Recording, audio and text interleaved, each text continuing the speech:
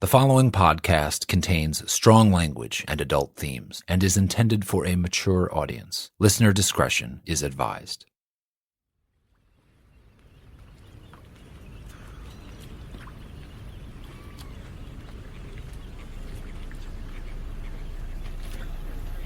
You know, there's 1,000 ways to die in Alaska. Drown, freeze, get mauled by a bear, fall down a mine shaft. And sometimes it's your own damn fault. You eat the wrong berries, flip your four-wheeler, get lost and starve. Then there's people. Murder. I guess you can add murder to the list. Might as well just start from the beginning. So, this morning when I get down to the docks, this fog's rolled in. Thick, soupy fog. Crab's a big game come fall and winter. I can make 5 Julys worth of pay in 1 October. And I ain't some fool kid from back east out playing fisherman. I'm from Sitka. So, we shove off around 4 a.m. and it's full dark. But I got my GPS taking us a few miles south-southwest, past the Five Fingers. These, tall spires, kind of rocky islands, bunkers on top. We got 7 crab pots waiting for us out in the intertidal. And then, well, something comes drifting out of the fog. A boat. It's there, and it's not. Now, I'm running on no sleep, and I get to thinking maybe it's just my mind playing tricks on me, right? But I ease off the throttle and yell at Phil to work the fog lights. That's one of my deckhands. And sure enough, he finds it. A big black boat with red lettering on the side. Langrock Fishing Company. At first I'm pissed. Every boat's got territories. This is my spot. And Langrocks, well, they got their cannery and their mail order business and their restaurant deals, pulling so many damn fish and crab out of the water that the Bering's gone bald, some say. But, that's when I notice the cabin light's on, but nobody's steering her. And it's drifting free, rolling sideways, bobbing along the waves. And if we don't do something and do it fast, it's gonna crash into one of the Five Fingers. And the waves are rolling strong, so motoring up alongside her is dangerous. Now, Phil throws over the bumpers so we don't knock ourselves to pieces, and we tie one line and then another till we're locked together. Then I get on the VHF with the dockmaster. What's your vibe? What's the problem? Over. Well, we're about to find out.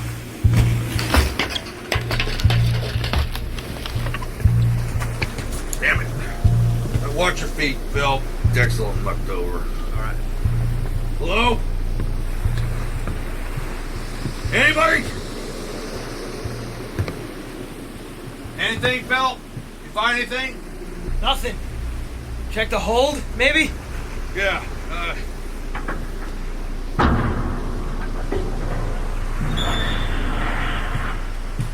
There's a nasty smell in there. I know it ain't fish. Yeah, Phil, can you get me a flashlight? Yeah. The beam cuts through the shadows, and there they are. The captain and his crew. Their bodies, anyway.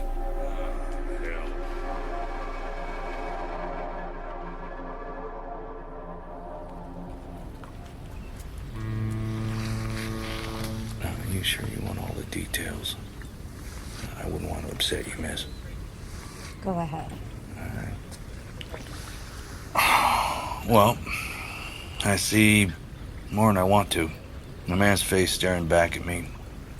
Eyes and mouth gaping open, split clean. Red lines raked across it. Red lines? Like a fillet knife went down the bone in some places. One of his eyes was split through so that it was jellying out. Did you recognize any of the men? You bet. That's seasonal work, and there's always people coming and going, but you get to know every face when you live in a town like Burns. Might have thrown darts or shot a game of pool with one or all of them down at the Dirty Shame. Now I'm pinching wrists, hunting for a pulse, seeing if there's any life left in them. And then we rolled over a breaker and I lost my balance and slid down into the thick of it all. I come to notice something solid crinkled beneath my feet. There were packages beneath the bodies. Packages? What do you mean by that? Packages, like plastic bundles about the size of hay bale. Drugs, I reckon. How many? Maybe 50, I wasn't counting. No, I climbed out of there as soon as my conscience would allow. There's no mention of any packages in the police report. Is that correct, Agent Marshall? No. No mention. Don't know what to tell you except what I seen.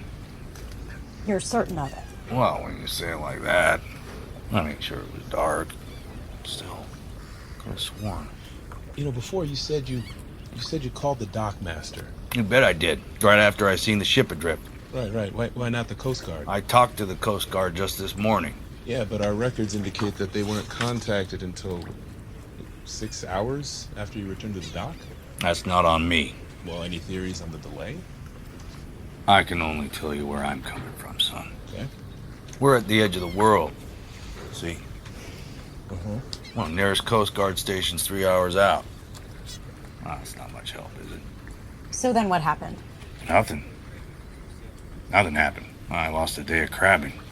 Hauling back the boat, talking to the cops, talking to the Coast Guard, talking to you, whoever you are. Well, we already went over that. Oh, we don't see too many suits and burns is all. Looks like the two of you just fell right out of a catalog. Right, well, I'm Special Agent Tad Marshall. This is Special Agent Sally Pierce. Yeah, you already told me your names. But what's your purpose? Well, you know, somebody dies on the water, it's a federal matter. So, you're saying this isn't connected to the other deaths? I'm sorry, what? What other deaths? You mean you don't know what's been happening in Burns? Well, you'll have to excuse us. We just got here. We're just still getting the lay of the land. What other deaths? Well, cops have been saying it's a grizzly. People might have believed it the first time, but not the second. A bear don't do that. How many? 2. And I know of anyway. 2 women. My town's on edge. This didn't used to be a place you locked your doors. Between them and this here boat, there's a lot of blood been spilled in one place, don't you think?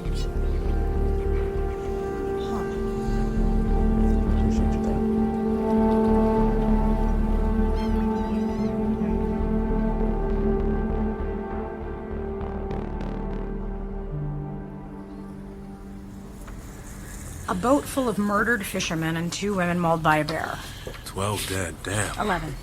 Wait, I thought it was a 10-man crew on board the Langrock boat. It was supposed to be, but they only collected 9 bodies from the hold. Oh. What'd you discover when you walked the boat? Okay, well, the cabin, deck, and latrine were all torn up. That's where he, well, if it's him, must have engaged with the crew. I found bladed gouges on wood, metal alike, indicating a supernaturally high tensile strength weapon. Huh. In the engine room, I found and bagged a spent cigar, so we can fire that off to the lab for testing. Lifeboat was still there, so what, he either had another vessel or he swam, which would seem impossible given the distance and conditions. Except for who we might be dealing with. Yeah, except for that. Yeah. Here's the thing I'm having trouble with. Agent Marshall, the fidget spinner, please. Sorry. The hold. You examined it. Right. I did. And there was nothing to examine. It was not only empty, but scrubbed out with bleach. So we've got no mention of packages in the Coast Guard or police report. How much of a delay was there between the 2? A few hours. Cops got to it first. Huh. What are you thinking? Drug shipment gone wrong? Russia's only about, 50 miles away from here. A fishing boat would make a perfect mule. We have no evidence, only supposition. If what you say is true, then the police are implicated. And that's not why we're here, is it? No, that's not why we're here. But everything's relevant, Agent Marshall. Everyone's relevant until we find our killer. It's beautiful around here, isn't it? Don't you think it's beautiful here? I hadn't noticed. No? The mountains and the sea coming together like that? We're not here for the sightseeing, Agent Marshall. Okay.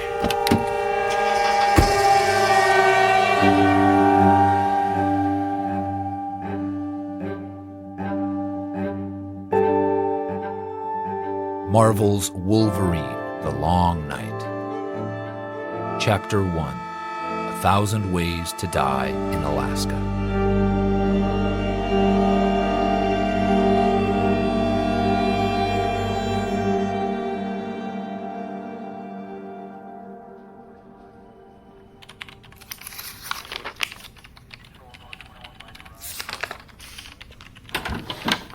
Sheriff Ridge, thanks for letting us use your office here. I really like the deer antlers. I'm not letting you use my office. I'm complying with federal law. That's correct. How long do you think you'll be here? As soon as the bodies stop stacking up. 9 fishermen and 2 women. I have to imagine that's got to leave a big cavity in a small town like this. Look, I told you, there's no connection. Every now and then a grizzly gets spooked and mauls somebody. They can get a taste for people after that, especially this time of year when they're fattening up for winter. You just focus on your boat. You know, Sheriff Ridge, I'm hoping we can make this work. I realize this must be uncomfortable. Look, maybe I'm stating the obvious here, but this isn't Chicago or Miami or L.A. It's Burns.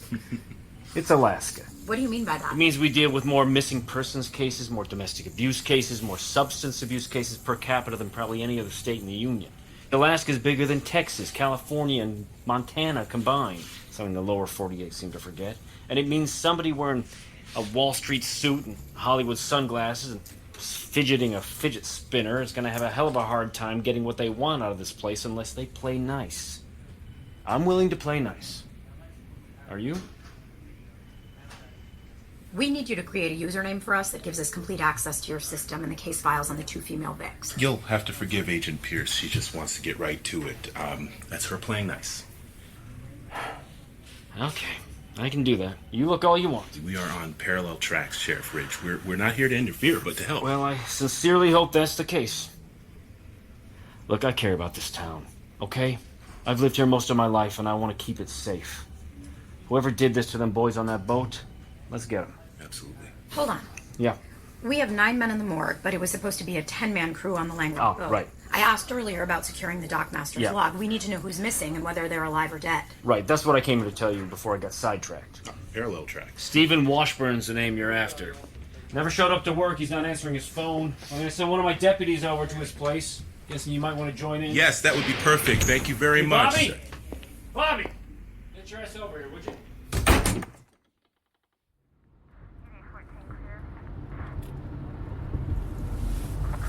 How far to Washburn's? Oh, not far. Burns is small. So you from Burns, Bobby? I am. Yes, I am indeed. Agent Marshall. Yeah, born and raised here.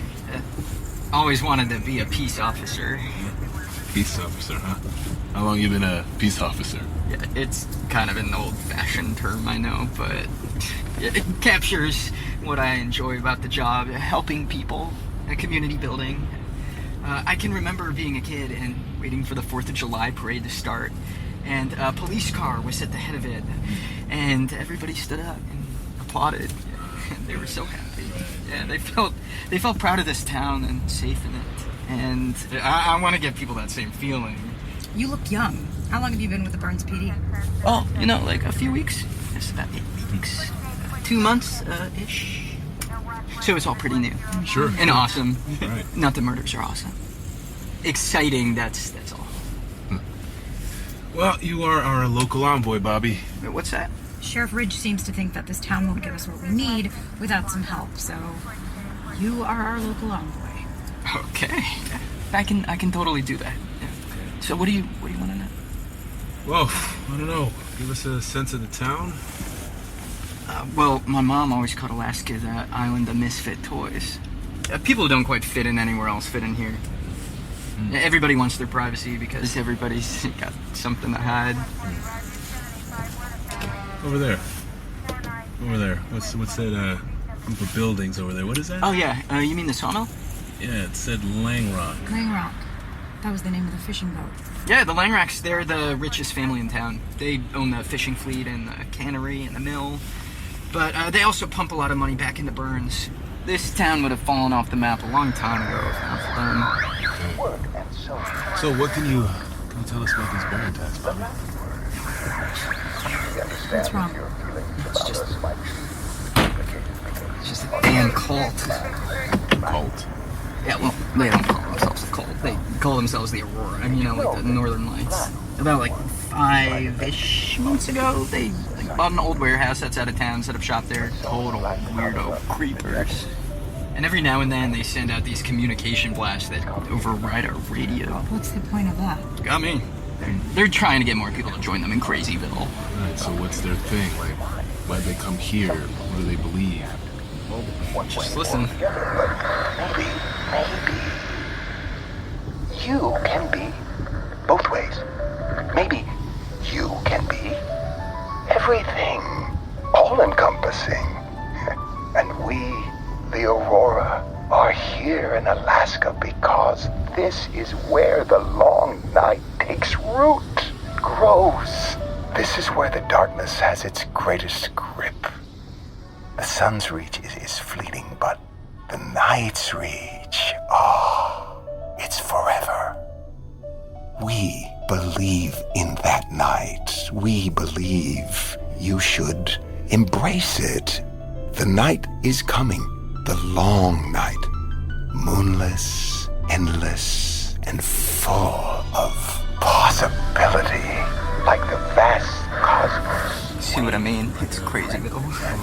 The guy's not right, but I guess somebody's listening. More people show up here by the week. Yeah, we've even lost a few townies to them. He's got 70 people out at the compound. You think they're dangerous? Any run-ins with these guys? I know one guy got busted with Oxy. He walked into the dirty shame, naked and raving about the coming night.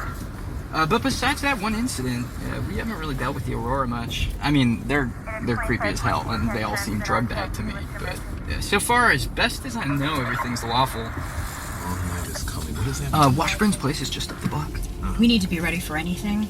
He chose a hell of a day not to show up. He might be the reason his entire crew is dead.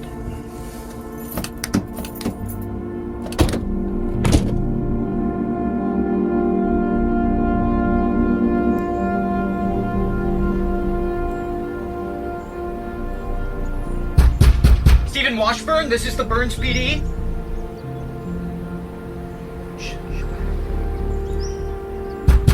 Burns PD!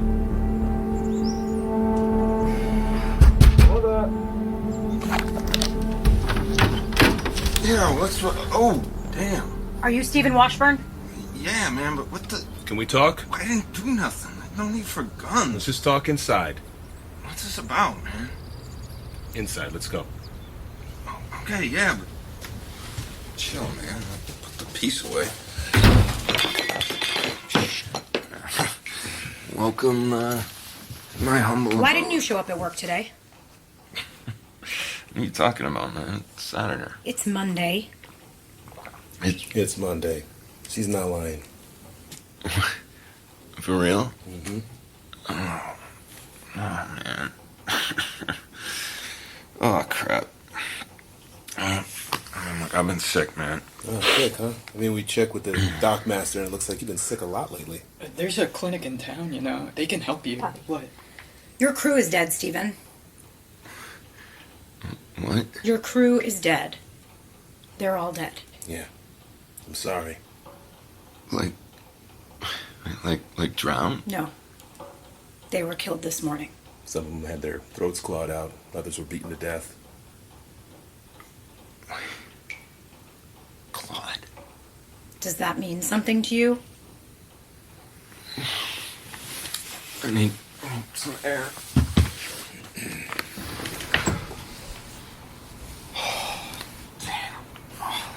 Do you know anything about this, Stephen? Any idea who might have done it? Are you hearing me? I need you to talk. Oh, Claude, man. Claude?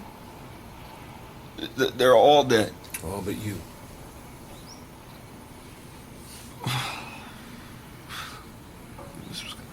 What's that?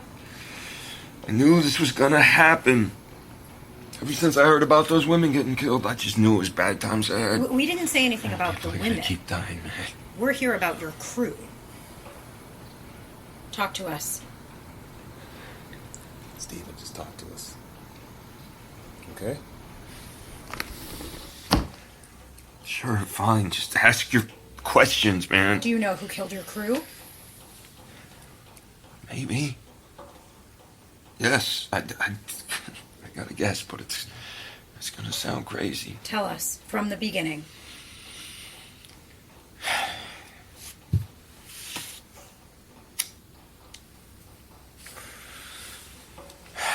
Okay. Alright, so a couple months ago, this guy shows up at the docks looking for work. Nothing unusual about that. He didn't seem too friendly, but nothing unusual about that either. And what does he look like? He's like, he's short, but wide, built. It's like a square made out of muscle and hair. Big gnarly mutton chops, big hands.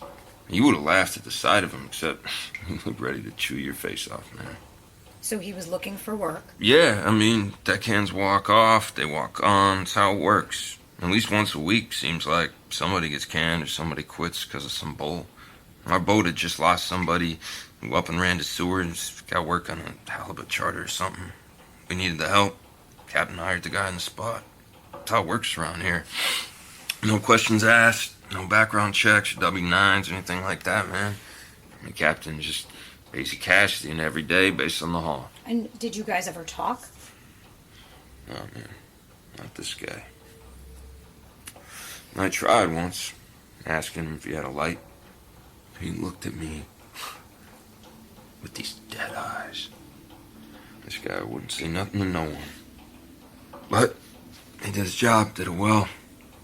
I had no beef. So, this one day about a month ago, we're caught in this ice storm, and you guys have seen crab pots, right? Not the kind that you throw off a dock, but like the big ones. Tell us. So you need a hydraulic lift to get those bastards up and down, you know, like a crane with a steel cable. I mean, some of them weigh 800 pounds, and they're out there swinging around on these cables. I mean, it's dangerous. So one day, like a month ago, we're out in this ice storm. I'm working with the new guy, and this guy, Sammy. Sammy, he's baiting the pot, but he gets his arm caught up in it, like caught in the cage, you know? And with the breakers rolling around us, the way he's flailing, it looks like he's motioning for the drop, right? And so we drop it, pot goes into the ocean, and I see Sammy go right over with it. I mean, overboard, underwater, gone. And I'm thinking, that's a death sentence, man. Hard sleets falling, coating everything, winds ripping, boats rocking, and nobody sees what happened but me and the new guy. I'm frozen. I don't know what the hell to do. The new guy, he doesn't hesitate. Grabs hold of that cable that's attached to the pot and lets it pull him right down over the rail. It's the craziest thing I ever seen, man. So I snap out of it. I run over to the lift. I'm yelling, man overboard, man overboard. I reverse the crank. No more than a few seconds later, I see this body come flying up over the rail, flops down on the deck right in front of me. And it's Sammy. He's been chucked there. How that's possible, I don't know, man. But here he is, laying at my feet on the deck, all the same. And that's when I notice his arm is gone. His right arm, cut off clean, right at the elbow. I look up a second later, the waves are peaking, and the new guy just comes like surging out of the tip of one. He lands on the deck, rolls, pops into a crouch like some kind of friggin' circus monkey. It's the damnedest thing. Sammy, he pukes up this gusher of seawater and he just starts screaming like a banshee. Like he's scared, he's hurt, he's bleeding everywhere. I grab him, I drag him into the cabin. We strip him naked and mummy wrap him up with some blankets. You know, I wrap a belt around the wound, all that. His skin is drained. It's like so white, I could see the veins. And his teeth are chattering so hard. He starts talking, trying to talk, stuttering. He swears to God. Swears it. The guy cut his arm off. That's what he says to me. He cut my arm. He cut off my arm over and over again. And I'm like, settle down, man. How could he have cut off your arm? And he says, with his claws. His claws. My arm was caught in the trap. He cut it off with his claws. But, he's in shock, right? He's his claws, he's saying over and over again. His claws. And I look over at the new guy, and he's just standing there. Blanket hooded over his shoulders, like scowling uglier than anything you've ever seen. And Sammy, he's just getting louder and louder, and I'm trying to calm him down, but he won't. He's yelling about claws, and he's holding this bloody bandaged stump of an arm and rocking back and forth, saying how he's gonna lose his job and nobody will ever love him no more, and his life's over. It's all that. I mean, he's just totally hysterical. And that's when the new guy walks over, pushes right past me, grabs Sammy by the throat. Sammy goes silent, and I'm standing there and I'm looking between them. I don't know what the hell he's about to do. And this guy, he's got this voice, more like a snarl. And he leans in and he says, "Should have cut your head off instead."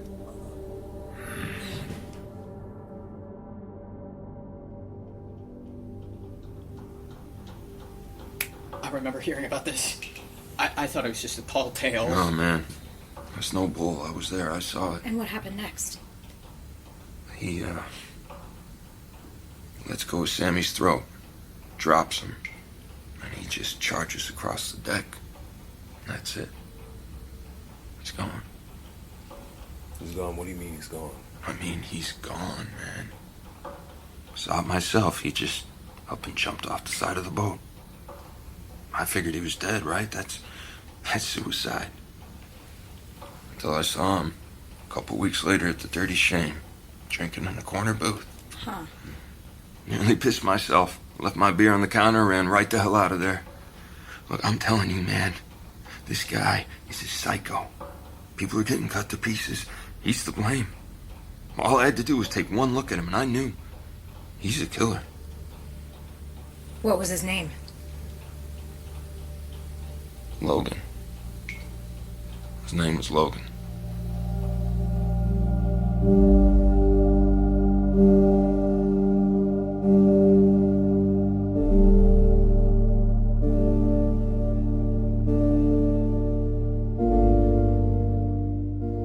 Marvel's Wolverine, The Long Night, starring Richard Armitage as Wolverine. Directed by Brendan Baker. Assistant directed by Chloe Prasinos. Produced by Jenny Radlett and Daniel Fink. Written by Benjamin Percy. Scott Adsit as Sheriff Ridge. Bob Balaban as Joseph Langrock. Zoe Chow as Mallory. Otto Isando as Agent Marshall. Celia Keenan-Bolger as Agent Pierce. Andrew Keenan-Bolger as Bobby. Brian Stokes Mitchell as Prophet. Jordan Bridges as the Fisherman. David Call as Stephen Washburn. Lannon Kalea as Phil. Our associate producer is Chloe Wilson. Our production manager is Emily Pontecorvo. Casting by Shayna Markowitz. Our recording engineer is Colin Alexander. Production assistants from Stephanie Kariuki, Carly Krim, and Frank Cooper. Original composition by Dayru. Additional music by Max Spranzi. Sound design and mixing by Brendan Baker and Chloe Prasinos. Post-production services provided by Phenomophon. Production legal by Eric Spiegelman, Lindsay Bowen, and Michaela Gross. Executive produced by Dan Buckley, Joe Quesada, Dan Silver, Axel Alonso, and Chris Bannon. Our executive editor is Peter Clowney. Marvel's consulting producers are Harry Goh and Sarah Amos. Special thanks to CDM Studios, Matt Gorley, Parabolic Studios, SAG-AFTRA, and Wagon Road Camp. Wolverine is a production of Marvel and Stitcher.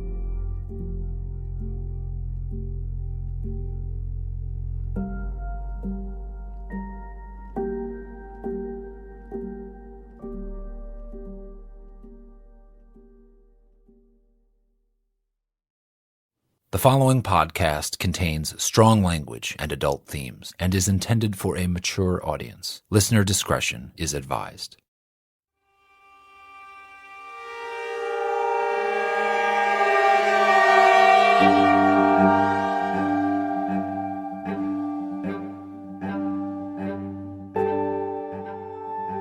Marvel's Wolverine, The Long Night. Chapter 2, Goodnight Nobody.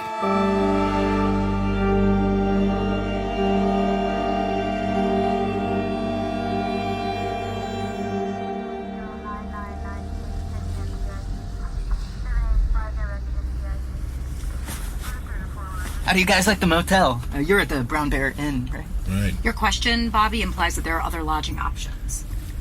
Right, sorry. Anyway, you sleep okay? I don't really sleep. Oh. Cool. How much farther? We are about 10 minutes from Logan's cabin. He lives out in the boonies. Hey, Bobby, thanks for the lift, man. You guys see that tree? That big dead snag at the corner?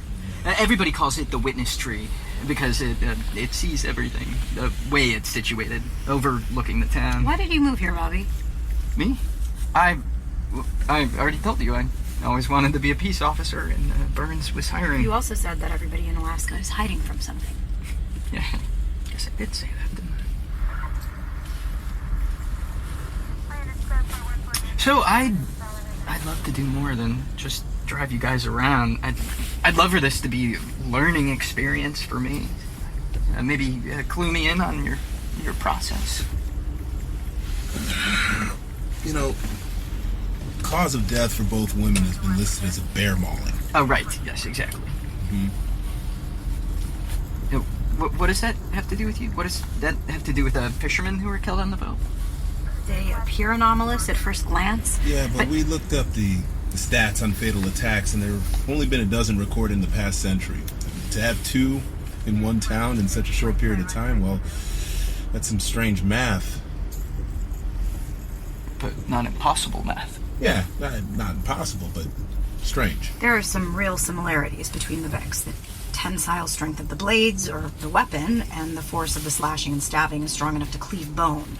They were all torn to pieces. You know the sheriff thinks you're wasting your time. Yes, we know. Well, he thinks that you should focus on the boat. The people who died on the boat, that's the federal matter. The people who died in town, that's a local matter.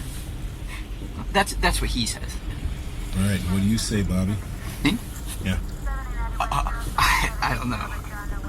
I'm just happy to be along for the ride. Agent Marshall, you interviewed the original victim's family this morning, right? Yes, I did. Sandy Evans died 8 weeks ago, the first of the alleged bear attacks.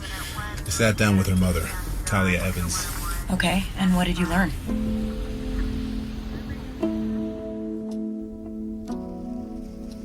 We should sit down, please. Sure. Thank you.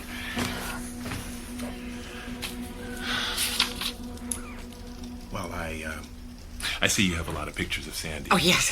Yes. Well, it's nice to be with her, even when she's not here. So. Of course. Can you just tell me about Sandy? Help me to get to know your daughter. Maybe you could show me some of the pictures and we could talk about them. How about that one? That's when we were on vacation in Seattle. Mm-hmm. This was about a year ago, so she had just graduated from the tech college. She studied to be a dental assistant, you know. Why you want to poke around in people's mouths all day, I could never understand, but she said she liked the work.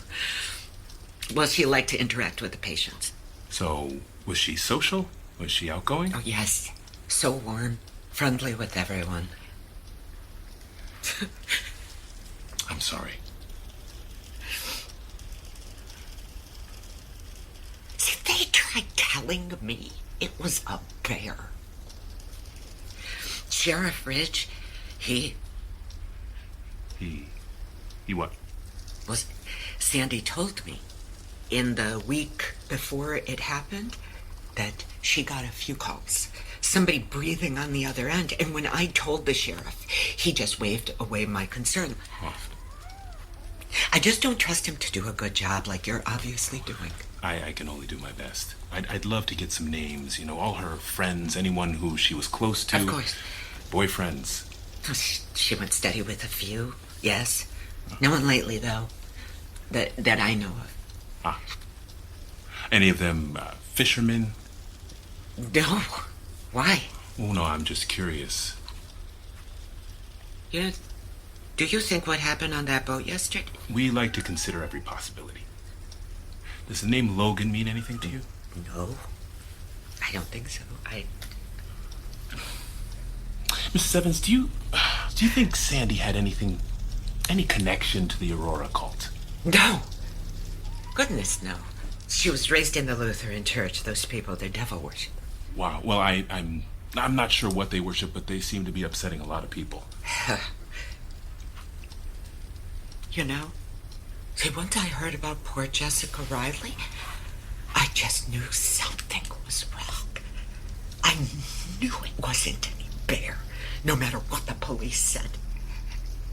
A bear? What kind of bear rips the door off of a car? That's how they found her. You know? All torn up.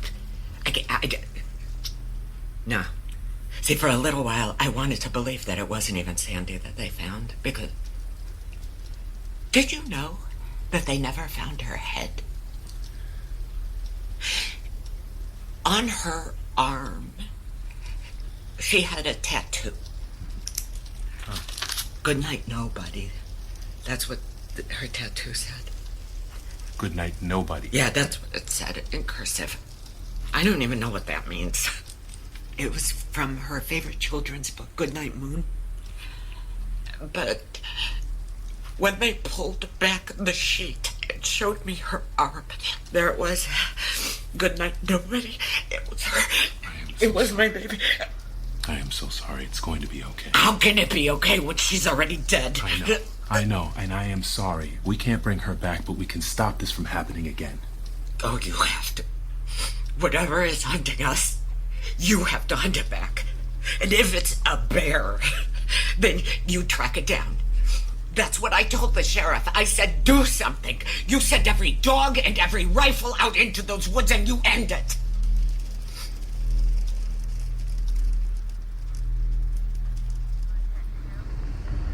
So that was my morning.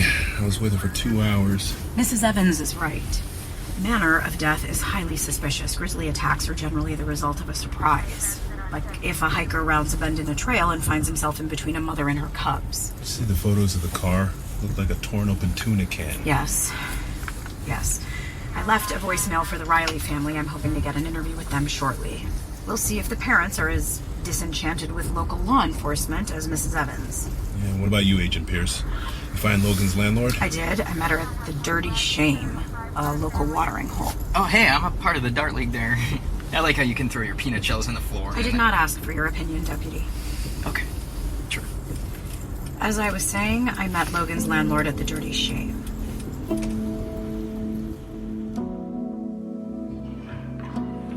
How'd you find me anyway? It's a small town. I asked. Hey, Mallory, when you get a sec, I'll take a triple vodka bloody with a beer chaser. All the fixins? All of them. It's a mighty interesting suit you got on. You know, I've never seen a woman look. Tell me about how you came to rent the cabin to Logan. I've been listing this place for 10 years, and not a soul's wanted to live there. It's got a pump out front, and it's got an outhouse out back. A wood stove that'll keep you living as long as you keep it fed. But people don't want that kind of living no more. People are getting soft, even in Alaska, you bet. But Logan said it would do nicely. Tell me more. This was, 2 months ago he showed up here in town? Paid cash up front. Big greasy water bill smelled like it'd been stuck in a shoe. Did you talk about anything? He wasn't a talker. You didn't ask him where he was from or why he had moved here or anything like that? He wasn't a talker, like I said. More of a grunter. And besides, I mind my business. And you never had any interactions with him beyond that initial agreement? You think Logan killed them boys on the boat? We don't know who the killer is, but Logan's a person of interest. Does that surprise you? Surprise me. You can't trust nothing about nobody, far as I'm concerned. Well, it doesn't matter if it surprises me. People on the news always saying that kind of thing, ain't they? He seemed like such a nice guy. All I know is you won't see me on the news saying Logan was a nice guy. Because the little I known him, he was an odd bastard. Tell me more. Here's that bloody for you, Deputy. Extra spicy. You are a dear. You know I like a little pepper on the lip there. Oh, that is about the best thing ever. Is there anything else you can tell me? Nothing. Except, Go on. I do a drive-by once a month, just to make sure the place is still standing. What did you see? My eyes ain't the best. Well, what do you think you saw? It looked like he was butchering a deer, naked. Miss, yes? What was your name again? Mallory? That's right. Do you have anything to say, Mallory? I got nothing to say. Because you're standing there, like, you want to say something. By all means, share. I got customers. I let her be. There's no one in here who don't want to know what you know. I mean, even if they're not looking, they're listening. They're all scared shitless. I heard about what happened to the Riley girl. They found her on a hiking trail. She was in ribbons, no head. Now, I don't know what did it or who, but if you know something we don't, and Logan's the one who done it, I hope you put a bullet right through that ugly face of his. I'm gonna need that address.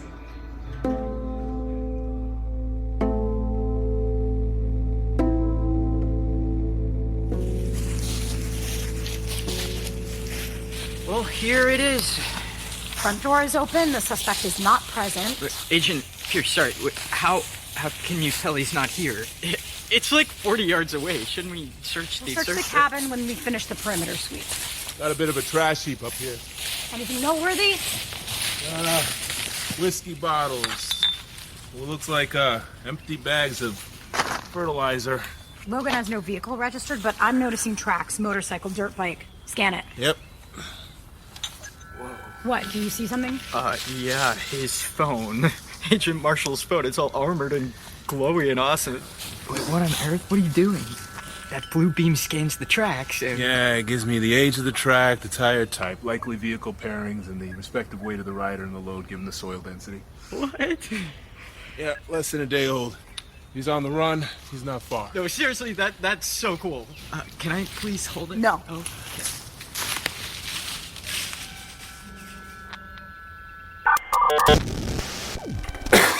Our tax dollars at work. I could probably hire another deputy based on the cost of that doodad alone. Oh, they're not as bad as you said, Sheriff. Excuse me?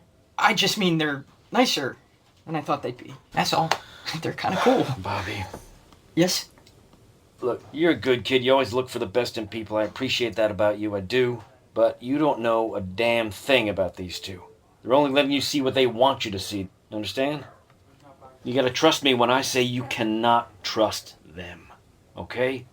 It's like, look, I'm the parent, and you're the babysitter, and they're the children.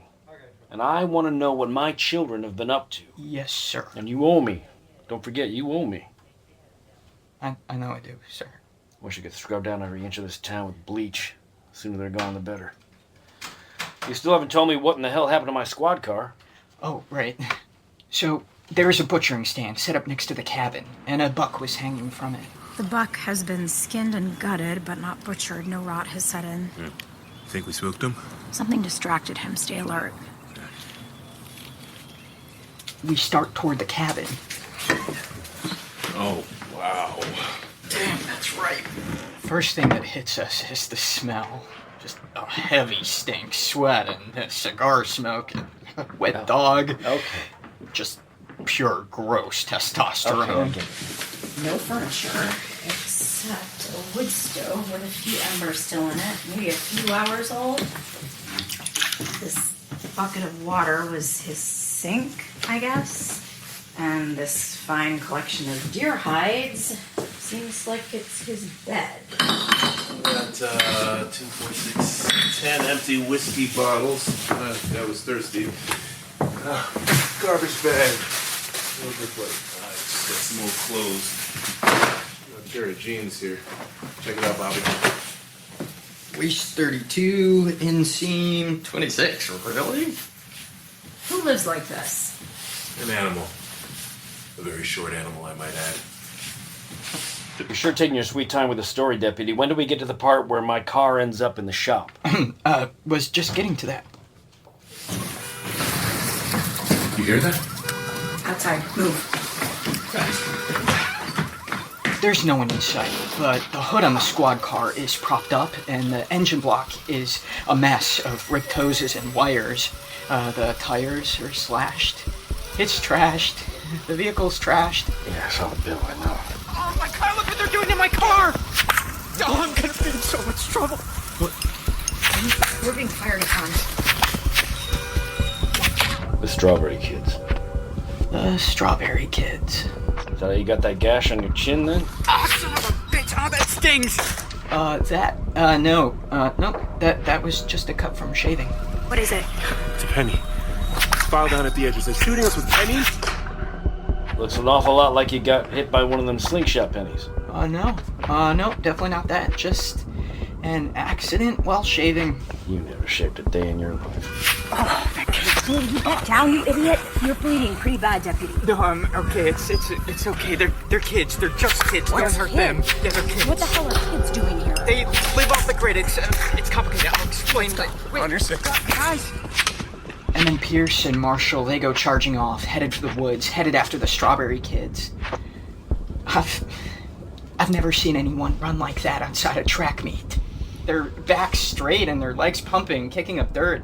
But I know you think they're soft, Sheriff, but... Yeah, and what'd you do, duck and cover from a bunch of children? Oh, I was right there with them. Guys! The woods are thick, but I'm catching glimpses of the Strawberry Kids up above, just all around. They're so fast, leaping from tree to tree. And then I spot Agent Pierce. She's got her gun out, aims up towards the trees. Don't shoot them! Don't shoot them! Don't! I'm not shooting at you. And No! I've never seen anything like it. What? Agent Pierce shot the branch right out from beneath that kid. Just as the boy hits the branch, boom, it's gone. It was a boy. 10 years is my guess. Just filthy. His hair was long and clumped, full of burrs, and no shoes. Bobby, she could have killed him. But she didn't. Thankfully, she didn't. Well, he was a little scraped up. The wind knocked out of him, but fine. Landed in a huckleberry thicket. Jesus, Bobby. You see why we can't trust him? You see why I need you reporting back to me? This is the sort of person we're dealing with, Bobby. The sort that would shoot at a child. Yeah, but... Keep going. We carried the kid back to the cabin to question him. Calm down, King. Calm down. Okay, Bobby, get his legs. Let's get him up. Let's get him up. All right. It's okay, kid. It's okay. Who are these kids, deputy? Well, nobody knows the whole story, but from what I've heard, the dad went a little crazy after his wife died. He moved up here with the kids to live off the grid. I don't know where their camp is. I don't know if there's 5 or 6 or 7 of them. I don't know if it's true that they've built some sort of treehouse hideaway. Some people call them survivalists. Some people call them bums and scavengers. And some people call them eco-terrorists. Whoa. Bobby, get his legs. Get his legs. Father hated the government, hated cops, hated capitalism. He had a special hatred for the land rights. Okay. On the fishing company. Exactly. Easy, kid. Easy, kid. Could Poppy lock the door? All right, I'm gonna put you down right here, kid. Restrain him. Got it. Okay, kid. I'm gonna tie you up, and I'm gonna untie you when we have a little conversation, okay? It's not gonna hurt. 1, 2, 3. All right? There you go. There you go. All right, knock yourself out. So yeah, the fishing company and the logging company. And that's what the Strawberries have been doing after since day one. Pouring sand into the tanks of logging trucks and plugging tailpipes. Digging trenches and logging roads. One time the dad tried to burn down the sawmill. He died last winter of pneumonia, people say. But I've heard others say Joseph Langrock put out a hit on him. Not that it made much of a difference. The kids went feral and carried on his scars. Okay, yeah, but why did they attack us? Okay, Pierce, let's see what we can get out of it. Bobby, I'm guessing we're being watched, so you mind standing guard outside? Sure, but guys, be nice, seriously. Okay, got it. Hey, buddy. Hey, kid. Hey, what's your name? Can I get you anything? Some water? You understand me, right? Right, kid? Hey, kid, it's okay. Okay. Whoa. It's okay. I just want to know what you're doing at Logan's cabin. Logan, do you know Logan? Okay, he might have done some things, okay, kid, some bad things. He might have hurt some people, and we're worried he'll hurt more if we don't find him. There's nothing wrong with hurting somebody if they deserve it. Whoa. Right. Okay, so you do talk. Okay. That's great. An interesting opinion there. Is that something your dad used to say, or maybe Logan told you that? Do you know if Logan's hurt someone, kid? This is really important. Someone who, as you say, deserved it? Okay, I got a feeling, kid, all right, that maybe I'm wrong, but I'm feeling that you like Logan. Why do you like him? Because he's one of us. One of us, okay? Who's us? You guys hurt me when you shot that gun and made me fall from the tree. Yeah, I'm really sorry about that, kid. We just really wanted to talk to you. So, what did Logan ever do for you? He saved me Yeah? when I was foraging in the woods. Foraging, huh? Looking for mushrooms. And I slipped off a ledge, and my foot got tangled in a root. And I was hanging upside down, but I wasn't strong enough to pull myself up. I was calling for help. And so Logan found you, huh? He pulled me up, and then he carried me back home because my leg was messed up. And where's your home? Huh? Well, so you are friends with Logan then. That's why you're here at his cabin. We're protecting him. Protecting him? Huh. Why would he need protecting? He said people were coming for him because of what he did. What did he do? Who's coming for him? Who is coming for him? Maybe you. You should have been present when they questioned that kid. But somebody needed to stand guard. They shot at him. They can't be trusted alone. And besides, what if he said something? Something the agents are keeping from us. What if they know something that we don't? Why would they keep something from us? Bobby. So you found something. Go on. What did you find? Guys, I found a book. It was on the porch, tucked in between two logs, see? Ley lines, Science, Myth, and Wonder. Huh. What are ley lines? Superstition. About what? It has to do with the evil or holiness of certain places on Earth. Good work, Bobby. Thank you. And, well, that was when the kid escaped.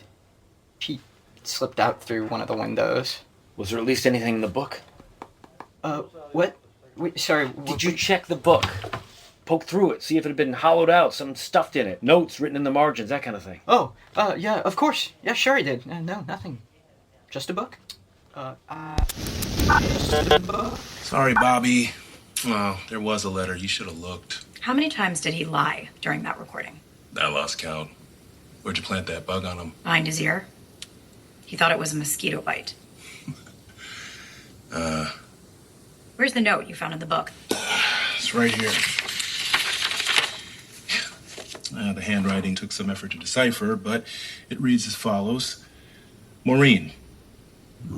Not much for writing letters. I'm not much for writing letters. I'm not much for saying sorry either, but here I am. I hated New Orleans because of all the bodies, all the noise, you know that. But I also hated it because of all the cameras. Someone was always watching. Cameras on cell phones, cameras on traffic lights, cameras in every store. They're gonna find me. Weapon X is going to find me. I said that from the beginning, right? I'm their property. I'm their investment. From the moment I escaped, they've been hunting for me. I guarantee it. I should have told you I was leaving, but what happened fast. The shooter started working his way through the French Quarter, killing for the sake of killing. I heard the gunshots from a bar. I should have walked away. But people were screaming and running and trampling each other. I couldn't help myself. I took off his head. And sure enough, the cameras were watching. The footage the news ran was blurry, but it was enough. I knew Weapon X would hear about it because they hear about everything. I knew they'd be coming. I knew they would find me, and when they did, there'd be more killing. I got enough blood on my hands to fill a reservoir.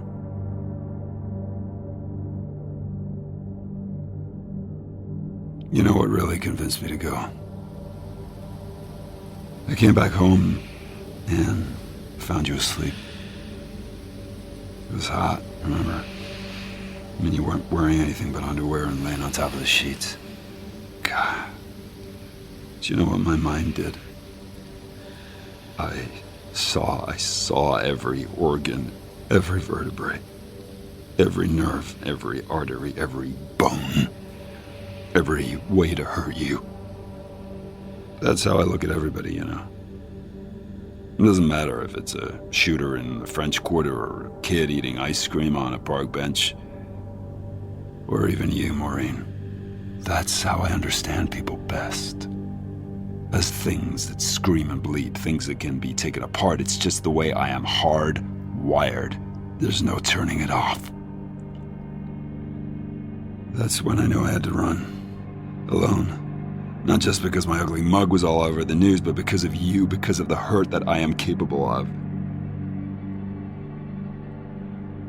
You know, I'm not gonna tell you where I went. I've been here going on a month, started a job on a boat. It ain't bad. Spending most of my time in the woods, though. It suits me because there's no people, sure, but there's also no right or wrong. No morality, no hate, either. And no regret. No wrong choices. See, the best way for me to protect others is to keep away from them, you know? Yeah, maybe I'm fooling myself, but I can't help but think if I work hard enough and run fast enough, I'll escape. Them. Weapon X. And myself. Sometimes I wake up naked in the woods with a taste of blood in my mouth, blood on my hands, my brain pulsing. And I think, what have you done? Logan. What have you done?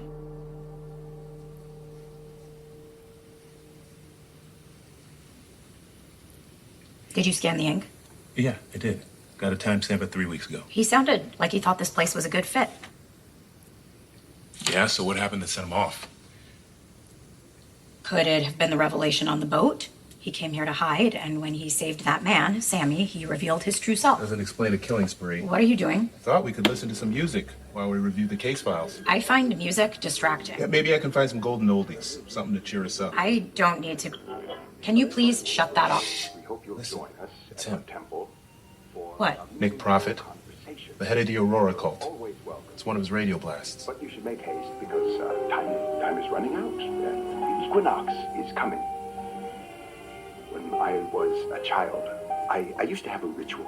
Even before I could read, I knew the words to a favorite book by heart, and I would recite these words before I fell asleep. But there was one page in particular I loved more than any other. One page that still fills me with awe and terror and excitement. Because it is the page that awaits us all. It is the page that exemplifies the long night that we, the Aurora, celebrate. A page of nothingness, of erasure, of death. A page that is blank, except for 2 words. Good night, nobody.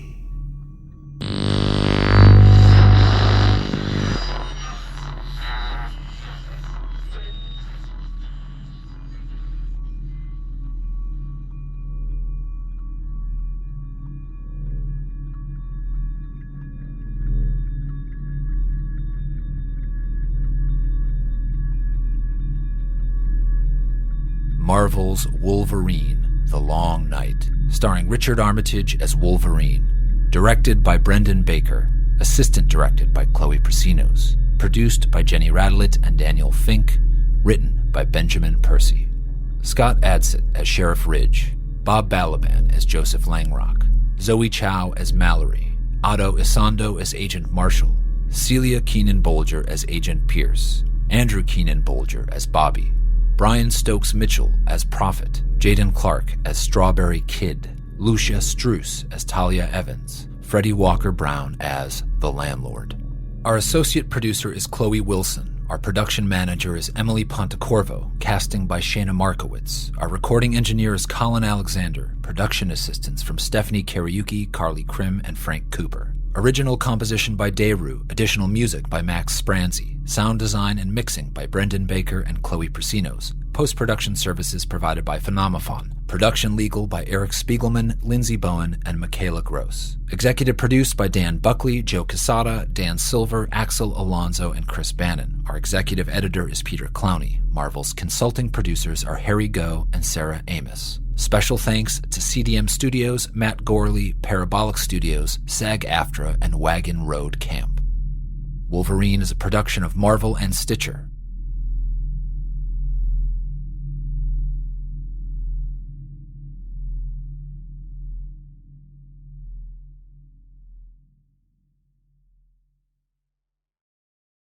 The following podcast contains strong language and adult themes and is intended for a mature audience. Listener discretion is advised.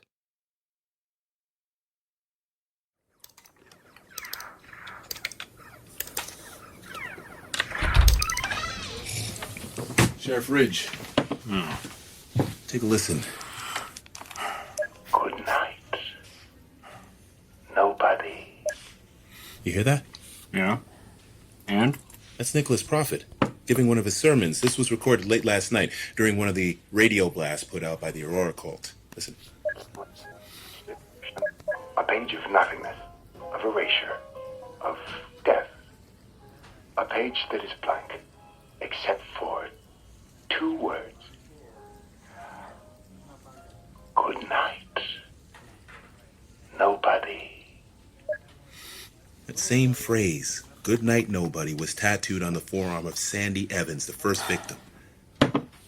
I'm gonna tell you again. She wasn't the first victim of whatever it is you're chasing. She died of a bear mauling. You look at the crime scene photos, you look at the coroner's report, you tell me different.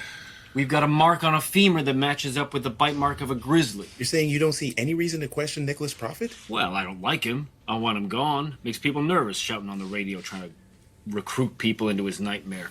Okay. Well, we've reviewed the case files for Sandy Evans and Jessica Riley. I mean, you might have made up your mind about a bear being responsible, but our understanding of what's happening in Burns is more elastic. You came here because a bunch of fishermen got murdered on a boat. Correct. You have a suspect, this guy Logan. Correct. You know, he roughed up the Dirty Shame one night. Got thrown in the drunk tank. Why didn't you tell us that before? You've been here, what, not even 2 full days, and you think you know everything. I'm not here to hold your hand. Logan's got a history of violence. You think he's got something to do with those girls dying? By all means, haul his ass in. You think the Aurora cult's got something to do with those girls dying? By all means, haul their asses in. So, you're acknowledging a serial killer might be at work? I would appreciate it if you wouldn't use a term like that in public. People are worked up enough as it is. All I'm acknowledging is I want Logan and Nicholas Prophet scrubbed clean from this town, and you gone.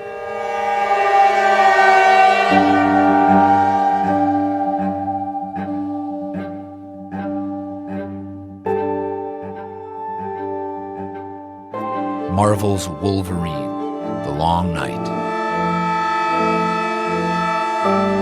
Chapter 3, Underground.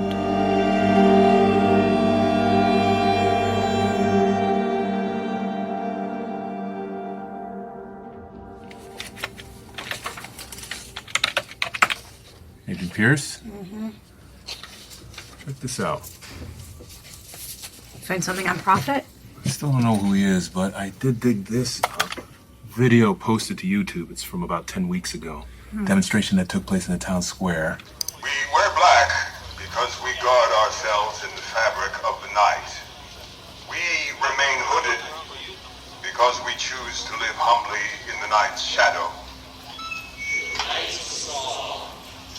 As we move toward the equinox, we anxiously note the shortening of each day. Slowly, slowly, the sun is closing its eyes. Slowly, slowly, the moon is widening its mouth. We chose Alaska because it is flooded with darkness every winter. It is a night cathedral. It is sacred and crepuscular, and Burns shall serve as our dusk altar. But the town of Burns did not choose us, friends and brethren. There are those who wish we would leave. We are not welcome here, but we are needed here. We can protect you if you only give us a chance. But we will not leave. We are your guardians. And that is why we are here today in this town square, so that we can be seen, and so that we can be heard, and so that we can be understood. Oh, do you see? Oh, look, the police have come. You see them? You see them? No. I want you to look at them, friends and brethren. That's right. Look, yes, look at them. Look right into their eyes and show them we are unafraid. There are those here who wish to intimidate us. We will not be intimidated. There is evil at work here, and we are its enemy. Now soon the leaves will turn blood red. Already, the air, it has ice in it. And in anticipation of the long night, we will now make an offering. Sister, it is done. What better way to acknowledge the night than to silence the trumpet of the sun?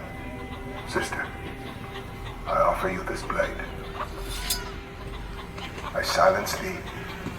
I consume thee. There will be more sacrifices in anticipation of the ultimate sacrifice. But in the meantime, we wish you all good night. Hold on. What? Right there. What? That woman. Up on the podium with Prophet, the one who killed the rooster. She's wearing a hood. Rewind a second. Ultimate sacrifice. More sacrifice. There. The sun hits her face. There. You see her? Recognize her? Is that her second Vic? That's our second Vic. Jessica Riley.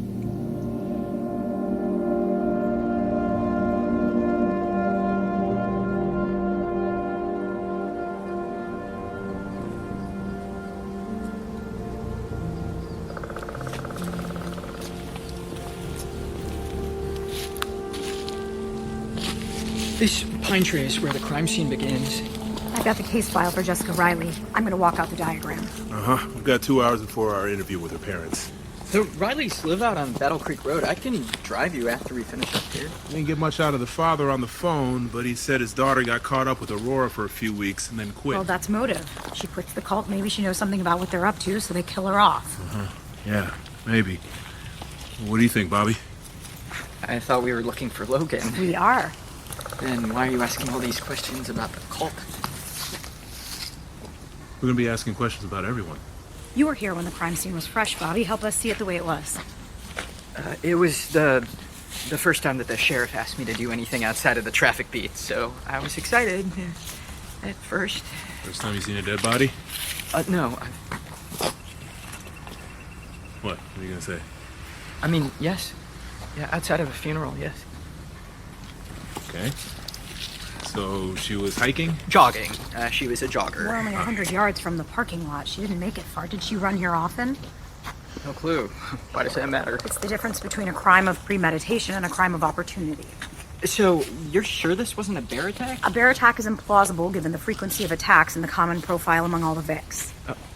So some late season tourists found Jessica here. What happened then? Yeah, so I was on a patrol when the call came in. I pulled up maybe a half hour later to the trailhead. Sheriff Ridge's Bronco was already here, and the forensics van. And I could see, up ahead, above the trees, the eagles, the bald eagles. Everybody thinks of them as beautiful, right? But they're actually scavengers. And when I got here, they were circling overhead. It was bad. I don't even know how to... What'd you see? Over here, I remember purple shorts. I don't know. You have the case file, you have the photos. We came out here with a lot of little bags, okay? Between you and me, I didn't sleep right for days. Did you collect anything else? I don't know. There was a bear trap. A bear trap? We're on a hiking trail. Why would there be a bear trap? Yeah. Well, I suppose somebody might have been taking it into the back country. When I saw it, it was lying near the forensics van. Was it bloody? Everything was bloody. Everything.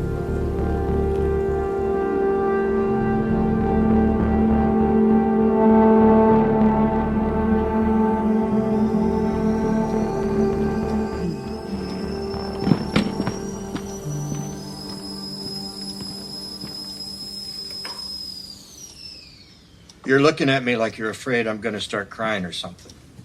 Don't worry, we got all the crying out of us a while back. Can you make a list of Jessica's friends, including the ones that she dated? She never really had anyone steady. Well, no, there was that boy that used to call her all the time during dinner and, well, even in the middle of the night. And she would drop everything and leave. Do you have a name? No, we asked, but she said that just because she was still living here didn't mean we owned her. Well, maybe her friends will know. Yeah, well, maybe, I don't know.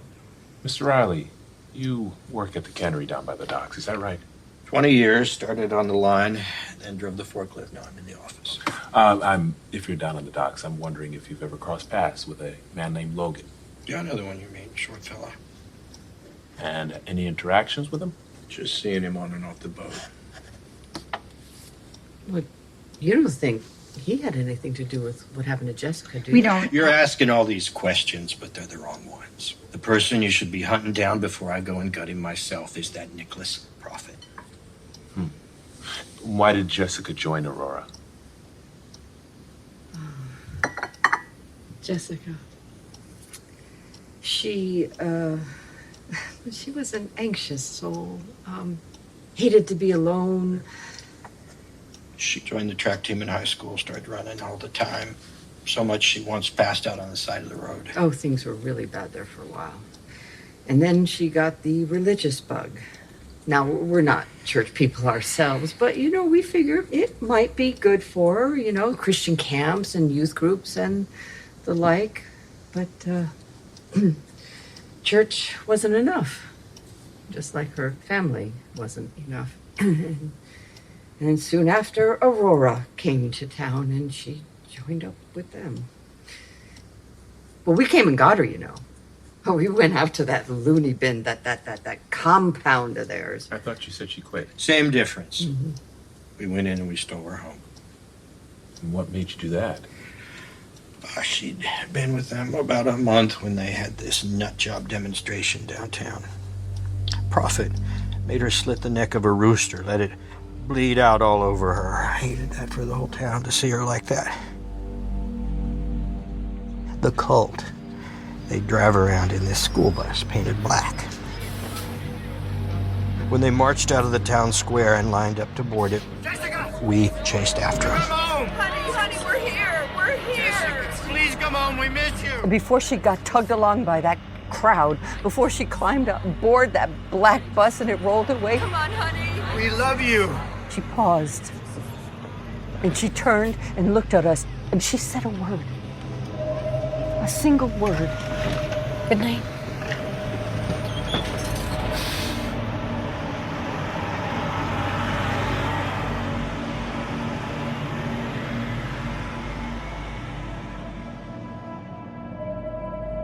It was later that night I gone to get her. Prophet, get out here and bring Jessica with you. Brought a few friends with me. All of us packing. Prophet, I know you're in there.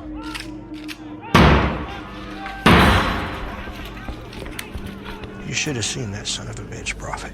Jessica, come on. Ow, wait. You're coming home. Dad. I threatened to break his back, stomp out his teeth, make him swallow a few rounds of buckshot, but he didn't so much as flinch. He grinned at me. Grinned so wide I could see the shine of the fillings in his molars, and you know what he said? I look forward to wishing your family a good night.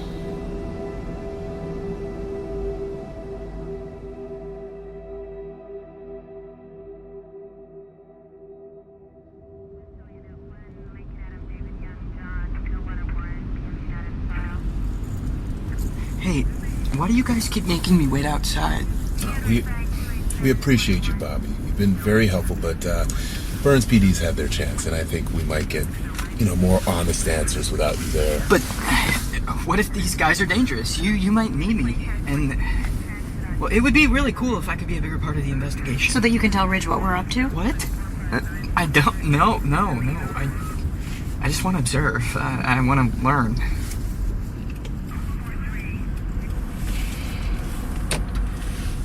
We're here. The Aurora compound.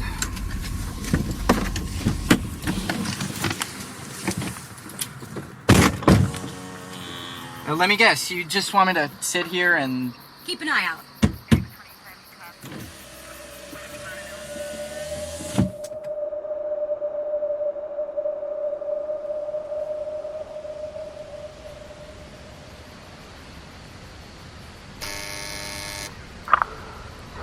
Hello?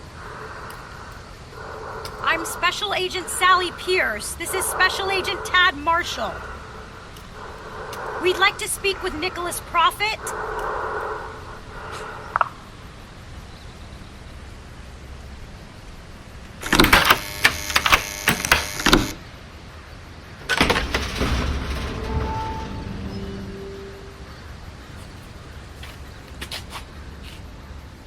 Hello?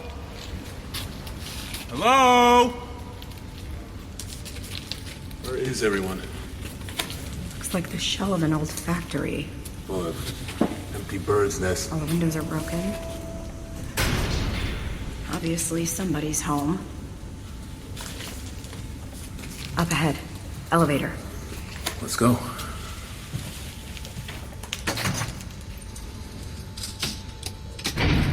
Going down, I guess.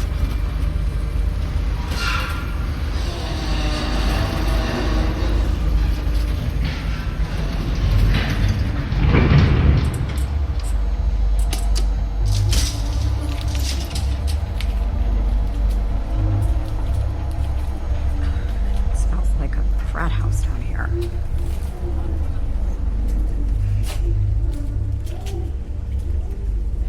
Hello? Huh? Good night to you all. Good night. What's your name? We are the Aurora. Okay. You live down here in the dark? Look up. There's light. The only light that matters, the light of heaven. Right, so the Christmas lights are supposed to be the aurora, and you think that's some version of heaven? There's a glimpse of the next world. A seam. A gateway that only opens for the worthy. Can you take us to Prophet? Follow me.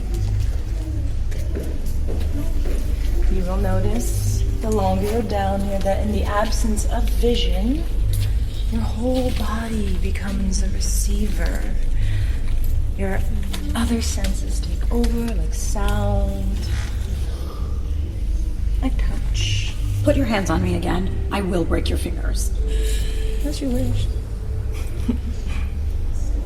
Wait here. Prophet will be with you shortly. Okay. I think they're all still down there. I mean, what better way to keep his followers loyal? Good evening, friends. Come in. You're welcome here. Please, come in. Prophet, I need you to listen to this. Goodnight, nobody. Goodnight, nobody. What does that mean? I recorded that message in this same studio. Please sit. Yes. I am so pleased you were listening. I am so pleased you have heard the call and answered. You know that Sandy Evans had that same phrase, "Goodnight, nobody," tattooed onto her arm. Do you know Sandy? It is beautifully empty and pure, don't you think? The most terrifying and beautiful line in all of literature. And it is accompanied, by the way, perfectly by a blank page. Nothingness. But, no, I don't know Sandy Evans. I have never known Sandy Evans. I did not kill Sandy Evans or Jessica Riley. But you don't sound very sad about them. Well, it's everyone's destiny to die. We can only hope the Aurora accepts our soul when that day comes. Okay. Have you ever met a man named Logan?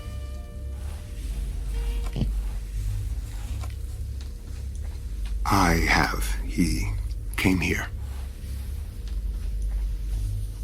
Why? It doesn't matter why he thought he came or why you think you come now, because even if you don't recognize it yet, you are drawn to us for a reason. You are attracted to our beliefs. You know you should fear the coming night, and you know you should trust that we can help you transcend it. What did Logan want? That I can't tell you. But I believe that he is what this town deserves. Collusion, obstruction of justice. What else can we throw at this guy, Agent Marshall? I'm sure if we searched the compound, we could bring up a few more charges. You would only be wasting your time. I answer to forces greater than your government. Right. Okay, so when is this long night you keep talking about? Soon. How soon? September 22nd, the equinox. And what happens then? Before darkness falls, the death of the sun makes the sky bleed red. Oh, come on. No more bad poetry. Just talk. Why did Logan come here? To threaten you? To ask for your help? Just speak. Well, bad cop. I mean, Logan is a killer of men. You should fear him, as well as fearing the night. Okay, but what is this? Is he hiding here? You're not protecting him, are you? No. What's behind that door? Well, come. I'll show you. Nothing can be claimed. The cold will break pipes, birds will shatter windows, roots will buckle sidewalks. See, humans want to conquer what's wild, but what's wild won't allow it.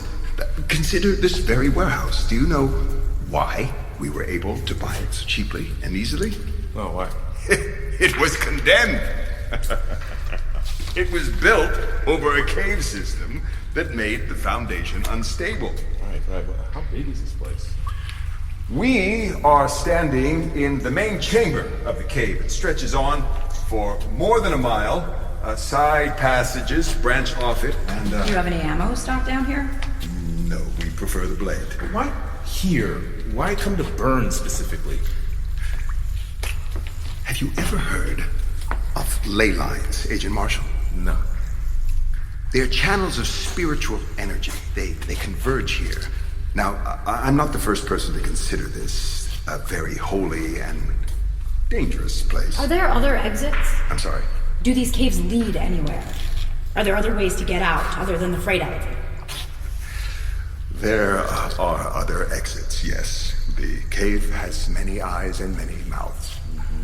So that means that when you feed us an alibi saying you were here, you could have been somewhere else. One never knows, does one? We're gonna need to borrow that knife of yours. No, of course. What's your name? Nicholas Prophet. No, your real name. What is real? Quit with the mumbo jumbo. What did you used to go by? Where did you come from? Well, whoever I used to be has vanished. That name has faded. Do you see my fingers? No, can't see much of anything. Well, then come, feel them. Your fingertips, they're burned. Oh. Okay, look, you've gone through a lot of trouble to hide. You moved to the edge of the world, you burrowed into the ground, you changed your name, you erased your fingerprints. The people in this town hate you. 2 women with a connection to you are dead. The sheriff wants you gone. If you have information about these murders... Or Logan? You should tell us. You need an ally. I am a custodian and messenger of the night. And the sheriff is the custodian and the messenger of the Langrocks. The Langrocks? The fishing and lumber family? Yes, the very same. If the sheriff doesn't want us here, it's because the Langrocks don't want us here. Ask yourself why. And then ask them the same. Why would the Langrocks... Prophet, it is time. Thank you. Will you join us? The night has come, and And so we must go forth to greet him with a sacrifice, to appease him, or it will consume us all. Please. You first.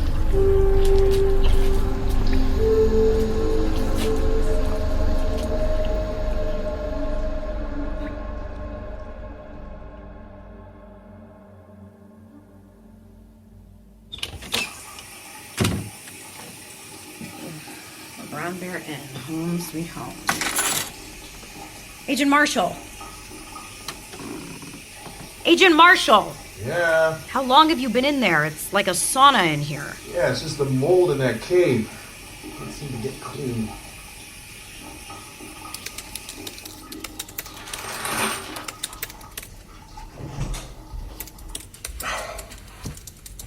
How'd the recording turn out? I spliced in commentary. I'm about to upload it to the cloud. Here, take a listen. The cult filed out of the warehouse and stood in a circle. There were 73 of them altogether.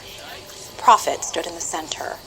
You made a note for the team to run the images to the facial recognition database? I want all these cult members ID'd. Of course. But it's Prophet that's red flagged as the priority.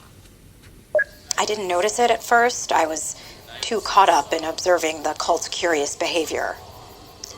The spiritual ecstasy that seemed to be guiding them. But then I saw the sky. It was busy with color, the northern lights.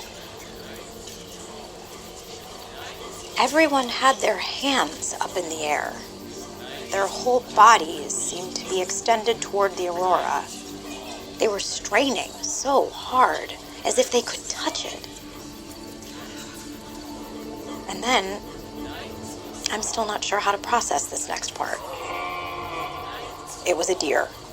It appeared at the edge of the clearing. I thought it was curious about their chanting. I thought it would dart away once it caught our scent, but it came forward. And the people made way, and it entered the center of the circle. Come. He reached out his hand, and then another. He was petting the deer, stroking its muzzle, scratching it behind its ears, and then...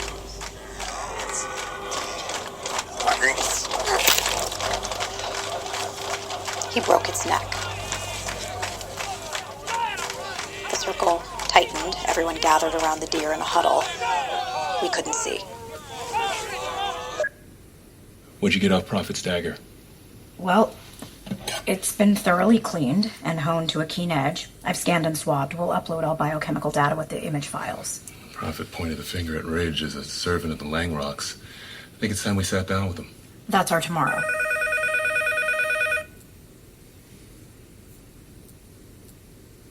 Well, get it?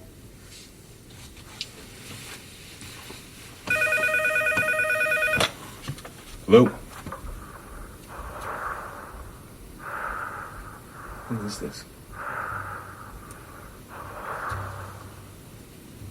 Heard you've been asking around about me. Logan. Don't.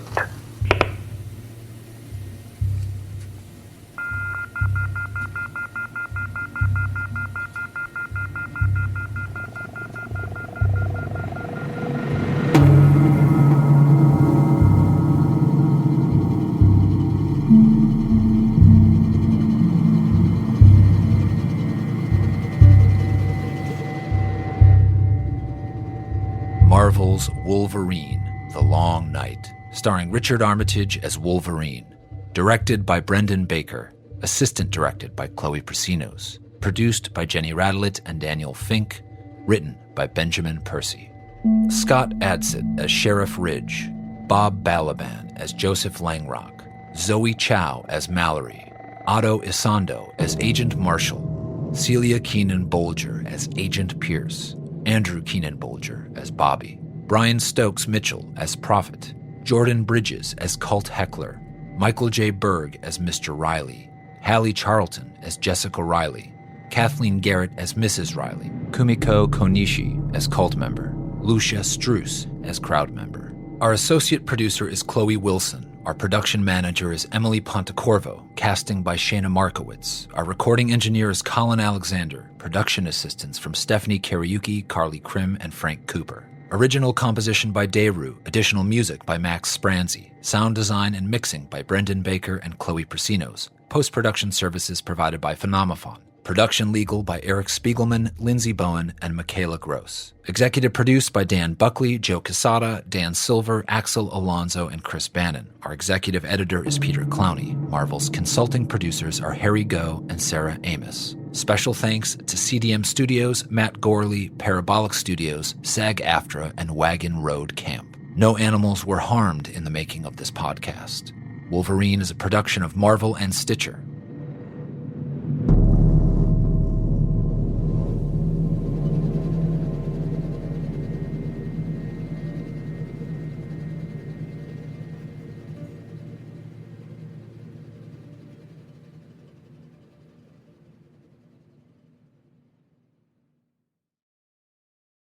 The following podcast contains strong language and adult themes and is intended for a mature audience. Listener discretion is advised.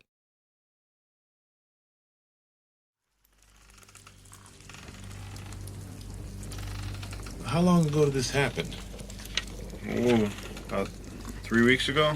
And look, I know how it sounds. It sounds like I was on the sauce. But I swear it's true, and I swear it on the good book. I saw him out there. I've been following this herd of elk for, 2 days, trying to get downwind of them. There was this bull I had my eyes on. Rack as wide as the grill on a semi. So I'm worming my way up a ridge, and I'm glassing the meadow below. The wolves are fading in and out of sight. That's when I saw him. A man. Naked. Not a stitch on him, not even boots. He's crouched low, and he's running with the wolves. Sometimes upright, sometimes all fours, but they're closing in on the herd. So there's one elk that's trailing behind the rest of the herd, and the wolves, they start to call around it. And this man, he leaps, and the cow's leg, it goes limp. Just like that, she drops, boom, down. I don't trust what I'm seeing. The same way you don't trust what I'm telling you now. My gut's telling me to run, head home, take a long hot shower, try and wash the crazy out your eyes, but I guess I can't help myself. So I shoulder my rifle, I'm glassing the wolves with my scope, and there's the man. He's huddled up with the pack. He's tearing away at the backstrap with his teeth. Then the sun comes up over the rise, pressure in the valley shifts, and suddenly I'm upwind. Just like that, the man's bloody face rises out of the carcass, and he stared right at me.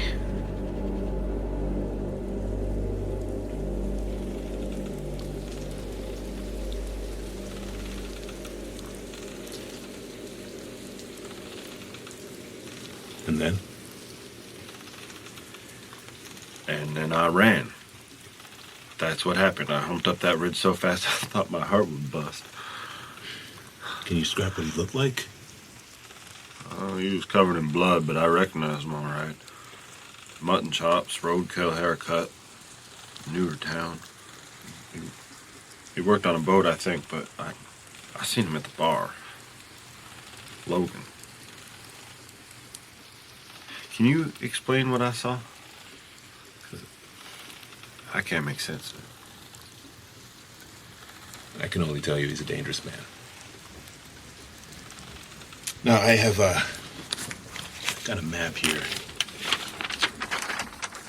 You mind showing me where all this happened? Hey, you bet. Let's see, it's right there. Okay. It's about 5 miles from his cabin. So, you must have talked to other people about this. Yeah, sure. Sheriff among them. He seemed pretty keen on me talking to you. Did he? Yeah. It's good to know. I assume you heard about the bear hunt Ridge is organizing? Mm-hmm. I'll be out there with the rest of the yahoos. Man, it's gonna be a shit show. But Langrock's putting down money. $10,000 buys a lot of whiskey and ribeye. So you really believe a grizzly might be to blame? As opposed to what? Logan? Well, I mean, there've only been, what, a dozen attacks in the past century. I mean, so many to be concentrated in one place in so short a time. Now, where'd you hear that? I looked it up online. That's a bunch of bull. A dozen attacks in the last century? I could list a dozen in the last few years. Now, don't believe everything you read in a computer. Yeah, but... But nothing. Alaskans don't talk to the police unless they absolutely have to. You can't trust a single statistic coming out of this state because they're only based on people that talked. So, do you think it's a bear? Has anyone seen it? Seen tracks. Seen signs. I heard stories about a grizz up near Split Rock Canyon bigger than a train car. I don't know what I believe. But I'll tell you what. If I see that grizz, or if I see Logan out there, I'll pull the trigger. So has anyone else mentioned seeing Logan in the woods? Or seeing anyone else that seemed strange? Not that I heard. You might try talking to some of the natives down the road at Ekwok Village. I can give you some names. Okay, thanks. Or, there's always Brent. Brent? Brent Langrock, son of Joseph Langrock. You know, he's in the woods more than a tree. Hunting, trapping, like a religion to him. Big guy, nice enough, I suppose. Full of himself, too, like his old man. So with the Langrocks, there's the father, Joseph, and Brent. 2 sons, Brent and Hudson. Brent's the older, Hudson's the younger, and boy, he looks it. A little quiet, bald dude. He crunches numbers for the family business, does the bookkeeping. Right, got it. Sounds like I'm overdue for a date with the Langrocks.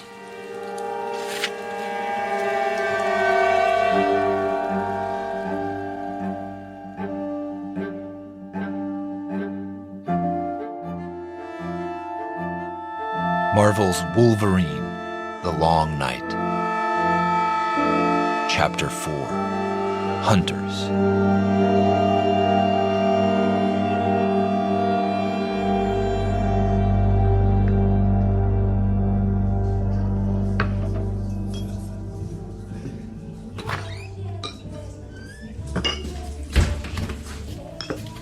Mallory, right? I was in here the other day. I remember. You've got a good memory then. That'll make this a lot easier. Busy. I only count 4 customers and they appear content. I'm guessing you can spare me a few minutes. When I was in here before you were lingering, it almost looked like you might have something to say. You drinking? Nothing for me. So Logan was a regular here. He'd come in? Can you give me anything else? Where would he sit? What did he drink? That kind of thing.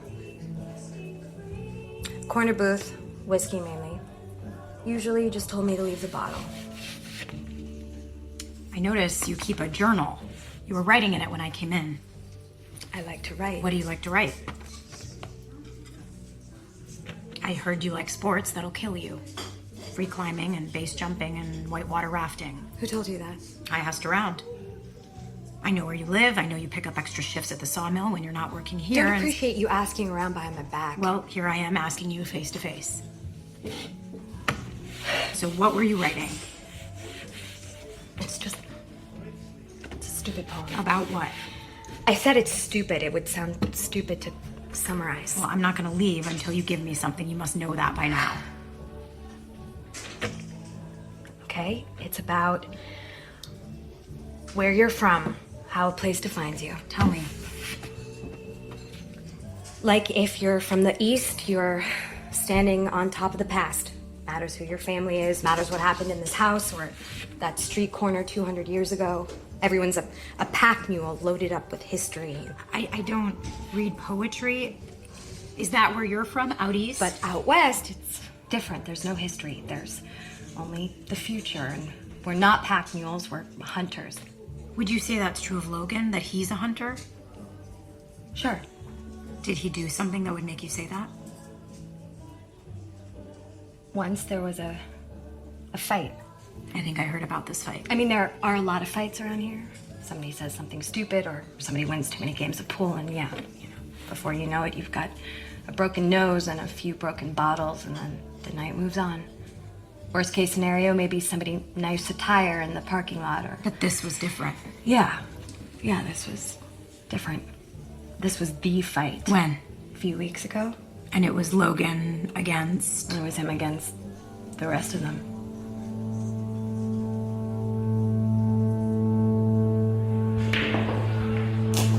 He was minding his business like he always did, sitting in the booth, smoking a cigar. In case you couldn't tell, we got a problem with fishermen in this town. It's more or less a seasonal job, and you got people coming in from all over. Look, it's a hard job, and if you can hack it, you can pull in $80K in 5 months of 70-hour weeks. I don't know what the male-to-female ratio is here in Burns, but let's just say it is not good. If you're a woman, you put up with a lot of ugliness, and that night, there was trouble. A crew that had worked a 14-hour day in crap weather, they were looking to get their drunk on. A few of them started in on me. First it was words, and then it was hands. This one guy wanted me to sit on his lap. He grabbed me by the wrist, then he grabbed me by the waist, and then he grabbed me a few other places. I said, stop. Oh, looks like she's pissed, but what are you gonna do, sweetie? I always keep a pea shooter in my boot, just in case. It's 22, but it'll circumcise you all the same. Could be I made things worse. Put that gun away. I'll forget you ever pointed that thing at me. Get the hell out of my bar. Get over here. That's when he grabbed me from behind, and held a knife to my throat. We're gonna have a dance first. We're gonna put some money in the juke, and we're gonna slow dance just the way I like it. And that's when I noticed something. This jerk who's got a hold of me, he's not even looking at me even though I'm aiming a pistol at him. He's staring over at Logan. Staring hard, like daring him out of that booth. Logan, he takes one last drag of his cigar, stands up from his booth. You really don't want this, Jackson. You cut off Sammy's arm. You cut off his damn arm. And then you just leap over the railing. 2 miles from the shore. What the hell is that, man? Last chance, bub. Let her go. And then we can all go back to drinking. Hey, you're the one who killed Sandy and Jess, aren't you? What are you, freak? His knife slipped, cut me across the cheek. You should have listened. That's when all hell broke loose. That's when Logan went after them.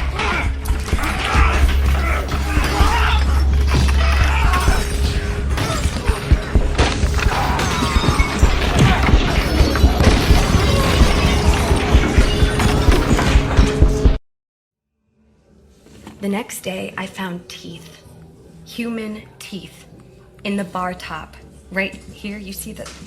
I had to pull them out with a pair of pliers. So you're saying he fought with the men on the Langrock boat, the men who are now dead? You're not listening. What I said was he defended me from a bunch of drunk assholes. Last time I checked, that puts you on the right side of justice. So you think Logan's a good person? I do. And that is the only reason I'm talking to you right now. Maybe he's good then. Or maybe not. Whatever he is, he doesn't sound like the kind of guy who goes down easy. How did the fight end? Bad luck. Game warden happened to be in the bar. He goes out to his truck, loads up a grizzly tranquilizer, one shot to the neck. Logan's out.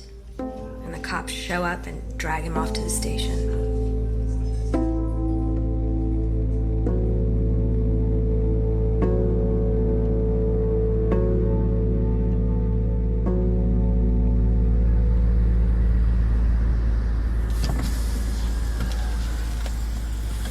Hi, I'm Deputy Bobby Reed. Yeah, seen you around. How you doing? We've got a 1 o'clock with Joseph Langrock. Sure thing. He's waiting for you. Hey, this is about what happened on the fishing boat, right?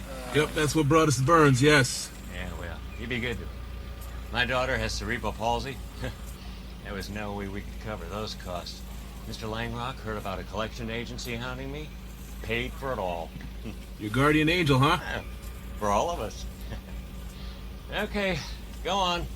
I'll see you on the way out. Damn, look at this place. Yeah, what, you never been here? No, just driven past.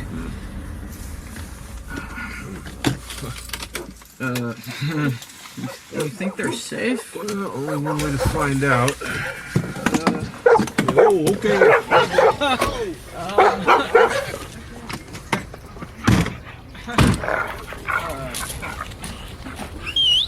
Okay, come on, boys. Here you go, guys. Let's go. Come on. Oh, that's my good boys. You don't want to scare off our guests, right? You don't want to scare them off. No, you don't. My God, I love these guys. Okay. It's an honor, Joseph. Call me Joe. Joe, please. Thanks for making the time, Joe. Yes. These are beautiful dogs. Well, aren't they? They really are. Oh my God, I love Goldens. See, they're bred to sit at their master's feet in a boat, in miserably cold and damp conditions for hours, and then only when they were told to. Down, kids. Come on. Be good, boys. Excited there. Yeah, they're okay. And only when they were told to would they leap out of the boat and splash into the water and paddle out to find a shot duck in the marsh. And they would be thrilled to do it. My God, wouldn't you? Yes, you would. You are loyal. You are so good-tempered and patient. Down, guys. No, you sit. And don't bite the guests. I'm only kidding. Okay, good. Thank you. Now, won't you? You'll come in. Thank you, sir. Sure. Okay, guys. They are very well trained. Wow. So, what has your investigation turned up so far? Well, lots of questions, maybe more questions than answers so far. Okay. This town has seen more than its share of trouble. We certainly have. Everything is bigger in Alaska, including trouble. Now, I've lost men before. A wave sweeps someone overboard, a ship sinks in bad weather, absolutely, but nothing like this. It makes me sick. I'm very saddened by what happened to those men. And I am going to make certain their families are taken care of. I take care of my people. I've done well in Burns, and I like to give back whenever I can. I mean, I grew up broke. I started off with a chainsaw and a truck, and now here I am. Yes. And so, what did the sheriff tell you about what happened? They were killed, and they were thrown into the hold by this Logan character. He had some sort of grudge against them, I'm told, and I hope you find him. And if there is anything at all that I can do to help make that happen, please call on me. We are going to get to the bottom of it. Oh, wow, look at that. Yes, that's the trophy room over there. That is all of our prized taxidermy. They don't bite. Well, they look like they're still alive. They look like they could bite you. Yes. But don't be afraid. The dogs are afraid of them. My dogs hate going in there. You know why? Because they know that one day they could end up with their pretty little heads in there. And I... Okay. But actually, I'm kidding. Do you mind if we pop in there? Well, please do. Joe. Okay. So we wanted to replicate the design of a wilderness lodge. My wife died over 2 decades ago in childbirth. I'm sorry. She and I honeymooned in Glacier National Park, and we had never loved a place so much until we built this home. We wanted the same central fireplace, right there. We wanted the same iron and timber aesthetic. Are these all yours? Well, some of them, not all. See the 12-point elk rack over there? That's mine. That cougar mount, that black bear rug, those pheasants. And what about the grizzly? Well, that's Brent's, my oldest son. Wait, is that a wildebeest? Brent's too. Hunting is a real passion for both of us, but my son Brent is far more accomplished than I am. And Deputy, please don't pet the taxidermy. Oh, sorry. I'm going to tell you a story about Brent. You want to hear it? Sure. Yeah. So, Brent was only 16, so this was what, over 10 years ago now. Back then, there were 6 inches of snow. Even in September, we had been tracking this bull moose for half a day. When the trees finally opened up, and there he was, 100-yard shot, downhill with a driving wind. I thought we should wait, but Brent wanted to take it. There he is. Use the stump. Set the rifle on the stump to steady yourself. Okay, there. Okay, right. That's good. Yeah, good. There you go. There you go. Steady now. Be steady. I got this. He's mine.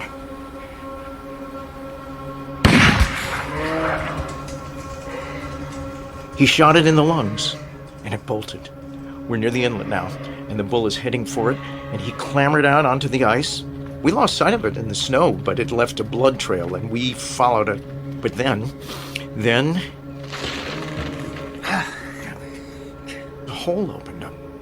The bull had fallen through the ice, maybe 20 yards from shore. See, the tide had gone out. So the moose was down there in the mud, in a hollow cavern, with a ceiling of ice, and we could see it down there, struggling in the dark, not dead, not yet, but close. What we did next, it wasn't sane. I should have forbidden it, but Brent insisted. This was a once-in-a-lifetime trophy, so we went down.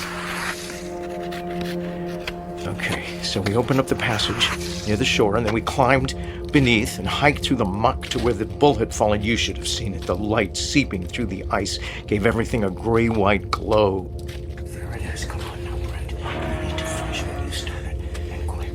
Now, finish it. Yes, Father. Okay. We retrieved the head and the antlers first. That was the priority. Brent had to have his trophy, and then we butchered what we could in the time remaining. The tide was coming in, see? We could hear the waves coming closer and closer. Jesus, we need to get out of here. We could die down here. Get out now. Just one more minute. We are going now. Well, the water was around our ankles when we finally scrambled back. Go! Hurry! Hurry! Oh, it was crazy what we did. But that's Brent. Even at 16, he was a force. You think we could sit down with him? What? With Brent? Whatever for? Well, he lives here with you. Yes. Both of my sons live with me. They help me run my business. Sure. And he's a celebrated hunter. It's hunting season. We thought he might have seen something. What? Seen something? Sure, something connected to the murders that have happened in and around Burns. The only murders I know about took place on my boat. Oh, were you talking about those girls? Do you know either of them? No, I don't know anything beyond what I've read. Okay, what about Brent? Now look, everybody agrees that a bear... It was a bear. Like Mr. Langrock says, it was probably a bear. Agent Marshall just likes to dot his T's, cross his I's. Right. Well, I'm sure Brent would be happy to talk to you. But he's gone. Gone where? Well, I'm sure you must know that the sheriff has called for a hunt. Rich and I are old friends, and I volunteered to sponsor it. If anyone's responsible for this town's security, it's me. Yeah. Hey, weird thought, but do you think there's any chance one of your boats, or any of your boats, are being used to smuggle drugs?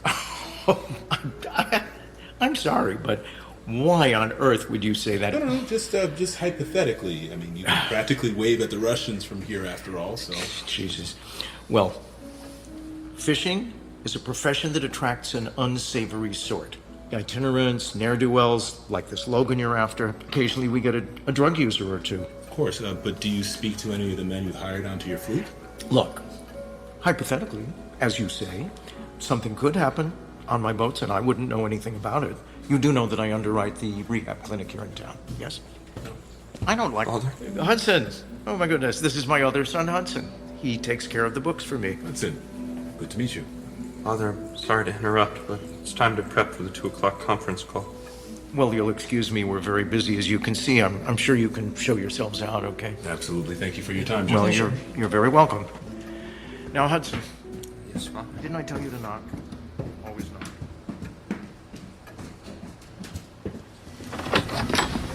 Why did you do that? What? I told you not to piss Mr. Langrock off. I think he was pissed off. You were messing with him. You were, boxing him with words. Of course he was pissed off. A few days ago, you wanted some career advice. Here's some. Stop bending over for people who impress you. You're after Logan, you're after the Prophet, you're after the Langrocks. What, you gonna come after me next? Everyone's guilty of something, Bobby.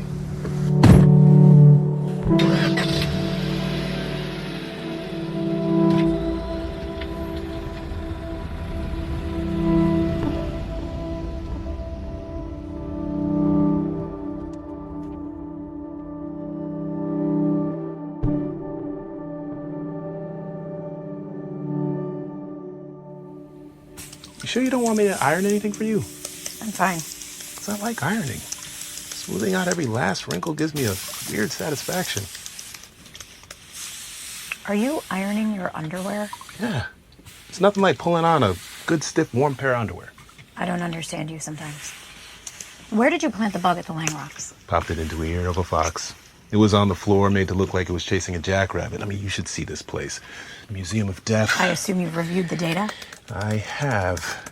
I'm afraid our surveillance was compromised. What do you mean? Just listen. It's a whole lot of nothing, and then... Oh, my sweet little boys. I love each of you. I love you. Father, you have a museum fundraiser scheduled for the 14th in Anchorage. Good boys. Since you're up there, do you want to tie in a flight to Seattle? Whole Foods has been wanting to arrange a sit-down. I think we're close on a deal there. No. We've been trying to get our crab into Whole Foods for years. This isn't just... Don't whine. I can't stand that whiny voice of yours. But Can you man it up a little bit? Just man up. But... I'm going to be staying right here. I am never leaving here. You irresponsible. You don't have to yell. Oh, my boys. Did I scare you? Did Daddy scare you? Dude, well, okay, go get the chew toy, okay? Go get the chew toy. You bring it. Hey, Hudson, get over there, Hudson. Stop the dog. Stop the dog. Stop! Bad dog!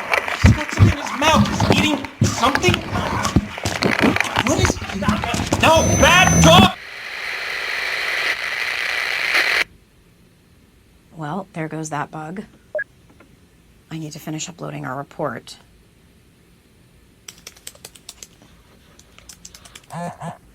Huh. A message just came in from Bobby. Yeah? We've got another Vic. What? Dinah Moses from Equok Village. What happened? I don't know. She's still alive, but in surgery. She survived.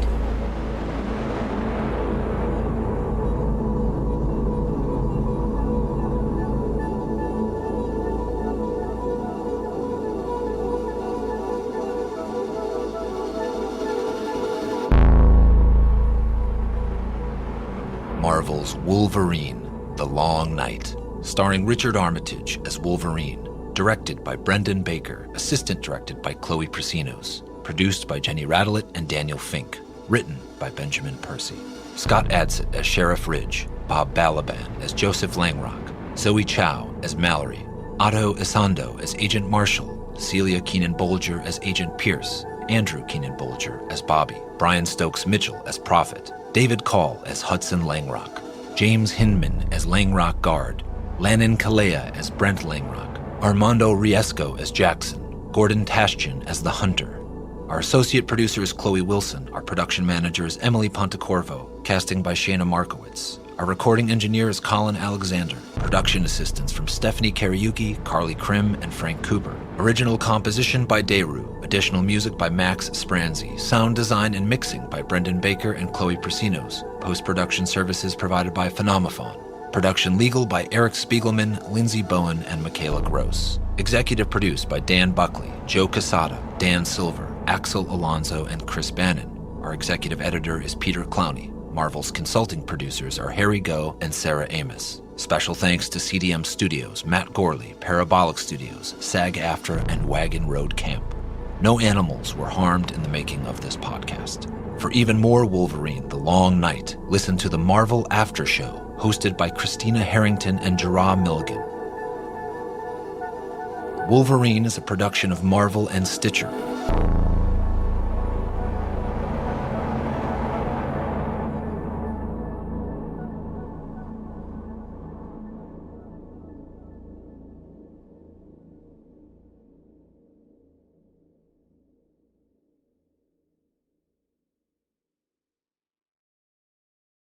The following podcast contains strong language and adult themes and is intended for a mature audience. Listener discretion is advised.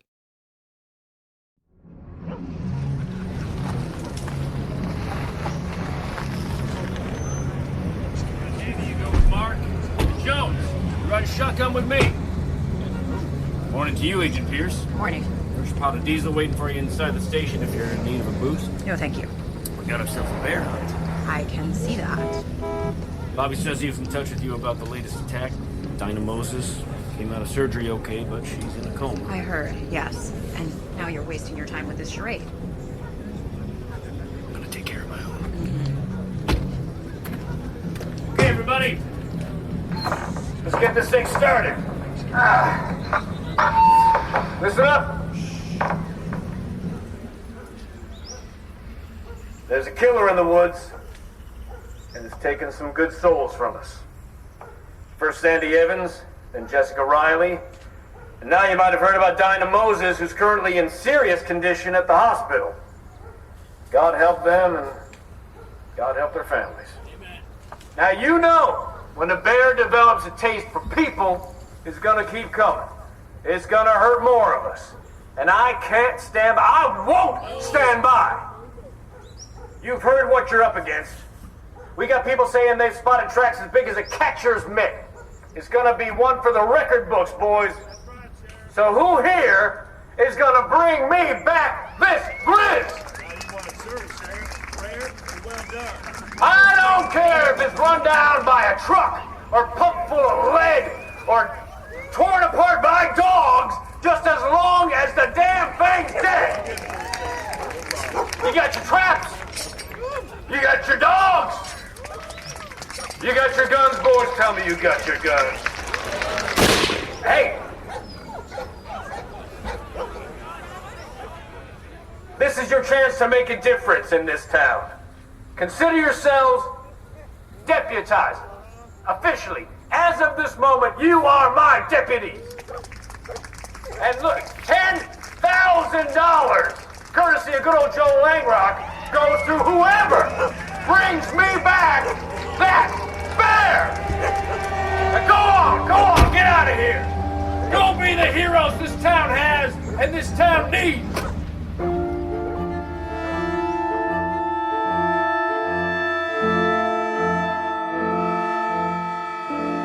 Marvel's Wolverine, The Long Night.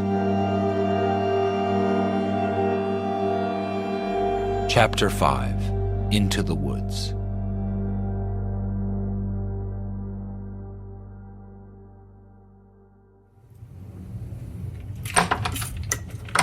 Should have seen the pep rally outside. Could hear it fine from in here.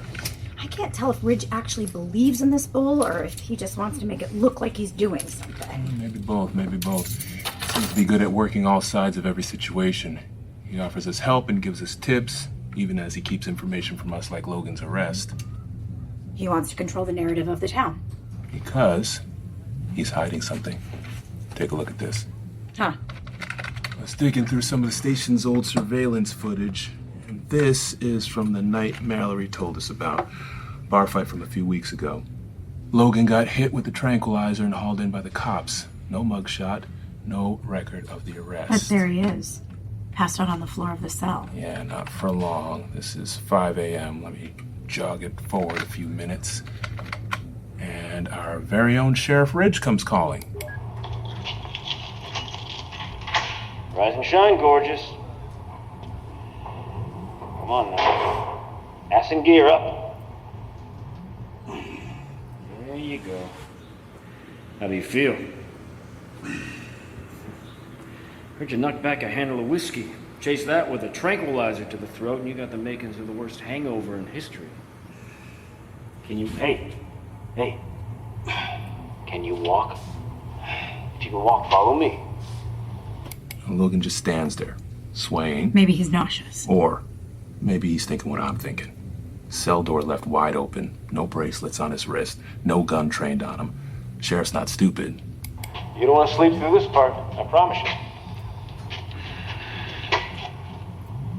Come on.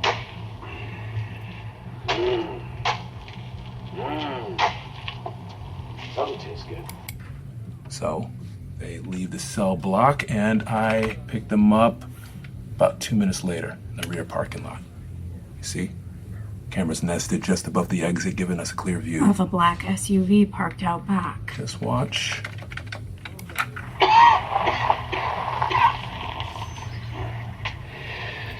What the hell is this?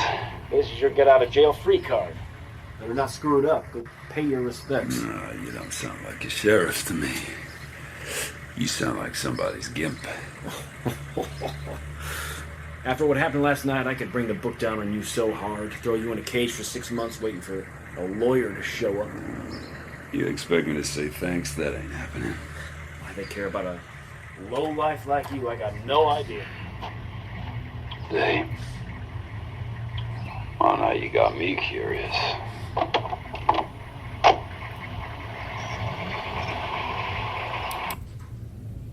It's dark, the visibility's terrible, but if I zoom in right here and clarify, license plate comes into view.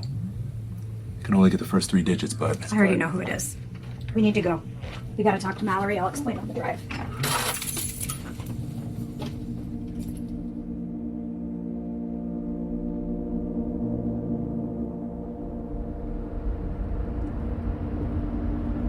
Okay, so bring me up to speed here. What'd you find? Something about... You mentioned something about a voicemail Logan left. You see that? What? On the roof of the car coming toward us. It's bleeding all over the windshield. A black bear. They killed a black bear. Sheriff offers a $10,000 reward, and now it's open season on every bear within 100 miles. Idiots. Where's your tablet? Bag. So wait.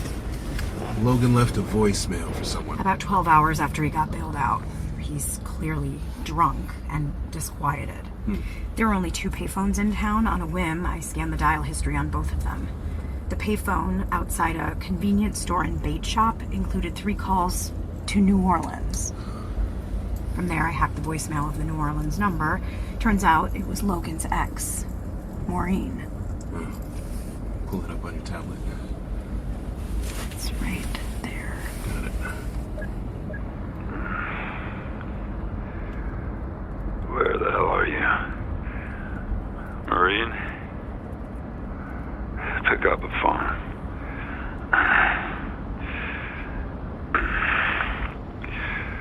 Oh, this place, Maureen. It's not any different, you know. I thought it would be different, but it's not. Same old story. I wasn't looking for trouble, but yeah, trouble found me.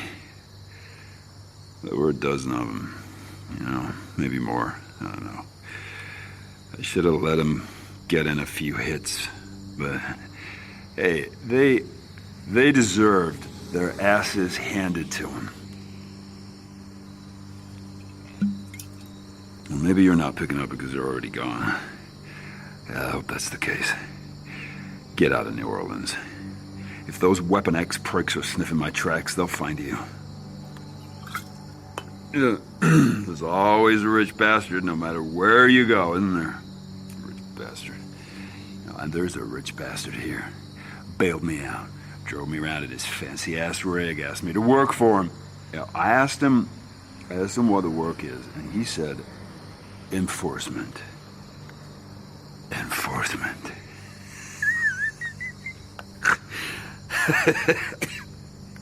No, and I asked him how much money is he offering, and he tells me, and it's a number with a few too many zeros in it. So I'll let out a long whistle, and I tell him to suck it. And he didn't like that. He asked me to reconsider. So I don't say nothing, and you know what he does? He locks the doors. This guy, he thinks he's tough shit. Got his muscles from a gym, you know?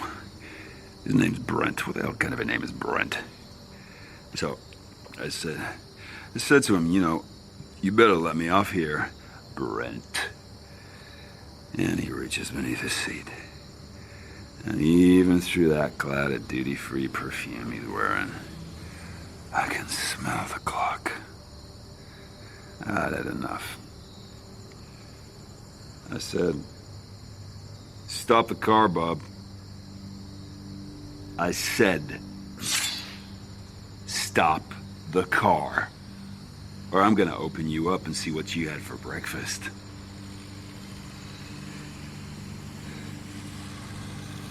Yeah, he let me go. But he said I better skip town, because it's just a matter of time before they come after me.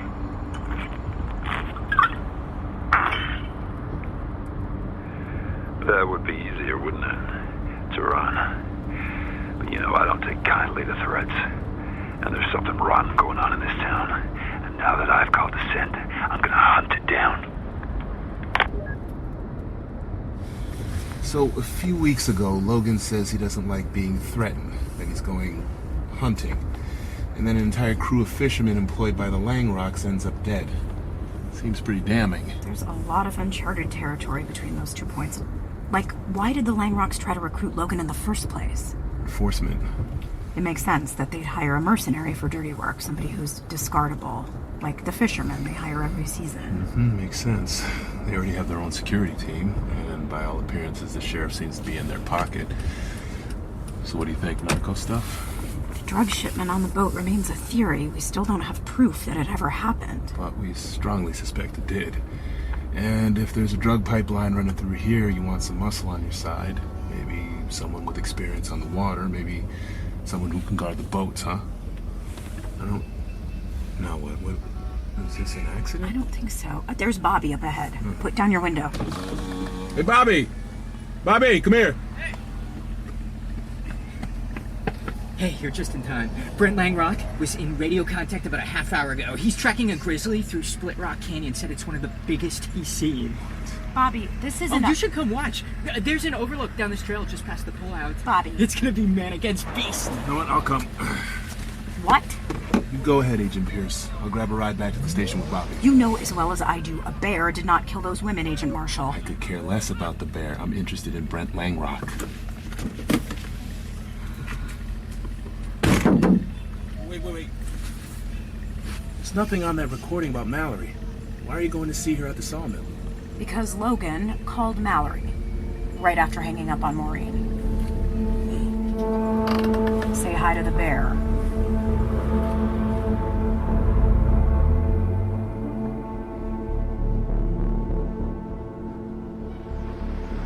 Excuse me.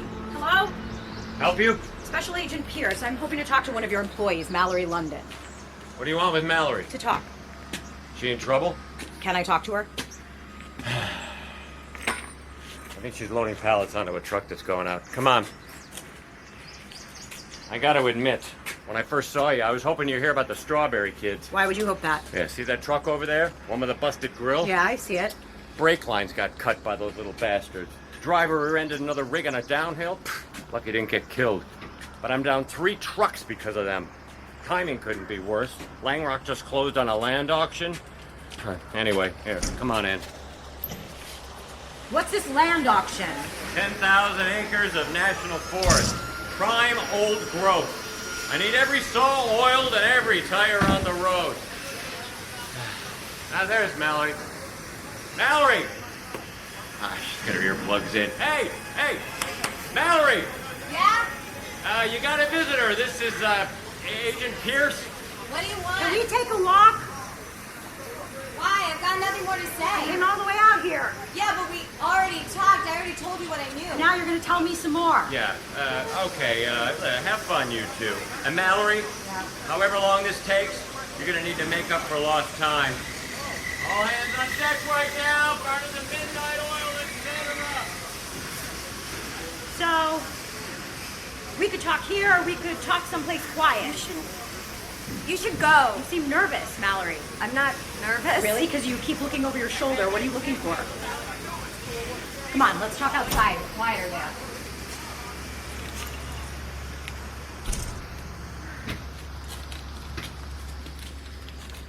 You heard there was another attack. Look, shouldn't you be talking to Dinah Moses? As soon as she wakes up, I'll be at her bedside. Well, when you do, she's probably going to tell you about the timber sale.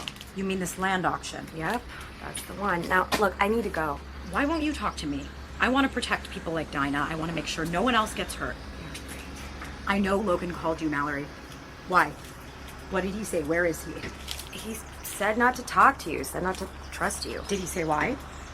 Isn't that enough? He doesn't say much, so when he says anything, I listen. And do you know where he is right now? I need to get back to work. You know, I looked you up, but there's not much to find. A high school diploma, a few waitress gigs, there's a court record from when you were a kid, but it's been expunged since you were a minor. Tell me about your tattoos. Oh my God, you came all the way out here to ask me about my tattoos? You're a poet. I'm guessing you put some thought into them. What about the salmon on your wrist? I got that when I decided to move here. It looks different than a normal tattoo. Well, it's called skin stitching. The Inupiaq are known for it. You use a needle and thread to get the pigment under the skin. My great-great-great-grandmother was Inupiaq, and I don't know, I guess that's one of the reasons I came to Alaska. Trying to rediscover myself or some bullshit. Why is that bullshit? Because I came all the way up here and life sucks just as hard. I guess that makes the salmon kind of ironic. How? How do you mean? Because they go on this huge migration, crash their way upriver, they fight the current pushing back against them, they finally get back to where they were born, and they die. They just die. As I said before, I don't read poetry, so I'm not sure I understand what you mean. But you moved to the state with the highest mortality rate per capita, you engage in extreme sports that will kill you, and you got a tattoo that's a metaphor for your own death. Should I be worried about you? You're not my parent. Oh no. Get down!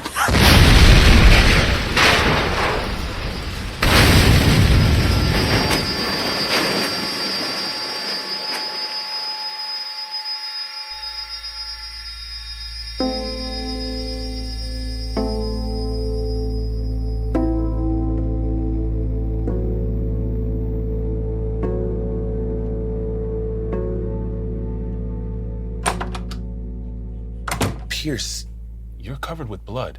There was an explosion at the mill. What was it? One of the machines? No, it was a truck. One of the tractor trailers. It was the same tractor trailer that Mallory was loading. Mallory! Mallory! Where are you going? Help! Help! The mill manager, his whole body was a mess of splinters. Wood was spiking out of him like porcupine quills. What happened? I can't see. I can't see my eyes. One of his lungs appeared punctured. He couldn't even close his left eye because of a shard spiking out of it. I can't see. Oh, damn. Oh, Lord. I got something that will help. Hold still. I'm going to give you a shot in the shoulder. It will make this pain better, I promise. Those cost $20K a pop. We're only supposed to use them as a relaxant for interrogations. He needed it. Please don't let me be blind. No. Take a breath. Take a breath. Breathe. There. Now what happened? I was walking toward the truck, and it just blew the hell up, and now I can't see nothing. I can't see. The trailer was fully loaded with lumber. There was shredded metal and splintered wood everywhere. The truck was blown forward 20 feet. So the blast came from the load itself? Cops are picking apart the site right now, trying to figure that out. What do you think? I think Logan's gone to war with the Langrocks, and I think the Strawberry Kids and Mallory might have joined him. Okay. Let's get a wire on her cell. Already did. Okay. So, here we have the Langrocks sponsoring bear hunts and pumping money into the community. And then there's what happens in the shadows. Brent's trying to hire out Logan for muscle, and Ridge appears to be in their pocket. Don't forget the question of the timber sale and drug running. We're not anywhere close to figuring this all out, are we? Tell me what happened at Split Rock Canyon. The last time we heard from Brent, he had shot the bear twice and hadn't slowed down. What kind of gun was he using? Well, most would go for a .375 or a .450, but Brent's different. He prefers to hunt with pistols, bows, and knives. Oh. Let's set up here, huh? Yeah. Oh, yeah. We'll get a good view from this crop. He should be coming up from the North Channel. Okay. Bobby. Yeah? What is that? What is all that? What? Oh, you mean the carvings? Yeah, there's carvings all over the canyon walls. Oh, yeah. Those are petroglyphs. Or is it pictographs? It's native art. Huh. Of what? I don't know. Bears and wolves and suns. Well, this is where the first men came over, you know. Yeah. Archeology of this place goes back like 1 million years ago. I think that's one of the reasons that the Aurora cult came here. The prophet said something in one of his broadcasts about the sacredness of this place and the dawn of man or something. There was no way out. The canyon was high-walled with basalt. More and more people were showing up by the minute, some of them with folding chairs and coolers. It's like they were waiting for a parade. Some natives showed up too, from Ekwok village, 2 men. They kept shaking their heads. We really need to get out there. If we can't talk to Dinah Moses, we can at least talk to her family and friends. Agreed. So we were at the canyon a good 10 minutes, and Bobby chatted the whole time, and then Here they come, boys. Look alive. there was a straight chute, maybe 50 yards long, before the canyon turned a bend. That's where Brent came from. Brent's built like a running back, outfitted from head to toe. You would have guessed him a soldier. He plowed through the water while looking over his shoulder. His face was sliced up on one side. We heard the bear before we saw it. Then it turned the corner following him, and even from a distance, it looked impossibly big. Massive triangle of a head, silver-backed hump. Just muscle and fur and fat. Maybe the sheriff was right. That thing looked like it could have eaten its way through the whole town. And it was hunting Brent. Then Brent slowed down and leaned over as if he were studying the water. Trudged a few more steps and faced the bear. He just reached down and unbuckled a Bowie knife and withdrew it. The bear charged.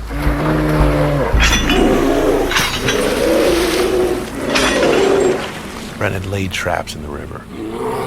He had acted as bait and led the bear right into them. He waited until the bear weakened, until just the right moment. And then he dodged forward and plunged the knife into its ribs. Again and again and again.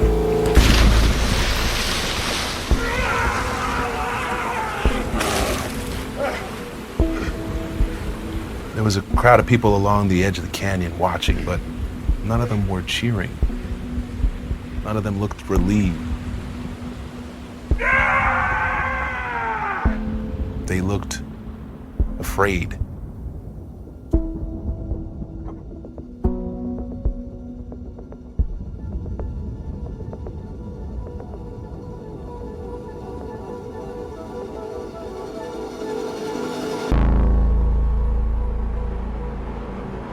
Marvel's Wolverine, The Long Night, starring Richard Armitage as Wolverine, directed by Brendan Baker, assistant directed by Chloe Prasinos, produced by Jenny Radelet and Daniel Fink, written by Benjamin Percy.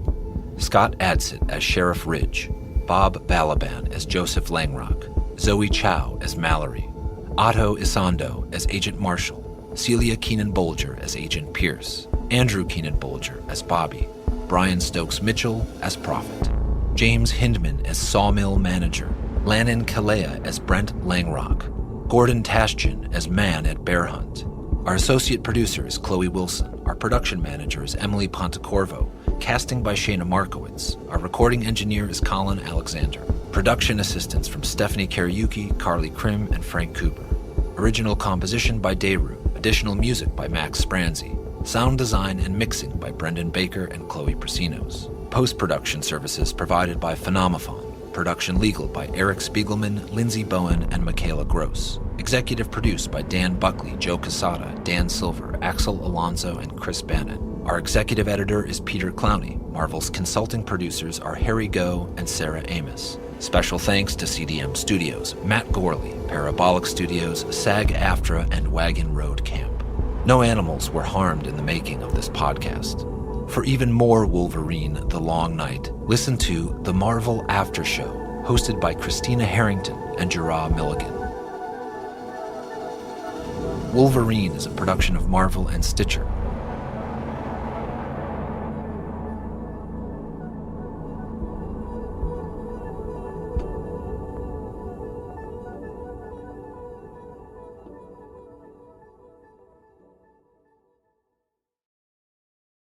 The following podcast contains strong language and adult themes and is intended for a mature audience. Listener discretion is advised.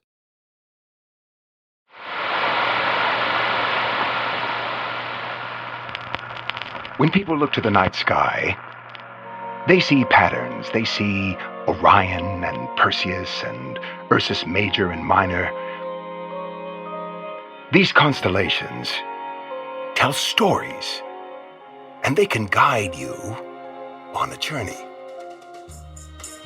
Now, let me ask you this, friends and brethren. Have you ever heard the term ley lines? The patterns that exist in the stars exist on the earth as well. As above, so below. Ley lines are channels of energy that flow through our world. They have a mystical or spiritual magnetism to them. Now, their intersection creates a nexus, a kind of focus of energy, and these electromagnetic anomalies have become places of ancient and elemental worship on this earth. Certain monuments that you know are erected to coincide with the sunrise and the sunset of the equinoxes. Monuments like Stonehenge or Egypt's pyramids or Machu Picchu. Now, we, the Aurora, are erecting our own monument here. Because this town, Burns, is a convergent of those same ley lines, the tip of the Bermuda Triangle of the North. Now, some people blame the many deaths and disappearances here on human folly or the unforgivable wilderness. But I know better. Just as the first men who also designated this place as a region to fear and to worship. The night begins and ends here. There is a power here that is coursing beneath our very feet, and it will soon, with the equinox, be unchambered and resurrected.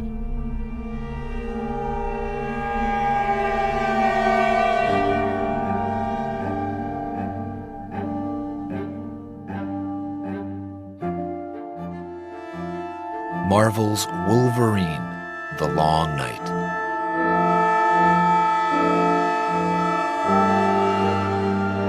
Chapter 6, Archeology of the Night.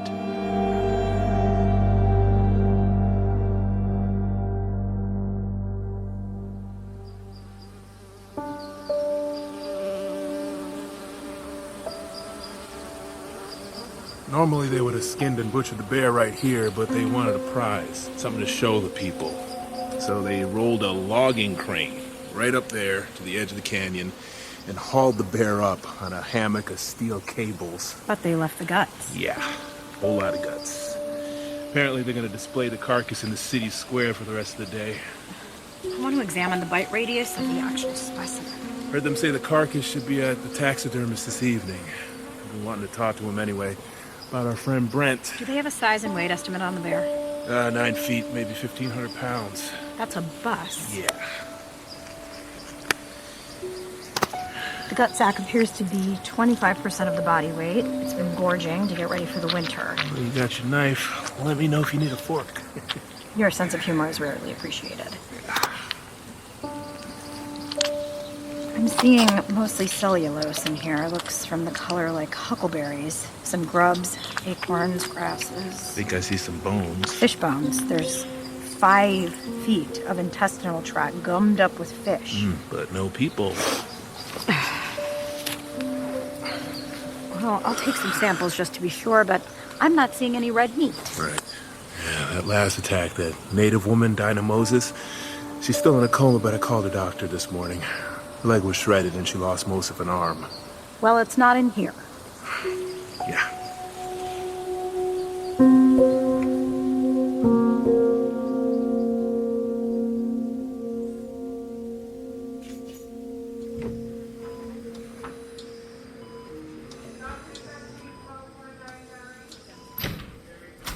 Thank you for meeting with me, Dr. Beckman. So, we weren't able to save her leg, but as long as sepsis doesn't set in, she should be able to keep the arm up to the elbow. Was she ever awake, or has she been in a coma this whole time? She was awake when her brother brought her in, but not lucid. Just screaming. It's okay, Dinah. It's okay. They're gonna take care of you. Hit her with another 50 cc's. Dinah? Dinah, I'm Dr. Beckman. We're going to help you, but we need you to help us. Stop crashing. Screaming. Anything in particular? Claws? Something about claws? Tie that off and get some restraints on her. But then we put her under, and she's been unresponsive since the surgery. She lost a lot of blood, suffered a severe concussion. I'm amazed she's alive. Do you know anything else about Dinah that might be helpful? No, not really. Do you mind if I take a closer look at her injuries? I've only had autopsy reports to work off with previous fix, and the bodies were all, well, let's say they were severely compromised. Agent Pierce, I'm sorry, but this is more than a body or a piece of evidence. She's a living, breathing person, and her family hasn't signed off on this visit. You really shouldn't be in here at all. Dr. Beckman, I heard you're thinking about transferring her up to Anchorage. Well, she doesn't appear to have health insurance. There's a non-profit medical center there. Time is running out, and I just quickly want to examine the wounds. From what I've heard, the bear is dead. And what if it's not a bear that's been killing people? You don't want another body rolling into the ER or morgue. Of course not. Or maybe it was a bear, in which case we can confirm right now that it was responsible. I just need a few minutes with Dinah. I want to help. Suppose it's fine as long as we can keep this unofficial. Look, there's clearly a patterned bite wound along her back and belly. Wait, you can't take any photos. 32. I know I've been denying it all along, but I actually wanted it to be a bear. That would be so much easier. I don't understand. What do you mean? Thank you, doctor. That's all I need for now. And if she wakes up, please let me know immediately. Wait, what do you mean by that? What did you see? A bear has 42 teeth. A human has 32. Feel free to double check, but I counted 32 ringing the torso. But Agent Pierce, the bite radius, it's 3 times larger than any man's. I don't understand. Neither do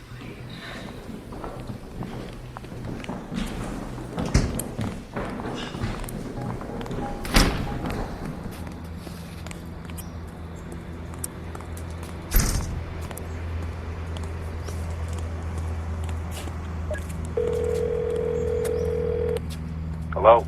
Marshall? Hello? Hello? Where are you? Hello? Agent Marshall. Switch over to satellite. The towers are worthless here. Hello? Marshall! Okay, I'm headed to Equok Village. As discussed, I'm planning to track down Dinah Moses' brother. I need you to get back here. Can't hear you. I said I'm headed to Equok Village. I hope to meet with Dinah Moses' brother. Maybe track down some friends. Agent Marshall, I've got some critical intel. The wire finally came through on Mallory's cell. Logan contacted her earlier, a few hours after the sawmill explosion. Hello? Hello? Logan? Yes, Logan. Listen to this. You okay? I did it. I heard. What the hell, Logan? It was supposed to destroy the load. That's it. That blast was big enough to kill. Yeah, well, you put a couple of kids in charge of an IED. It did the job it was supposed to do. I don't feel good about this. The manager, he got hurt bad. That's on me. I loaded that wood. I could have killed him. 150,000 people die every day in the world. He got off easy. Yeah, but he was a good guy. He was nice to me. I only agreed to this because you said it would save lives. You cut off the supply. You did good. You helped. That is not what helping looks like. I feel sick. Just remember, the Langrocks are no angels. You know what they've done. You know what they're doing. Yeah, well, you're no angel either, Logan. No. No, I'm not. If you hate this place so much, you could just leave. Came here because I was running. Running from myself, but I'm not gonna run again. Bodies will keep piling up and the guilt will be mine to carry. But listen, I can't use this phone. You know, maybe you should be the one running. I wouldn't blame you. You could be next, you know. I'll stay with you. Don't take that the wrong way. Okay. Those suits are on my ass. Won't be long until they're on yours too. I haven't been able to shake them. We have to move quickly. You know what to do. Marshall, are you hearing this?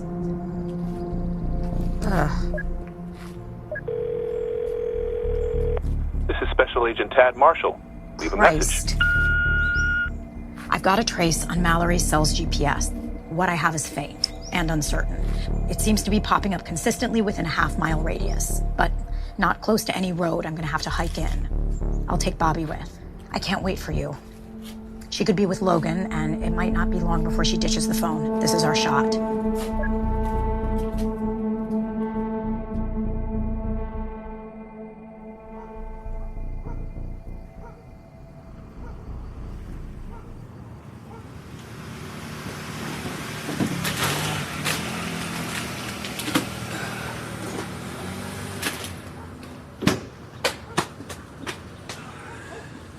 Hey there.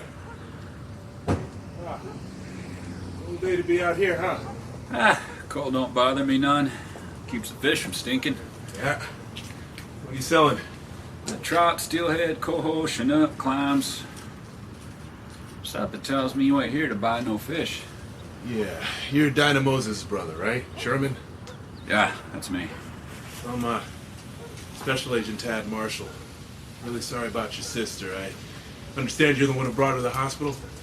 I should be down there now, but she doesn't even have health insurance, man. They keep hounding me to fill out forms. Figure I better leave them wondering. I hold out longer with first class care. Yeah, they're taking care of her. My partner's been down to see her, and I'm hoping I can help her in my own way, too. If you could, You know what would really help me talk? Selling you some of this beautiful fish. All right. Thank you, but I'm not hungry. Well, you have to excuse me if I'm not a little suspicious here. Not used to people giving a shit what I say. All right, fair enough. How much will this get me? Let's see here, 20, 40, 60, 80. You got some more green in that wallet of yours. I'm gonna have a truckload of hospital bills to pay, you know? Okay, yeah, so, yeah, just here's the rest. Go ahead, take it. Oh, we're in business now, aren't we? Tell you what, help me load this fish up, and I'll take you to see Johnny. Johnny? Yeah, he's the kid who saw your monster.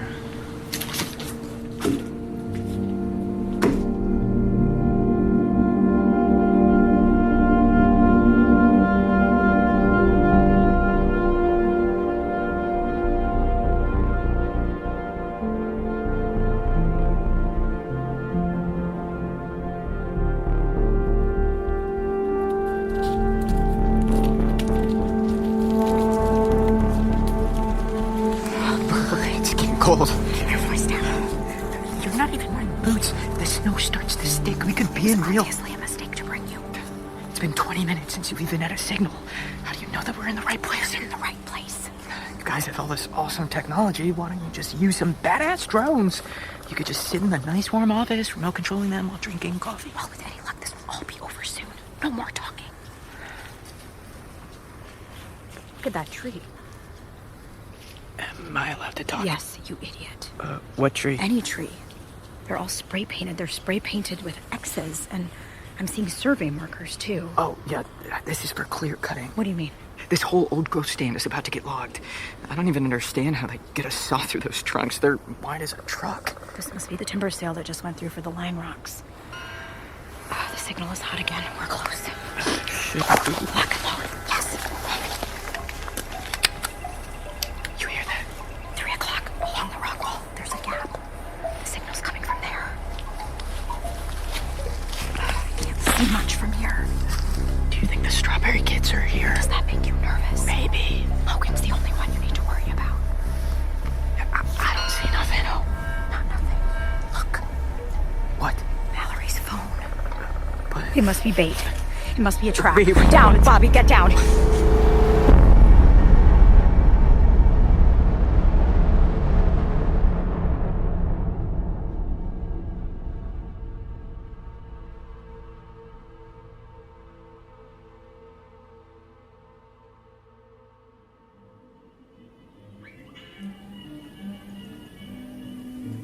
He's been watching TV ever since it happened. Doesn't want to eat, doesn't want to talk. Just wants to watch cartoons. Was he hurt? Physically? No. Think I can ask him some questions? Like I said, he doesn't want to talk, but we can try. Okay, thanks. Hey, Johnny. This fun-looking guy in the suit, you saw Mom's today. Hey, buddy. Says she's doing real good. Yeah, she is. Wants to talk to you about her. Can I turn this down for a second? No, no! Okay, all right, Johnny. Okay. Hey, buddy, can you at least tell him what you saw when Mom's got hurt? What'd you see, Johnny? Johnny? Claws. Claws? He had claws? Johnny? What? Oh, it's my fidget spinner. Is that what you're looking at? Want to play with it? Here you go. Show me what you got.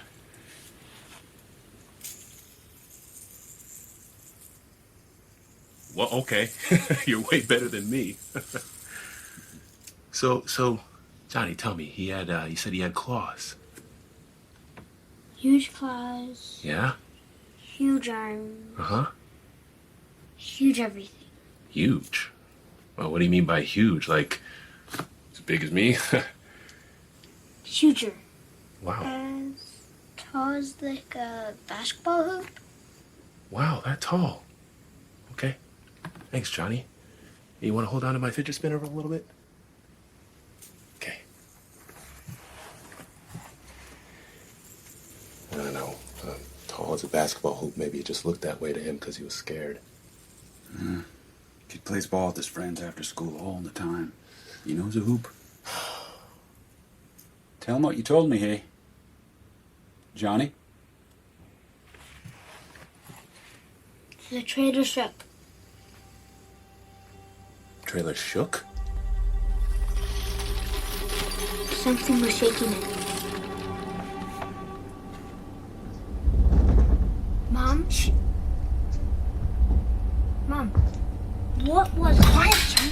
Be quiet a second, okay?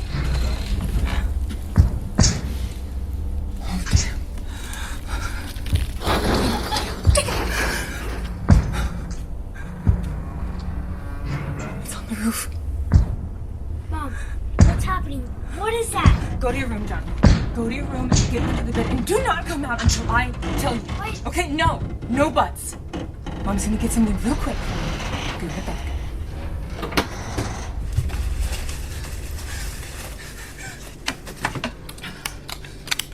Mom? Go!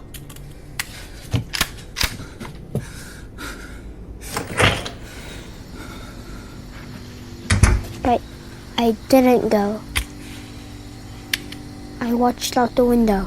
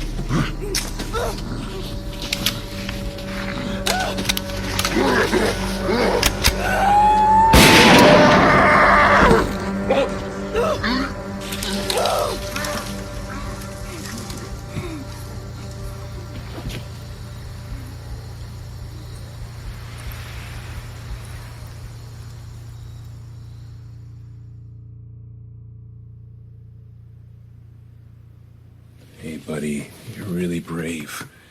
Hey, can you describe what you saw? You know, what is it? Was it a man who attacked your mother? I hid. Right, but you saw something, right?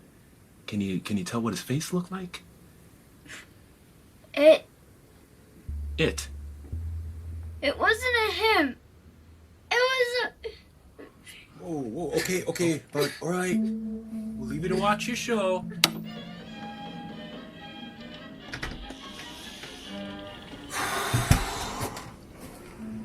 Oh, man. Called out for him 100 times. I thought he was dead, but the next morning I found him hiding under his bed. He pissed himself. I am so sorry. Look, man, here's the question you're forgetting to ask. It's why. Why Dinah? You think she was specifically targeted? Oh, hell yeah, I do. Look, let me show you something. Pull it up on my phone here. All right. You see that? No, wait. Sorry. What am I looking at? You're swiping too fast. Look, right there. She's leading the protest. This was at the public auction of the 10,000 acres of national forest that Langrock's bought. Here. Take a look at this one. Wait. Is that Hudson Langrock? Yeah, he's the money guy. He's the one who closed the bid and signed the check. Huh. Little man. He looks severely unhappy. Look at him. Want to steal his lunch money. And your sister obviously isn't a fan. Wait. Look. See that? Uh-huh. See her hand? She threw a few eggs at him. Nailed him. Now she's paying for it. So what, you're saying this is why she was attacked? That's what I'm saying. But payback's coming, eh? What do you mean by that? You've heard of that term, what's it called, ley lines? Uh-huh. That's like a white dude's way of saying some place is charged with voodoo energy or whatever. You know how you say shadow in Inuit? It's Terak. In that section of the woods the Langrock's bought, it's known as the Terak. And we grew up warned that if you go into the Terak, you risk bringing some shadows home with you. Okay, wait. Are you saying that the Tariq is going to target the Langrocks? I don't believe in that magic crap. I'm speaking like atmospherically. What I'm saying is, and this is the straight up ugly truth, man. Some darkness has come the Langrock's way.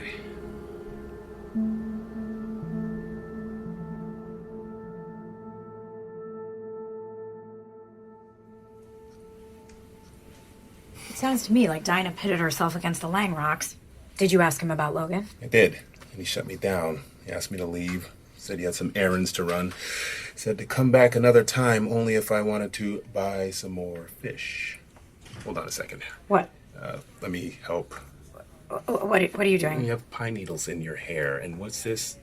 Furs in your collar. Okay, I don't know. Okay, yeah, it's okay. So, what happened? You found Mallory's phone out in the woods And it wasn't a trap. she just ditched her phone. No. I think she wanted us to see this place. What place? The Tariq.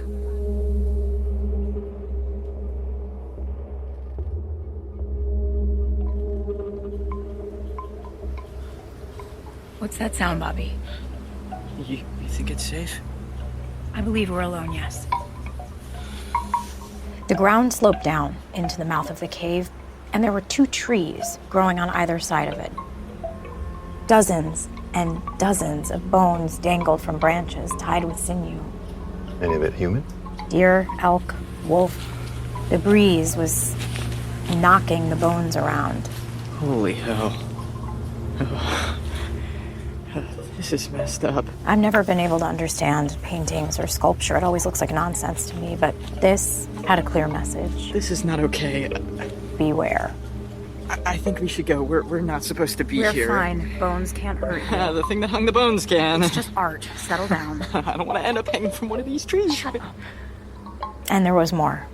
The walls of the basin were covered with pictographs and petroglyphs. Same as at Split Rock Canyon. And there were arrangements of moons, progressions going from full to half to crescent to eclipse. There were constellations, all of which align with the winter sky. And there were ravens and wolves and owls and bears and animals that I didn't recognize. Animals with humps and huge heads and arms that were too long. They looked like something out of a dream. Did you scan and carbon date them?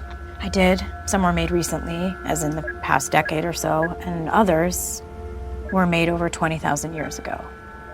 like the ones above the cave entrance, there were these two big swirls. Swirls? Yes, all in different colors. Some were the shapes of galaxies or whirlpools or hypnotizing eyes. Did you investigate the cave? We didn't go far. The snow was starting to stick and we needed to get back to the car. But the rock art continued into the throat of it.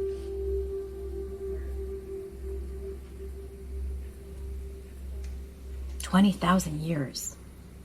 Who knows what an excavation would uncover? It's a preservation site. Located in the middle of a stand of prime old-growth timber.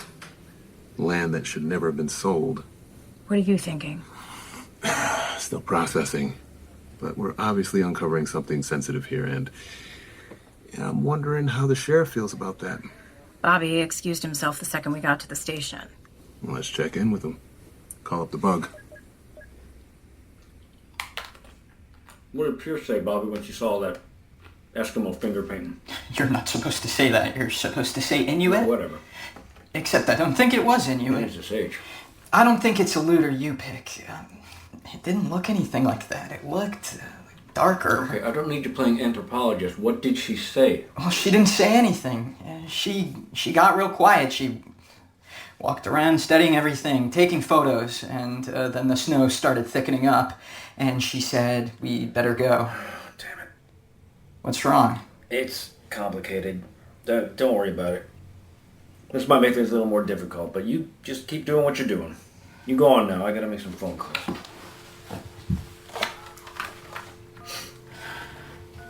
Sir. I said I gotta make some phone calls, Bobby. No, it's just... What is it? I was one of the first responders at the sawmill explosion. Then you understand why I need you to hurry those agents along. They keep getting distracted. We need to bring down Logan before he does any more damage. I got the Langrocks on my ass, the townspeople on my ass, the FBI on my ass. It's time I saw something when I was there. You know, a lot of people got hurt. I understand. Mill manager blinded, nasty. No, I saw something. In the wrecked truck. In the load of lumber it was carrying. Sit down, Bobby. I wouldn't have even noticed, but the cleanup crew was wearing gloves and masks, and they were clearing the debris. Just sit your ass down, Bobby.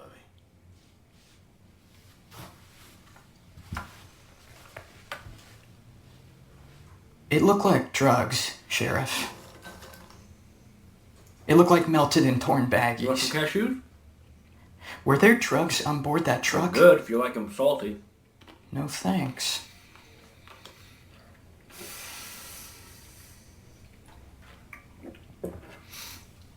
I took a chance on you, Bobby.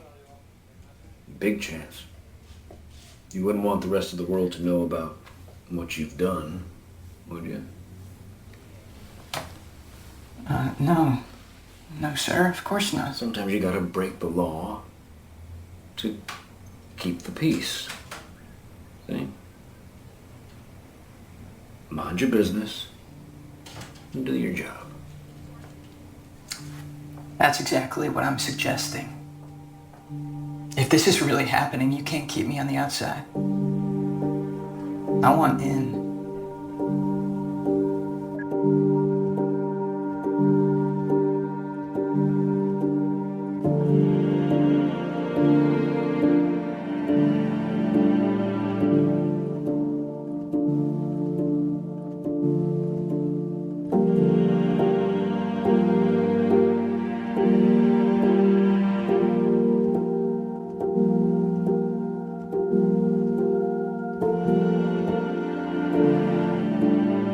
Marvel's Wolverine, The Long Night, starring Richard Armitage as Wolverine, directed by Brendan Baker, assistant directed by Chloe Prasinos, produced by Jenny Radelet and Daniel Fink, written by Benjamin Percy.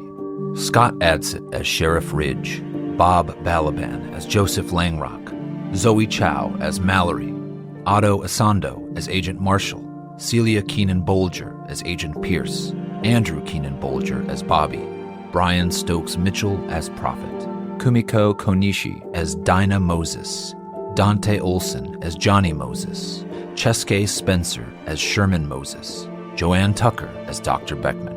Our associate producer is Chloe Wilson. Our production manager is Emily Pontecorvo, casting by Shayna Markowitz. Our recording engineer is Colin Alexander. Production assistants from Stephanie Kariuki, Carly Krim, and Frank Cooper. Original composition by Dayru. Additional music by Max Spranzi. Sound design and mixing by Brendan Baker and Chloe Prasinos. Post-production services provided by Phenomophon. Production legal by Eric Spiegelman, Lindsay Bowen, and Michaela Gross. Executive produced by Dan Buckley, Joe Casada, Dan Silver, Axel Alonso, and Chris Bannon. Our executive editor is Peter Clowney. Marvel's consulting producers are Harry Goh and Sarah Amos. Special thanks to CDM Studios, Matt Gorley, Parabolic Studios, SAG-AFTRA, and Wagon Road Camp. No animals were harmed in the making of this podcast. For even more Wolverine, The Long Night, listen to the Marvel After Show, hosted by Christina Harrington and Gerard Milligan. Wolverine is a production of Marvel and Stitcher. The following podcast contains strong language and adult themes and is intended for a mature audience. Listener discretion is advised.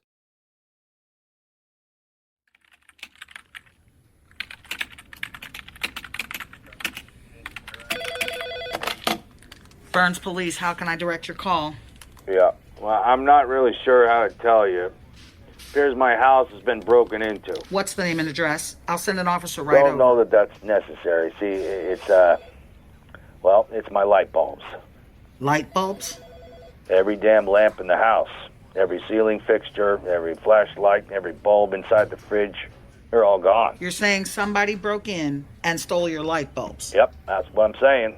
Last night, I went around the house shutting off the lights. When I get up in the morning, there's no turning them back on. I checked with my neighbor, same deal over there. Every last light bulb, gone. It's them cockroaches, the Aurora cult. I'm sorry, how do you know they're responsible? I left a note, the little black business card, put it on the end table beside my bed. What did the note say, sir? The long night is coming. How safe do you feel? Join the Aurora and find salvation.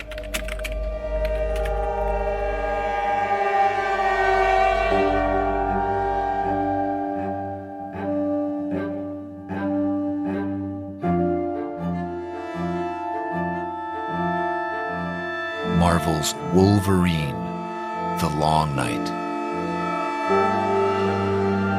Chapter 7. You're next.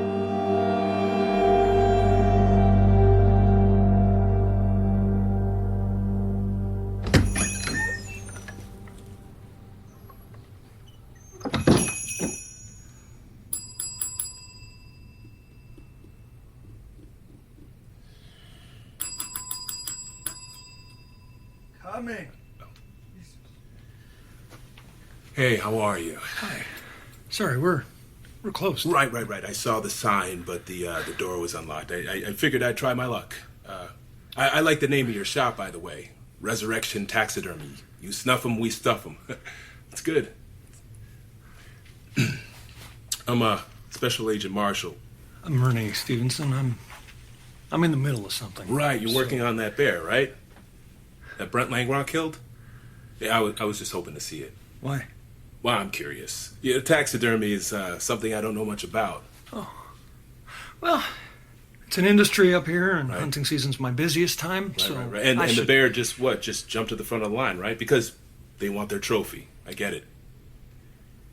Hey, how are you arranging it, by the way? Upright? Look, I hope if you with don't arms mind, outraised? I have to are get they going back to put to it in a work. police station, town hall, or anything like that? Or is it going to be part of Langrock's private collection? I really don't know. Well, you work with the Langrocks a lot, don't you? I do. With Brent? Right? I bet he's told you some good hunting stories. Some. Can you tell me one or two? I mean, he seems like kind of a legend around here. Oh, hey there. Mr. Langrock? Oh, Hudson. We met briefly the other day. What are you doing here? We're just talking about the bear and your brother, and I was there, Split Rock Canyon. I saw Brent, and, well, I've never seen anything like that. A knife fight with a grizzly. Yeah, he's quite the alpha. He certainly likes to think so. Hudson, I'm really glad we run into each other. I've just been wanting to sit down with you and talk to you about Brent. Do you mind? I need to set this down. Oh, okay. Yeah, sure. What do you have there? Sorry about that. Oh. Damn, that one of your father's Goldens? We found her like this at the edge of our property. Needless to say, Father is devastated. I know how much Joseph loves his dogs. And he has been under a great deal of pressure lately. I thought it would bring him some comfort if you could make her look alive again. Of course, Mr. Langrock. I'm sorry to hear the old man's feeling on edge lately. Anything I can do? Please don't talk to me like that. Like what? Like a clever bully. Mr. Marshall, well, I'm just curious. What's wrong? His business is under assault from terrorists, and you have harassed him directly and failed to find Logan. That's what's wrong.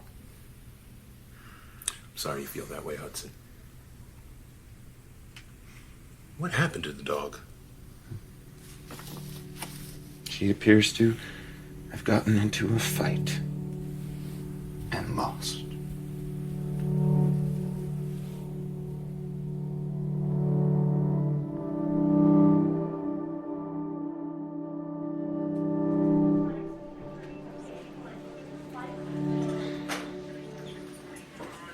Dr. Beckman. Agent Pierce, you could have just called instead of showing up here. Dinah is still unresponsive. I'm actually here to talk about something else.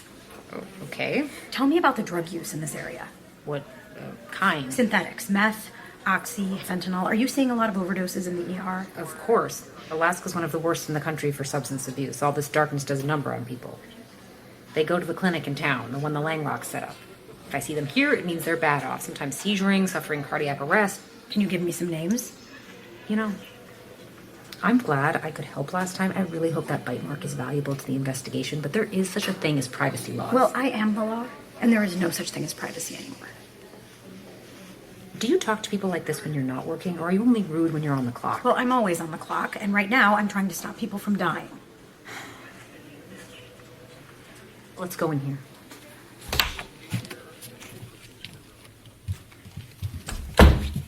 What are you looking for? Look, there's a drug pipeline running through Burns. If I can gather information from people on the bottom, I might be able to nail some people at the top. Are there any patients that stand out? You're stationed at the police department, right? Just walk down the hall. What do you mean? One of them is a cop. A cop? A year ago, he almost died. Fentanyl overdose.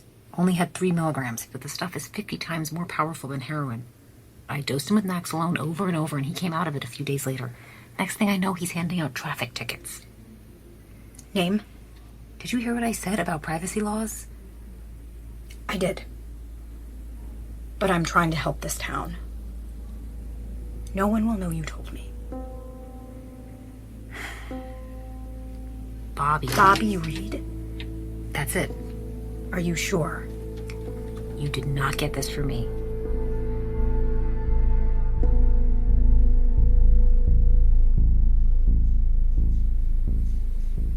Bobby's an addict? Allegedly. I'll admit, he always seemed a little bit off to me. I don't know, maybe that's just a mask. What do you mean? When Bobby told Ridge he wanted in on the drug trade, everything I thought I knew about him just shifted. How? Maybe he's smarter, more devious than he seems. I have my doubts about his intelligence. Well, take a listen to this.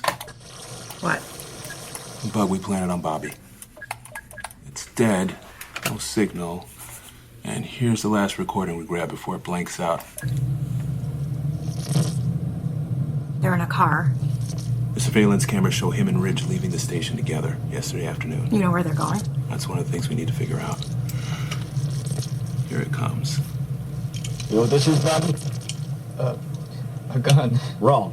It's a .357 Smith & Wesson 4.125-inch barrel, single and double action. Got it for my 14th birthday. Never been far from my hand since. I know it in and out, up and down, left and right. And that's why I trust it. Because when you know something, you own it. That's why I hired you, Bobby. Because of what I am. I needed men.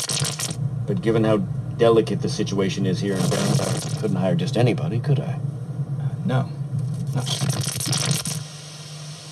Sometimes, when you're carrying around a world of responsibility, you gotta make hard decisions.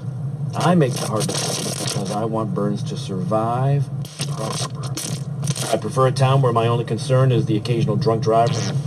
You bet. But that's not Burns. We gotta break the law To keep the peace, sir. That's it, Bobby. You understand? I do.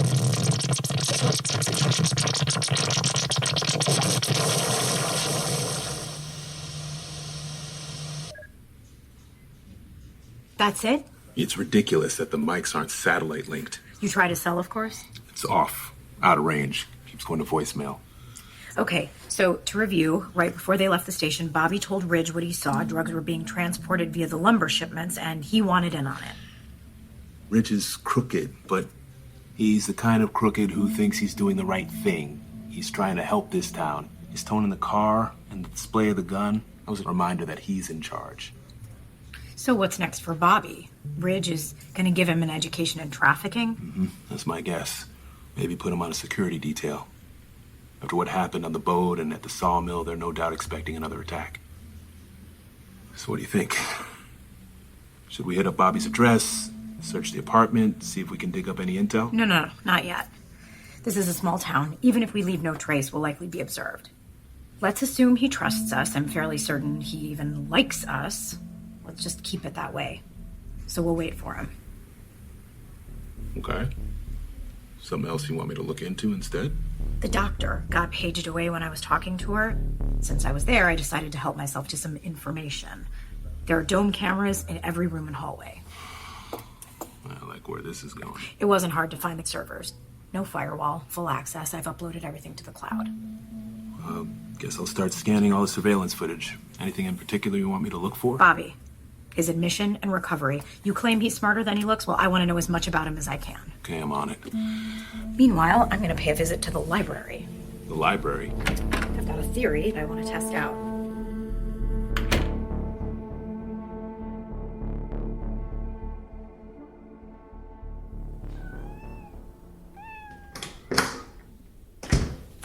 Hi there, Agent Pierce. I'm here for the maps. Fine, okay. Sorry. I'm sorry about that, yeah. Why do you have all of these cats? Honestly, I don't get a lot of visitors. And the kitties, great companions. They keep me company. Don't you, Snickerdoodle? Yes, you do. Yes, you do. Let me, go ahead and, Have you ever heard of such a thing? Somebody stealing light bulbs? Apparently, they hit almost every building in town. There we go. Now we can actually see what we're looking at. Go away. Would you like some tea? Nice hot glass of tea. Earl Grey, maybe. Chai? Why don't we just take a look at the maps? Okay.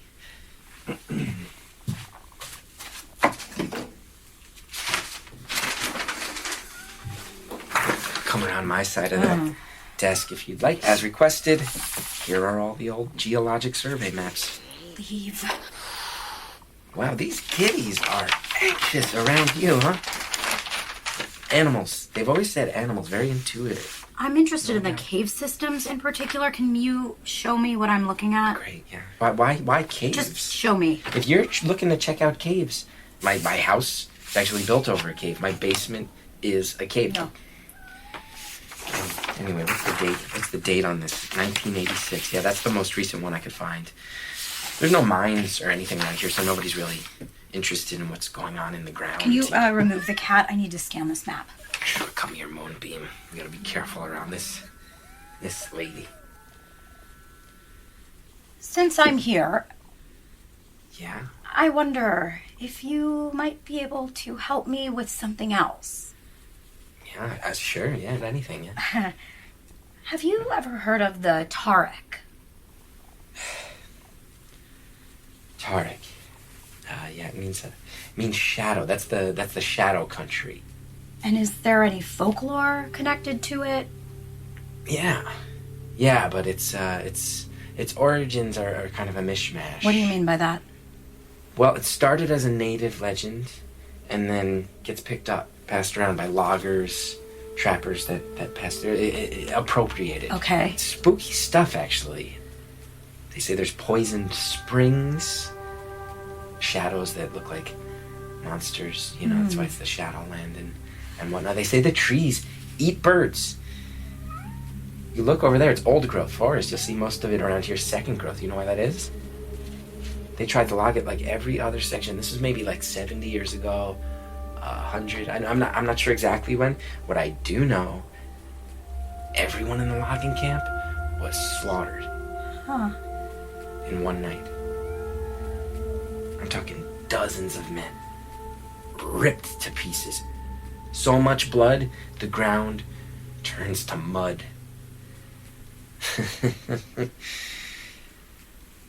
Those are good stories. Especially this time of year, you know, when things are getting darker. Yes. Thank you for the stories and the maps No. and your time. Please, thank you so much for the... Bye. Bye.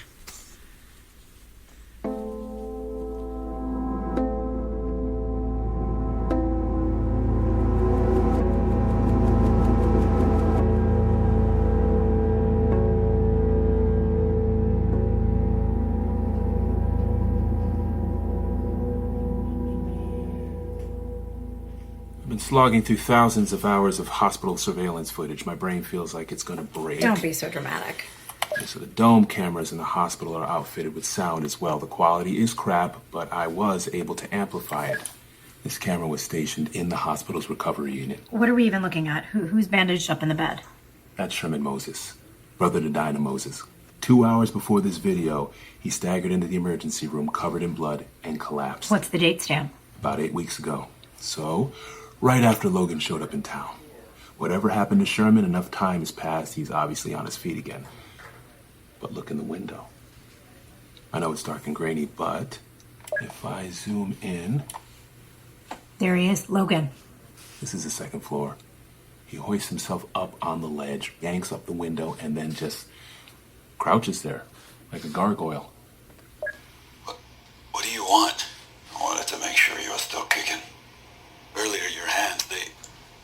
What are you? I'm the guy who saved your ass. And I'd appreciate it if you kept that between us. New to town, you know, I'm trying to keep a low profile. You understand? Yeah, okay. You start telling stories, our next conversation's not gonna be so pleasant. I won't. I got it, man. I owe you. I'm lucky to be alive. What? What's so funny? That phrase, lucky to be alive. Why is that funny? A few years ago, put a 45 in my temple, pulled the trigger. Woke up a few hours later with blood on the wall and a funny feeling in my throat. I coughed up the slug. I can't die, Sherman. So I guess you could say our outlook is a little different. I don't... You know what? You don't believe me? Oh, okay. You want, I can go leap off the top of this building, prove my point. No. I'd believe anything right now. But I don't understand why you saved me. If you don't think life's worth living, why not just let me die? Let you die? Why not just let all of them die? What? I'm sick of it, that's what. I'm sick of hurting when I could be helping. I don't understand. My memory's a mess. What I do remember, I don't want to remember. I guess I cause a lot of collateral damage. In Afghanistan, outside Kabul, there was a girl who died because of me. She got caught up in the crossfire while I was working my way through this warlord's compound, room by room, leaving behind body after body after body. In Burma, in Bago, I was supposed to kill everybody at this banquet, but it turned out to be everybody at the hotel, more or less. In Pyongyang, there was a prison camp. Outside Kinshasa, there was a warehouse, and on and on and on. The short version is I can't die. So I've got to live with what I've done. Saving you might just be a drop in the bucket, but it's something. What do you think? I think I'm gonna pay my friend Sherman a visit. You wanna come? I've got some data mining to work on. We'll reconnect later.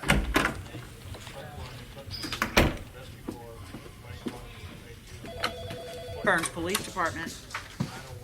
No, ma'am, we haven't yet located the missing light. Hey, Marshal, hold up. Sheriff? You seen Bobby? Can't help you. Yeah, that's your attitude. I know you can't help me, but do you have any idea where he is? You don't know? No, I don't goddamn know. Why would I goddamn ask you? Maybe he's sick. No, he didn't call in. He's not answering his cell. Go straight to voicemail. Seem worried. Yeah, well... Why are you so worried? Because, you know, he's a good kid. Listen, you see him, you tell him to call me pronto.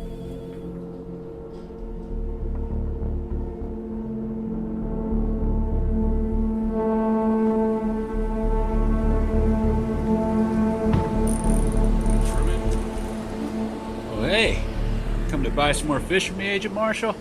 Got a few browns in the cooler? No, not this time. I guess you could say I came for a refund. Refund, huh? Hope you brought your receipt and proof of purchase. We know about you and Logan. That right, huh? Yeah. Kinda sounds like I'm not the only one fishing. Look, we've seen the surveillance video. He brought you to the hospital. He's the one who helped you. Sherman, he's a killer. Talk to me.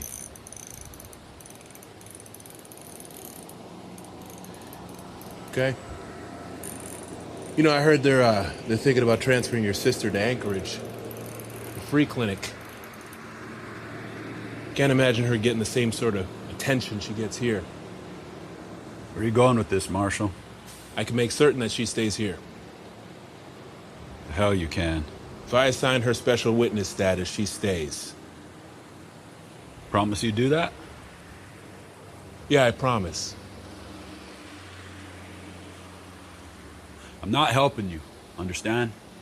I'm just telling you what happened so that you'll leave me alone. Okay. I wasn't too far from here where it happened. I'm listening. Salmon run so thick that day I could have walked across the river. I didn't need a pole, only a spear. Sockeye were starting to die off and the rainbows were ripping at the carcasses, eating them. Water was thick with rot. About a half hour in, I get that feeling. You know the one I mean? That old skin-crawling feeling when you know you're not alone? So I turn around and there they are, the wolves. 10 or 12 of them, all with their hackles raised, creeping forward, making a half ring around me. I holler at them, swinging my arms, chuck a rock or two, but that don't do nothing but get them riled up. I see wrinkled snouts, too many teeth, they growl. Make me shiver just remembering. So I toss some fish, some silver, some rainbows. Them wolves only got eyes for me. And this big gray, he lunged for me. I take a swipe with the spear. If I lose my balance, screw up my ankle good on a rock, fall on my ass. And that's it. I'm as good as gone. I throw up my arms and I see nothing but sky, burr, and fangs. It's all too fast to process. One's got me by the elbow, another's got me by the calf, another's clamped down on my shoulder. And I'm on my way to getting hollowed out, chewed down to the spine. I don't know where it came from. Suddenly he was there, and that, for a second I thought he was a freaking Wendigo. I didn't know his name then. I just see this short little brick of a dude in flannel shirt and jeans and a set of mutton chops. The thing I couldn't get over, he had these claws, man. These big freaking claws, like he was some kind of animal. The wolves came after him, and he moved faster than my eyes could track. Dodging one way, slashing this way, that way. Not killing them, but hurting. He was yelling something, but I don't think it was words, just rage. It came down to him, the big gray.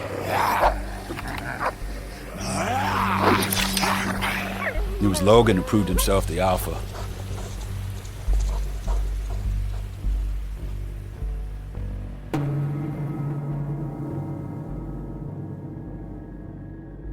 Don't really know how I got to the hospital, but when I woke up in that recovery room, fuzzed up, painkillers, I thought I might have dreamt the whole thing. You've been in contact since? Even if I had, you think I'm gonna turn in the guy who saved my life? Told you. I'm not helping you. Just telling you what happened. He's a killer. Yeah, well, Some killing needs to be done. Like those 9 men on the Langrock boat? Couldn't tell you nothing about that. What about Sandy Evans? What about Jessica Riley? What about your sister? Seriously? Are you that stupid? You are that stupid, aren't you? Don't bother asking me any more questions.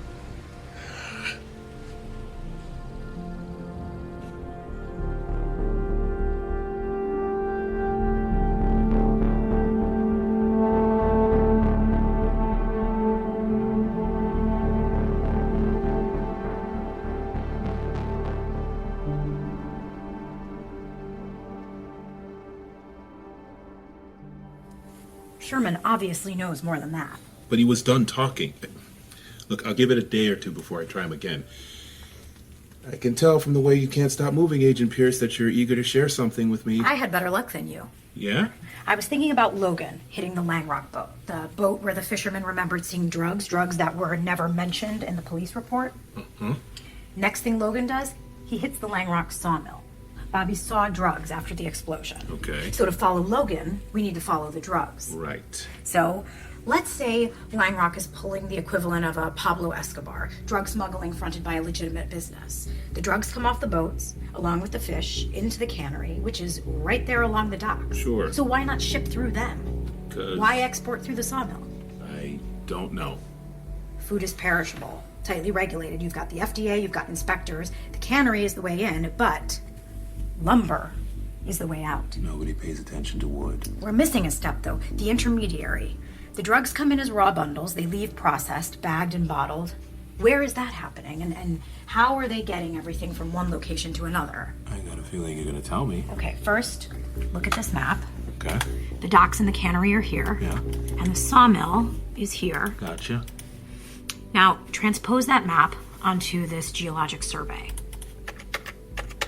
What is that? Is that a cave? 5 miles of underground channels link the two properties. So there's our distribution artery. But where's the processing center? You find it?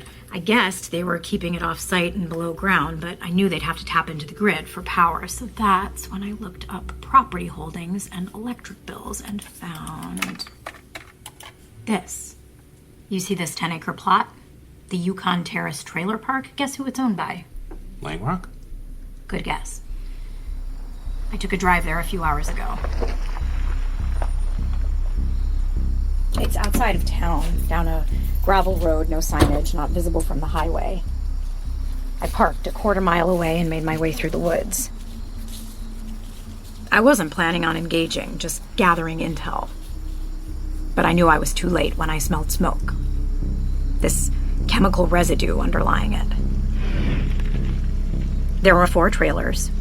Charred husks, not much left beyond the frames.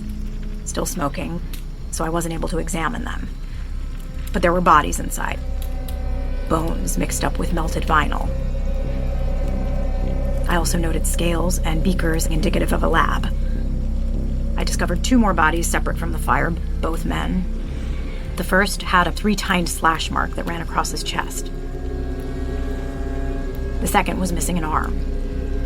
He had crawled 20 or so feet through the dirt, leaving a trail of blood behind him.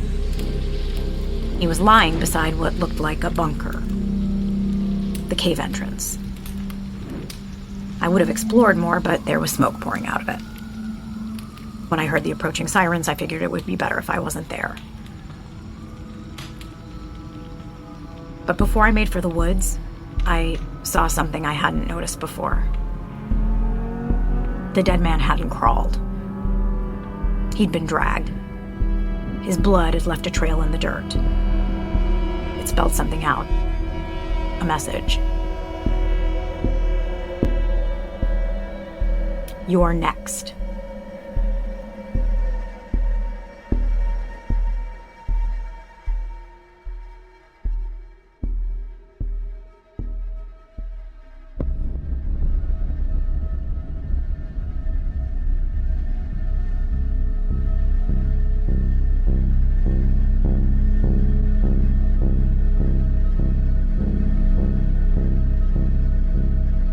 Marvel's Wolverine, The Long Night, starring Richard Armitage as Wolverine, Directed by Brendan Baker, assistant directed by Chloe Prasinos. Produced by Jenny Radelet and Daniel Fink. Written by Benjamin Percy. Scott Adsit as Sheriff Ridge. Bob Balaban as Joseph Langrock. Zoe Chow as Mallory. Otto Isando as Agent Marshall. Celia Keenan Bolger as Agent Pierce. Andrew Keenan Bolger as Bobby. Brian Stokes Mitchell as Prophet. Jordan Bridges as the Fisherman. David Call as Hudson Langrock. Chris Gethard as the Librarian. Armando Riesco as Taxidermist. Cheske Spencer as Sherman Moses. Joanne Tucker as Dr. Beckman. Freddie Walker Brown as Dispatch. Our associate producer is Chloe Wilson. Our production manager is Emily Pontecorvo, casting by Shayna Markowitz. Our recording engineer is Colin Alexander. Production assistance from Stephanie Kariuki, Carly Krim, and Frank Cooper.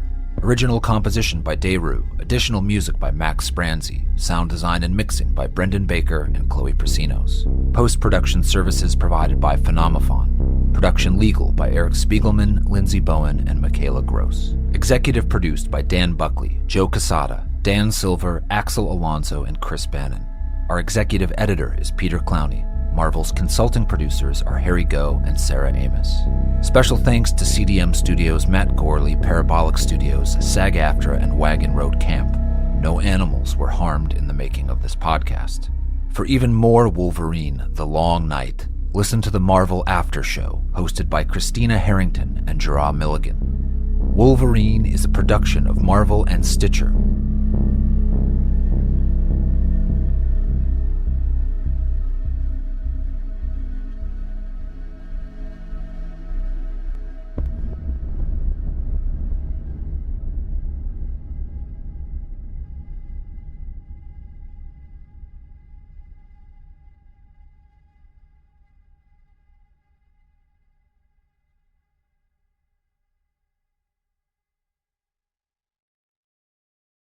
The following podcast contains strong language and adult themes and is intended for a mature audience.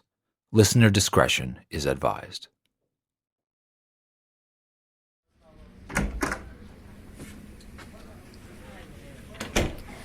Thank you for coming in. Yeah, sure. So, why did you decide to come forward now? Because I heard Brent on the radio. After the bear hunt, coming across like some kind of hero. I didn't know whether I wanted to cry or scream. All right, start at the beginning. Tell me about your experience with Brent Langrock. I mean, it happened a while ago.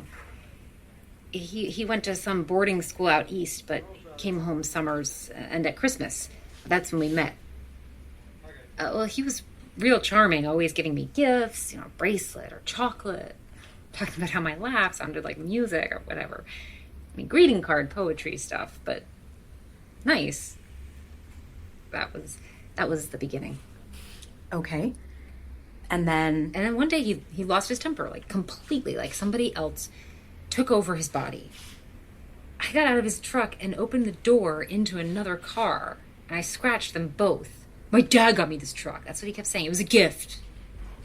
He looked like this kid to me, like this tantruming kid, furious. And after that, it just got worse.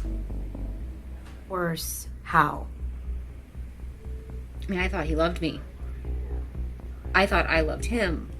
I thought he would change. He promised he would change, but then we were sitting out on Beluga Point watching the sunset, and I accidentally spilled some red wine on his jacket. And he threatened to kill me. So the next morning I packed and left. I just spent 2 years in Anchorage before coming back home. You never thought about filing a report? There wouldn't have been any point. I mean, everybody knows Ridge and Langrock. I don't know if buddies is the right word, but close. So you felt Brent was untouchable. To your knowledge, was Brent involved with anyone else? He used to run around with Sandy Evans and Jessica Riley. What do you think happened to them? I think Brent killed them. I do. I do think that, and I think it could have easily been me. That's why I'm here with that. And this whole bear thing, him killing it and putting its body on display and making a big show, acting like a hero, acting like he saved the town, it made me sick. He is no hero. He is a monster.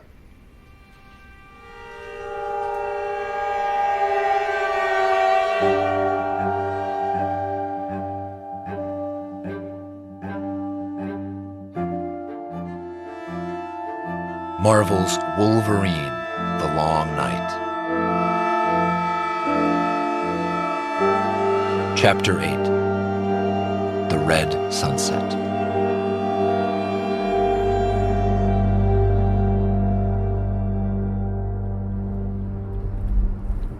So Brent Langrock is now our prime suspect, huh? That feels right. It does. Brent's a hunter. He knows these woods in and out. He uses traps. He certainly knows how to butcher with a knife. He might have ties to 2 of our Vics. And he's got a mean streak. An ugliness he keeps hidden. It feels like the story of this town, huh? There's something dark running below the surface of everything. Yeah, welcome to the story of humankind.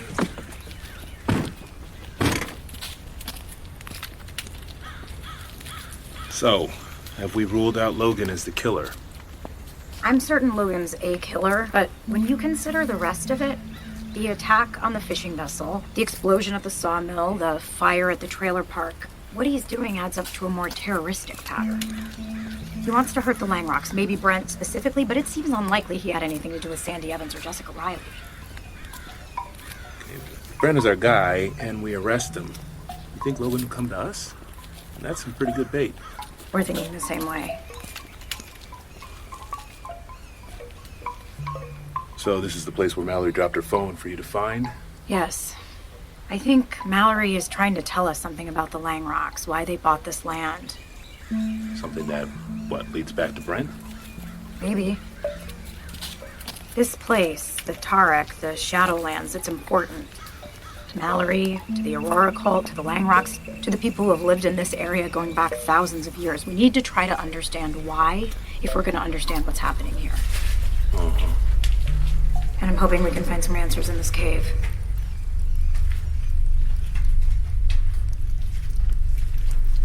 God. Oh, what is that smell? Hey, look up. You see? Ceiling? Every inch of this place is covered with rock art. Notice the repetition of the eyes, those swirling eyes. Dozens and dozens of them, huh? They look more like something cosmic to me, like the spiral of a galaxy or the Aurora Borealis. I think you're right. Look at the colors. Reds and greens and yellows.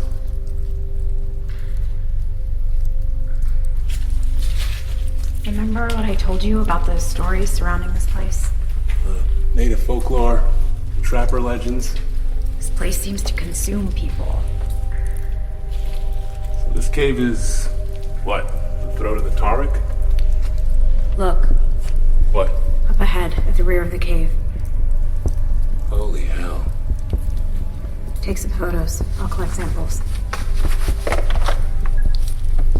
don't know what we're looking at. It's like a monument made out of bones. Must be 24 different animals. Looks like bear and moose and elk, all puzzled into one big skeleton. It's an altar. How do you know? I read about it in one of the folklore books I checked out. There are a few different versions of the story, but in one of them, if you added a sacrifice to the altar, you became part of the Tarek. Its shadow spirit possessed you. I mean, these bones are gray, almost black with age. Look again, toward the center. Almost like there's something inside the larger arrangement. Oh, damn. Is that human? No, I don't see a skull. But we've got another body.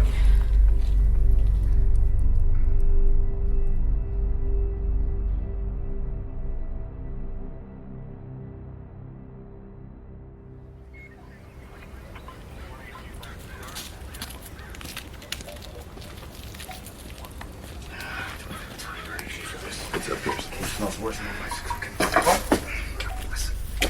my You.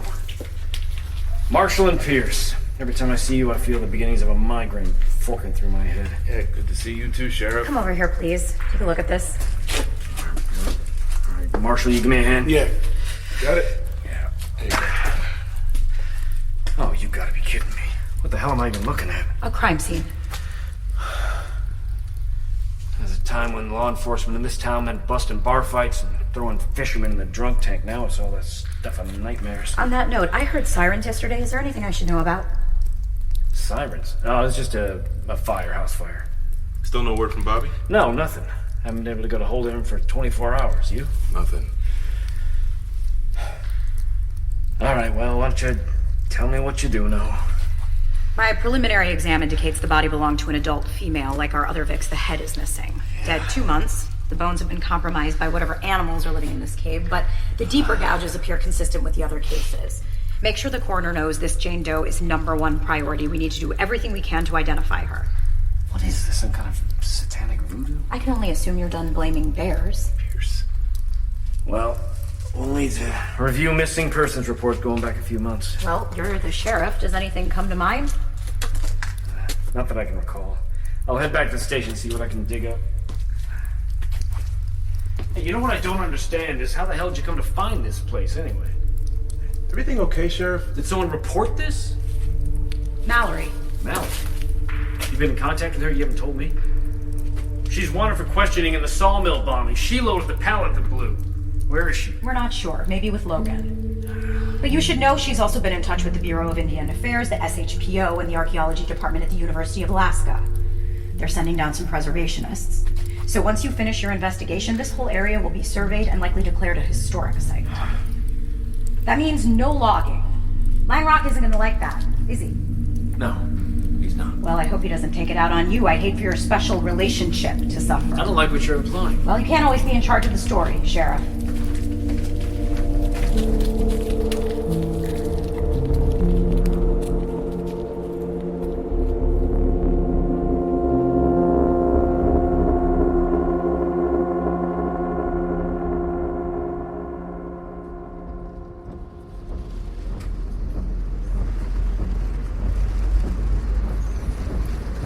So, about Brent. Yeah, well, he's a big guy, but this thing has been described by our witnesses as huge. The night plays tricks. You know, the bodies have been ravaged, okay? Torn apart. Brent's got an arsenal of weapons, and you saw firsthand what he did to that bear with a knife. Okay? Yeah, he knows the woods as well as anyone, and his family purchased the land that the cave is on, which would make it a convenient hiding place. You think he's, what, like, worshipping the spirit of the Tarik? Or possessed by it. Oh, come on. Doesn't sound like you. You're not into that superstitious stuff, okay? If he's romantically tied to Sandy and Jessica, we've got our motive. You saw what was in that cave. There's more to it than that. Remember the way Brent behaved in Split Rock Canyon with the bear? The hunt possesses him, defines him. Maybe the history of this place has something to do with that. Maybe he sees himself as a servant or weapon of the Tarik. Maybe. Maybe he's a mutant. He's not a mutant. Yeah, let's focus on a more concrete connection for now. Did Brent have a relationship with Dinah Moses? Do you think your friend Sherman would be willing to talk to us? I don't know, we didn't leave on the best terms, but yeah, I can certainly try.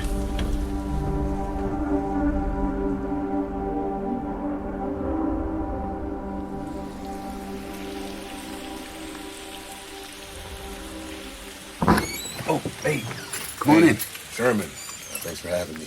Yeah. Straighten up. Sorry, it's a mess. Not a problem.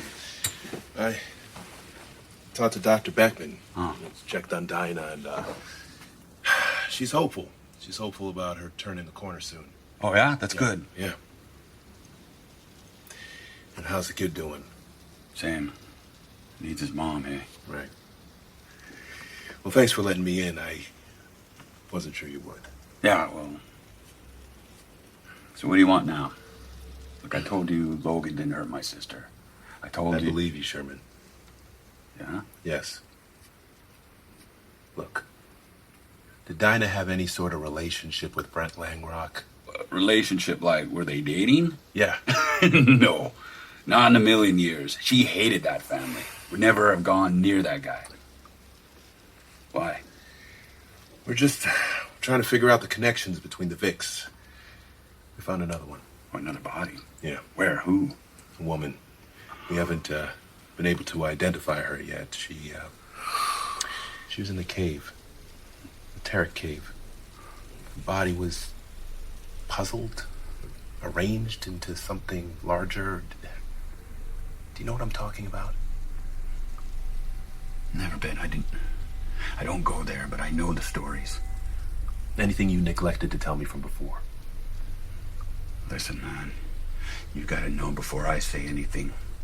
Logan's on the right side of all of this. Help me understand. We've been bearing our own for a while now. What does that mean? It means you can add 3 more names to your list, alongside those white girls from town. Sarah Marfa, Rose DeCani, and Marcia Akalina. When? I don't know. Rose was around the time of the Riley girl. Sarah was right before the fishing boat, right before you all showed up. And Marcia? Marcia went missing a few months back. Look, she was working as a ranger, but got laid off due to budget cuts. Part of me wonders if she let off to Anchorage. But I'm thinking that might be her body you found in the cave. Sherman, why didn't you tell me any of this before? Logan made me promise. If he agreed to help us, then the cops couldn't get involved. That was the deal. Logan helped you. How? Look, he didn't want to. Not at first. When the body of Sarah Moffat turned up on the tide, all torn up, no head, just like the others, I put her in my pickup and drove her to Logan's place. Logan! Logan! Asked him, begged him, banged on that door of that piece of crap cabin of his until my knuckles bled. Logan! I would have saved you from those wolves, Sherman, if I knew you were going to be such a pain in my ass. I'll leave. I promise I'll leave. If you just open that door, I got something I need you to see.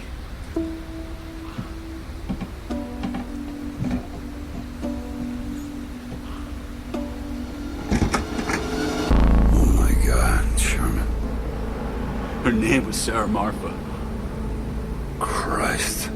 This world isn't worth saving. The good people are worth saving. She was good people. Her head is gone. Torn off. You're trying to make me angry, Sherman. It's working. There are others. Same thing happened to Rose DeCani. And Marcia Akalina, gone, missing. Do you see now? Do you understand why we need your help? We need them claws. All right. You got him.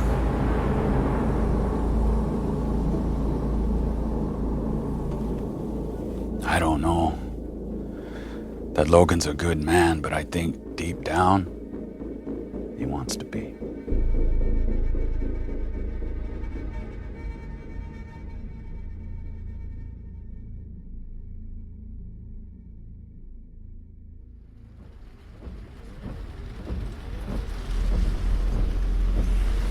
Logan can't seem to escape getting recruited. Langrock goes after him, trying to hire him on as a heavy, and then the natives do the same. It's a weapon. We don't leave those lying around to rust. When we get back to the station, I'm gonna call the coroner, see if she can ID the body as Marcia's. The sleet's getting thick. You should turn your lights on. Shouldn't they be automatic? They're still not on. Check the overhead. Nothing there either. It's the cult. They must have nabbed the headlights, too. Yeah, whatever. I can see flash. Look out! Who is... It's the Strawberry Kid. He's hurt.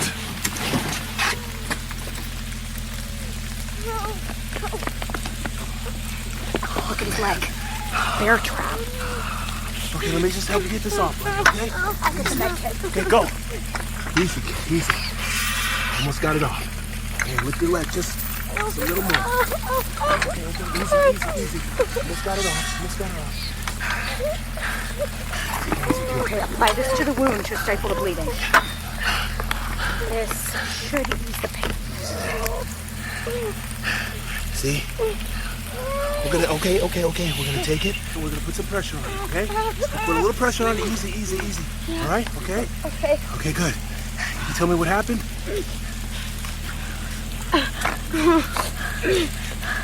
Logan says we're not supposed to talk to you. Oh, come on, kid. Not this again. Look, we're the good guys. Huh? We came here to stop the bad guys. We came back to our camp. Uh-huh. He was waiting for us. Yeah? He had traps set up, and he came after us. I ran. I was scared. Yeah? Who's he? The bad man. The monster man. Monster man? Okay, bud, okay. We're gonna get you to the hospital, okay? And then you're gonna need to tell us where your camp is. You're not going to hurt anyone, are you? No. Just the opposite. We need to make sure your brothers and sisters are all right, okay? We're gonna protect them from the monster man. All right? Come on. Easy. Take it easy. Gotcha.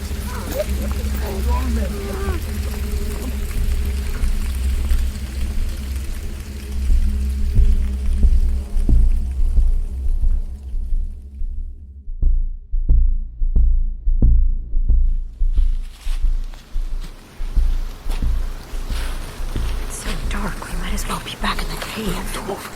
What? Bear trap. Looks like we're here. The sleet's covered everything up. But do you see that blood? Yeah. Right there. No bodies and no strawberry kids either. Let's keep looking. So this is where they live, huh?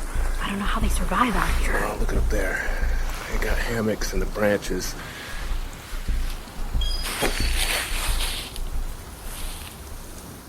Hello? Who's there?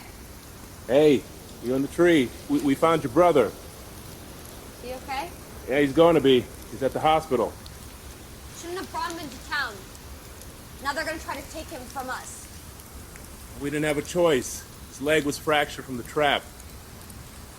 How's everybody else, your brothers and sisters? Anybody hurt? We're okay. Okay, you sure? Looks like you're bleeding. How can you see me? I'm 20 feet up in a tree. What happened? Payback. That's what happened. Payback for what? The bomb at the sawmill? Yep. And their lab. I don't think you understand how much trouble you've gotten yourself into. You know, people died. All things die. We understand that fine. I don't know if it was Logan or your father that fed you. You know nothing about our father. How did it happen? How did the attack happen? We were out collecting huckleberries. When we came back to camp, he was waiting. He had set traps for us, but we got our own traps. Uh-huh. I climbed a tree, slashed the rope, and a log swung down and hit the bastard right in the chest. What did he look like? I don't know. It was dark. Big. Clawed. Like some beast man, like some monster. He's a monster, but you keep calling him he. Why? He was talking. What was he saying? This growl, but there were words in it. It sounded like father, father. He went down easy, scampered off into the dark. Logan said to stay away from you. He said that you were bad guys.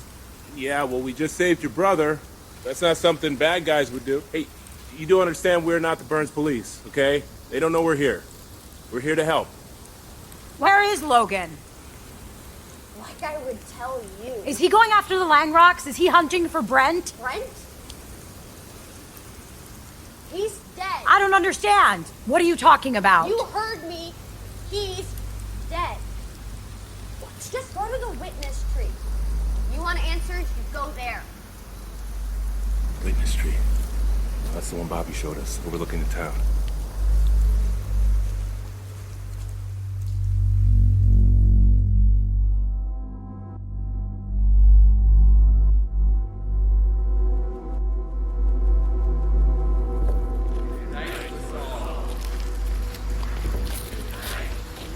The Aurora. What are they doing here? They're surrounding the tree. They're surrounding Brent. There he is, just like the strawberry girl said. Oh my God. It looks like he's been up there long enough for the eagles to make a mess of him. And there's no head. Where's the head? What the hell is going on here? Let's break up this ridiculous church service. They can't be here. This is a crime scene. Good night. Stop that. Good night to us all. Stop. What the Good hell night is to this? Agent Marshall, Agent Pierce. You know, all of you standing around in your black clothes worshiping a murder Vic, it doesn't look good. I can assure you this wasn't our doing. Okay, all the same. Hey, you know what? Stick around. I'm sure Sheriff Ridge will be happy to arrest all of you. Oh, we would welcome a visit from Sheriff Ridge. But we are merely here to bid farewell to the sun. The sun set hours ago. Oh, Agent Pierce, you must know by now that I'm talking about a different kind of darkness. Agent Pierce doesn't do metaphor. I understand that stealing all of the light bulbs in town is supposed to be some sort of ridiculous symbol. Symbols can be powerful. Why else do you think the body is hung here in particular? The Langrocks were the most visible family in this town, and this is the most visible viewpoint. It's an announcement. Changes come to Burns. Yeah, but if you didn't do it, how did you know? Huh? How did you know to come here? How did I call the deer out of the woods? I am in touch with a different frequency, Mr. Marshall. I speak to the shadows, and the shadows speak back to me. This guy's killing me. Let's take a closer look. Okay. Out of the way, please.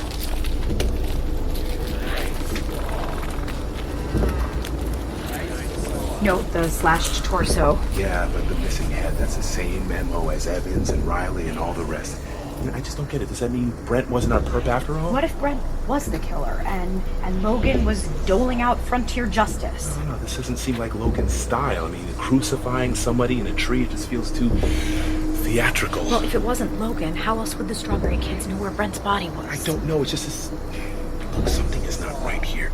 I feel like we're starting at square one again. You just need to process all of this. It was Logan, okay? Logan is the reason we came here, and now we just need to find him. Just take a minute, okay? See what else we can find. Pull the body down, get a quick exam, and be sure to scan for any mutant genes. Just do it. I'm gonna have a conversation with Prophet. Okay, come on, let's go. Over here, away from your pulpit. You need to let go of my arm. Talk to me for a minute. Just talk to me, okay? Just talk to me like a man, not a nut job. Look, you better not embarrass me in front of my people. Do you understand me? Okay. Much better. Much better. You're angry. Yeah, I'm angry. Okay. Keep going. Why are you angry? And give me something besides this cold crap. I've been telling you the truth all along, Marshall. It's just not the truth that you want to hear. There was something bigger at work here. It has been for thousands of years, and I am not playing around when I say that. If it scares you, then leave. No one wants you here anyway. You say sounds like a joke, okay? Well, the joke was on us, because someone else stole our sacrifice. What?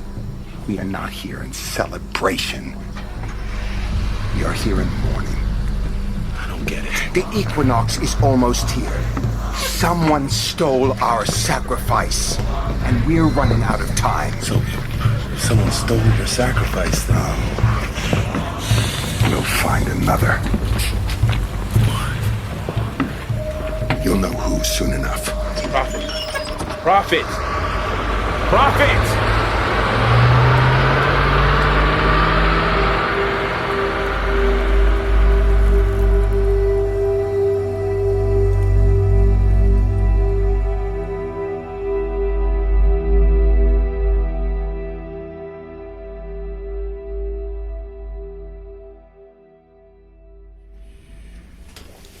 Heard back from the coroner. Positive ID on Masha Akolina. Our prime suspect is dead, so it's back to square one. You know, you gotta get... Huh. What? I got a text from an unknown number. Yeah? What does it say? GPS coordinates along with a time. We need to hurry if we're gonna make it.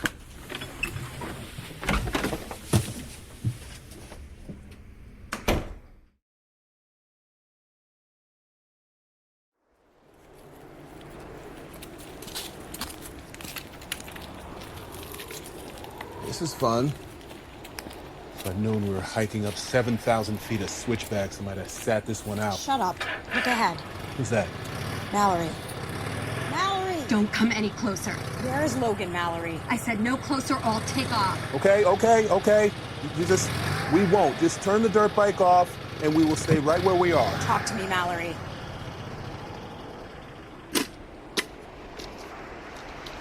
You asked me before why I moved here, to the edge of the world. What I write in my journal, why I ended up in juvie, why I'm doing what I'm doing. We're listening. So my dad was never in the picture. And my mom, she did her best, but she was an addict. Booze, cigs, cough syrup, powder, she wasn't picky. But when I was in high school, she got clean. And that was the best we had ever had it. And then she met this guy, Hodges. Scabs on his arms, tattoos on his neck, just bad news, but she's head over heels. So I come home one day and I catch them with a pipe.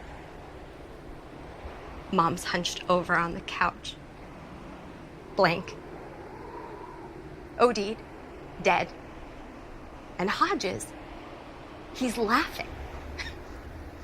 And he's laughing, and he's laughing like it's the funniest thing in the world. I keep a baseball bat under my bed. And I went and I got it. And I broke every bone in his body. Went to juvie for it and didn't regret it for a second. Mallory, I'm so sorry. I thought I could get away from my past. You know, if I went as far away as I possibly could. And this is a place where people go to forget and reinvent themselves. But it's like everywhere I look, there's some sort of corrosive power at work. You can't escape it. Somebody always victimizing somebody else. Maybe you're even part of that. I don't know. Look, you wouldn't have called us up here if you believed that. Yeah, maybe not, but I don't know what to think anymore. Come with me. Help me end this. Tell us where Logan is and we can stop the killing. Does Logan know you're talking to us? Look, I am the one who sent you to the Tarek. I'm the one who called in the BIA to get the land preserved and to stop the lumber operation. Look, Logan said to stay away from you. He said you were the same as Ridge, just with a different boss, corrupt. But I am hoping you can help. Tell me how. I like Logan. I like what he stands for.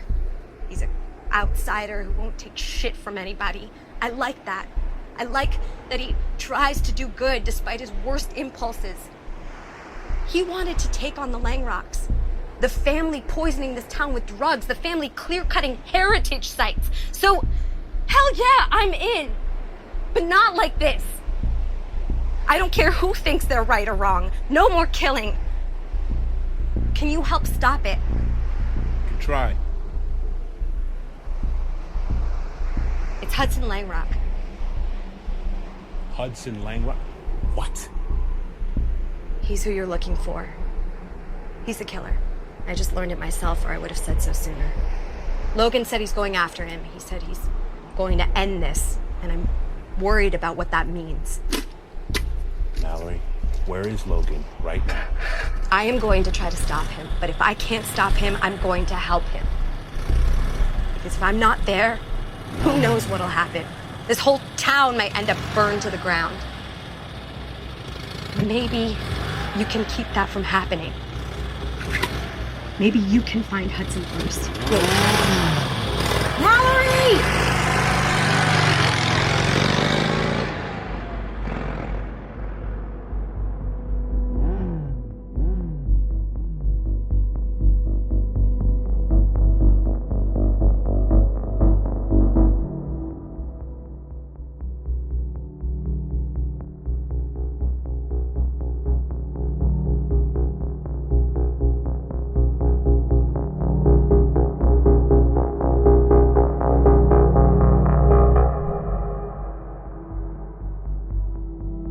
Marvel's Wolverine, The Long Night, starring Richard Armitage as Wolverine, directed by Brendan Baker, assistant directed by Chloe Prasinos, produced by Jenny Radelet and Daniel Fink, written by Benjamin Percy. Scott Adsit as Sheriff Ridge, Bob Balaban as Joseph Langrock, Zoe Chow as Mallory, Otto Asando as Agent Marshall, Celia Keenan-Bolger as Agent Pierce, Andrew Keenan-Bolger as Bobby, Brian Stokes Mitchell as Prophet, Hallie Charlton as Strawberry Girl, Jaden Clark as Strawberry Kid, Cheske Spencer as Sherman Moses, Joanne Tucker as ex-girlfriend. Our associate producer is Chloe Wilson. Our production manager is Emily Pontecorvo, casting by Shayna Markowitz. Our recording engineer is Colin Alexander. Production assistants from Stephanie Kariuki, Carly Krim, and Frank Cooper. Original composition by Dayru. Additional music by Max Spranzi. Sound design and mixing by Brendan Baker and Chloe Prasinos. Post-production services provided by Phenomophon. Production legal by Eric Spiegelman, Lindsay Bowen, and Michaela Gross. Executive produced by Dan Buckley, Joe Quesada, Dan Silver, Axel Alonso, and Chris Bannon. Our executive editor is Peter Clowney. Marvel's consulting producers are Harry Goh and Sarah Amos. Special thanks to CDM Studios, Matt Gorley, Parabolic Studios, SAG-AFTRA, and Wagon Road Camp. No animals were harmed in the making of this podcast. For even more Wolverine, The Long Night, listen to the Marvel After Show, hosted by Christina Harrington and Gerard Milligan. Wolverine is a production of Marvel and Stitcher.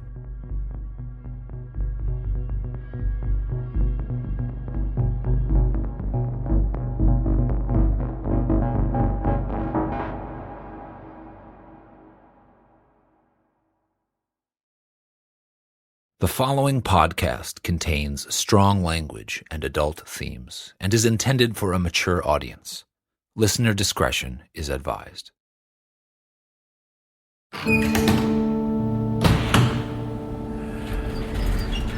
I'm not sure this is the best idea, Joe.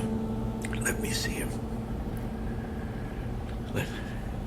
Let me see my son. It ain't pretty, Joseph. This shouldn't be how you remember. Unzip the bag.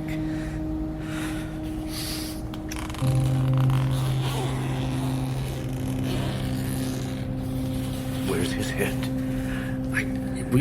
We haven't quite... Where is his head? Sorry. I want you. Anything, Mr. Langmark, anything I at all. want you to help me kill Logan.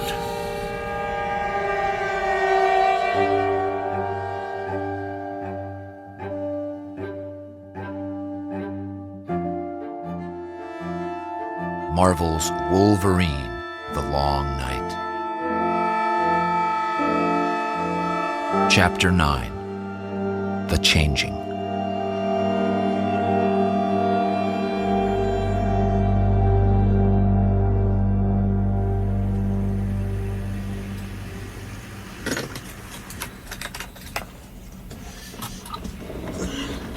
How was your first interaction with the taxidermist? Ernie, I couldn't get a read on him. Something was off about him. He came asking about Brent and he wanted me gone. Said he was busy and I didn't think anything of it. I was too focused on Brent as our prime suspect, but Hudson was right in front of me. I should have been more thorough. It's fine. Well, headquarters won't like that it took me so long. We're both accountable. You know I've got your back. Okay, thanks. Well, I went back and checked the records. Hudson's private line out of the Langrock compound registered repeated calls to this business, many late at night, and they align with the murders of Sandy Evans and Jessica Riley. And you know that geologic survey you dug up? Yeah. Well, this entire area is hollowed out by cave systems, and we know they're being used for everything from drug running, cult worship. One of them cuts right below this building. I'm guessing Hudson was using it as a private entrance. Well, time to find out.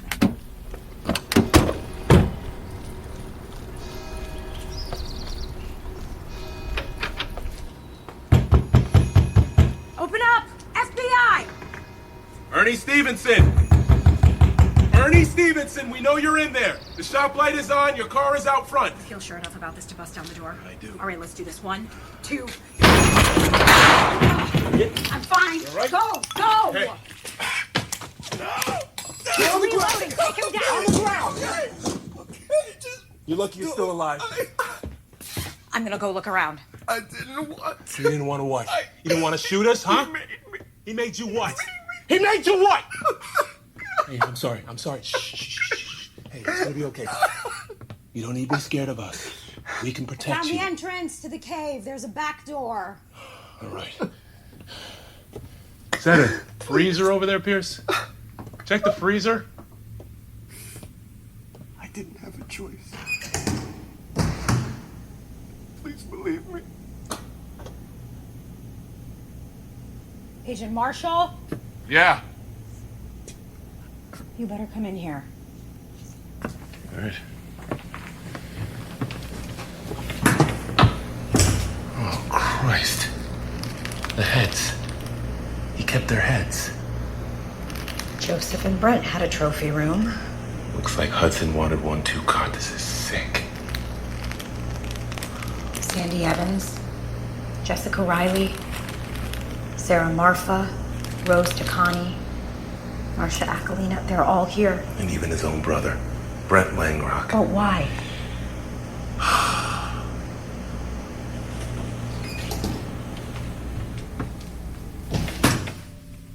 Hudson is to blame for all this? He brought you his trophies? Well, it's him, but it's not. It's not him. And I know how that sounds, but you've got to believe me. Explain. He can become something else. He can transform. He can't be mutant, or we His would have. bones, they sound like they're breaking, like he's hiding something else inside of him. It's something bigger. What does he become?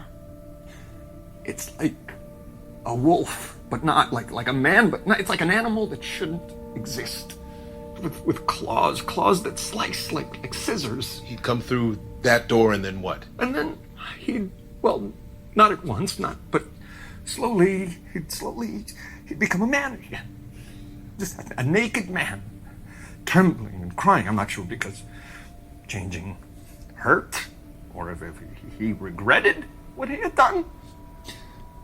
I'd put a blanket over him and I'd rub his back while he wept. And what would he say to you? He said he wished he could stay that way all the time. He said it felt like his true self. Why did he kill those women? I don't know. I don't want to know. Well, his brother. What about him? God. You said you would protect me. Will you protect me? Yes, you have my word. We will keep you safe from Hudson.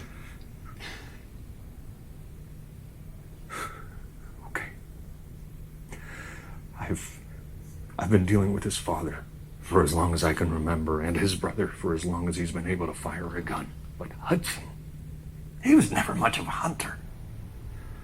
He tried. One time, he was 14. He was waiting in a duck blind and accidentally fired off a round into one of the dogs. Joe's dogs. And Joe has two faces. He's got the public face. It's friendly, it's generous, but the other face, the private face, it's cruel. He made Hudson. Go on. He made Hudson bring the dog to me. And then he made Hudson work with me on preserving it. But don't wash away the blood. And don't sew up the wound. That's what he said. And then he made Hudson keep the dog in his room like, here, this is the trophy you deserve. How does that explain the trophies Hudson brought you? I can only guess. Then guess.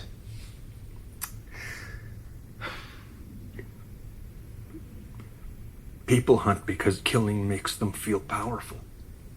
They keep their trophies because it's a reminder of that power. Hudson grew up weak and despised. He wanted to be powerful. And you think that had something to do with Hudson killing his brother? I remember seeing the two of them together as teenagers. I was delivering a trophy to the Langrock estate, a mountain goat Joseph had shot, if I remember correctly. When the two boys were in the yard, Brent was holding a leash. And it was tied around Hudson's neck. He was down on all fours, crawling, crying. Brent kicked him in the ribs, and then he looked up at me. As I pulled in, he smiled. He waved as though nothing were wrong. Brent was bigger, handsomer, better at everything, more loved by everyone, especially Joseph. Wouldn't you have wanted to... Hello? What? Thank you. We'll be right over. It's the hospital. They found Bobby. What happened? It's bad. We'll talk on the way. Wait.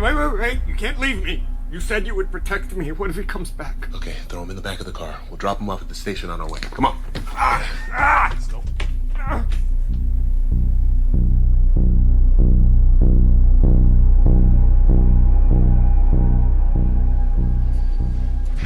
Thank you for calling us, Dr. Beckman. Apparently there was an accident at the Langrock estate. I don't know any of the details except that when the firemen and EMTs arrived at the scene, they found him.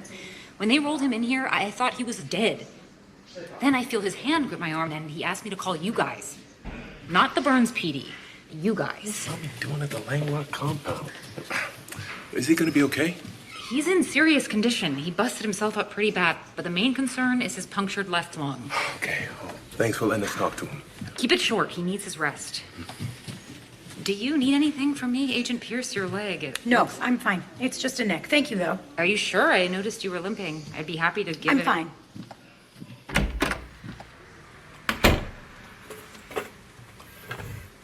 Agent Marshall, Agent Pierce.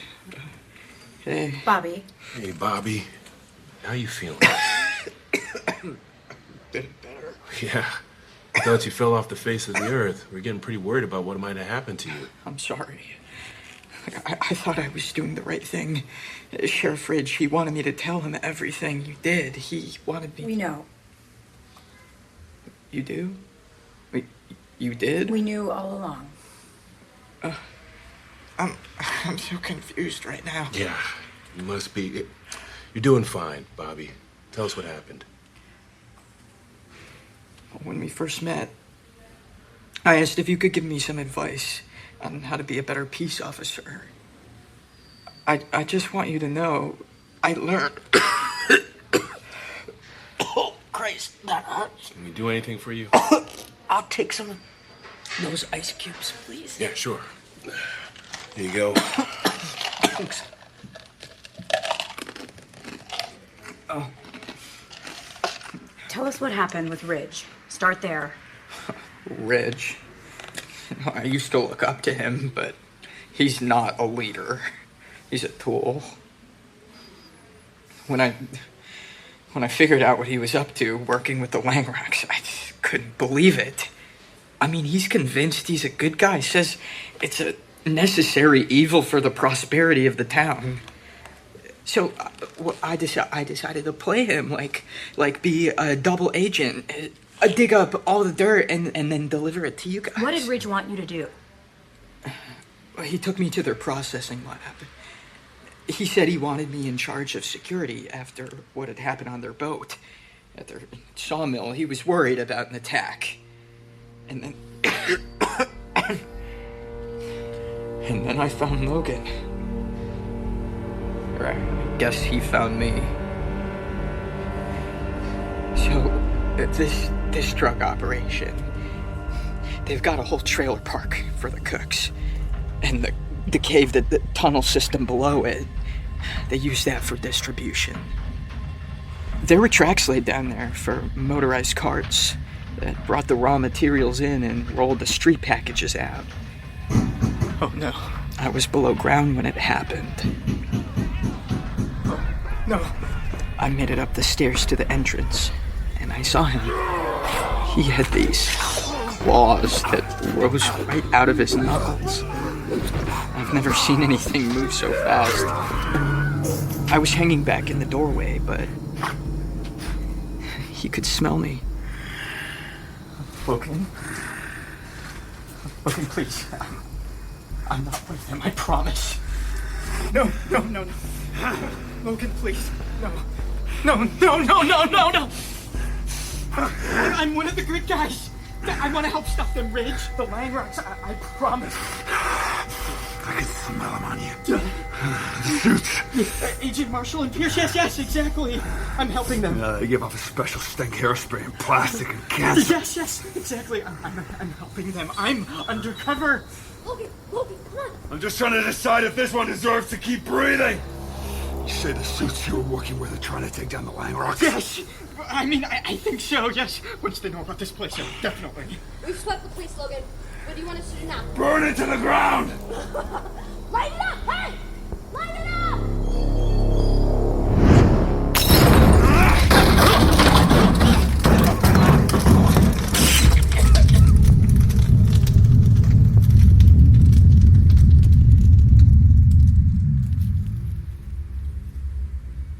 He picked me up and slammed me against the wall, and for a second, I couldn't tell up from down. My whole body felt like a bruise. So he let you go? Well, I mean, he did hurl me down the stairs and lit fire to the place, but, well, yeah, he didn't rip my heart out, so I pretty much consider that a win. I was at the trailer park, later. And it was nothing but blood and ashes and a message scrawled in the dirt. It said, "You're next." Do you know what that meant? That must be the Langrocks, right? To maybe Ridge, even. So, anyway, my phone was busted. And my left wrist, too. Ear wouldn't stop ringing. His leg must have been damaged in the fall. What? Nothing. Keep going. I laid there for a long time, down in the cave. Everything hurt, and I was scared. I thought there was so much smoke everywhere, and I thought, I don't know, maybe I wouldn't even make it out. What's the point, I just felt like giving up, I guess. But then I thought, Bobby, no. What about Burns? I mean, if even the sheriff's on the wrong side of the law, and who's gonna help this town but you? So I got up. And I set off for the Langrocks, straight to the source. I climbed the fence at the edge of the compound and snuck my way from tree to tree.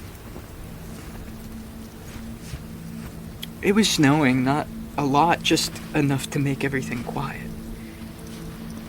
I was headed for the house, but then I noticed a light on in the pole barn.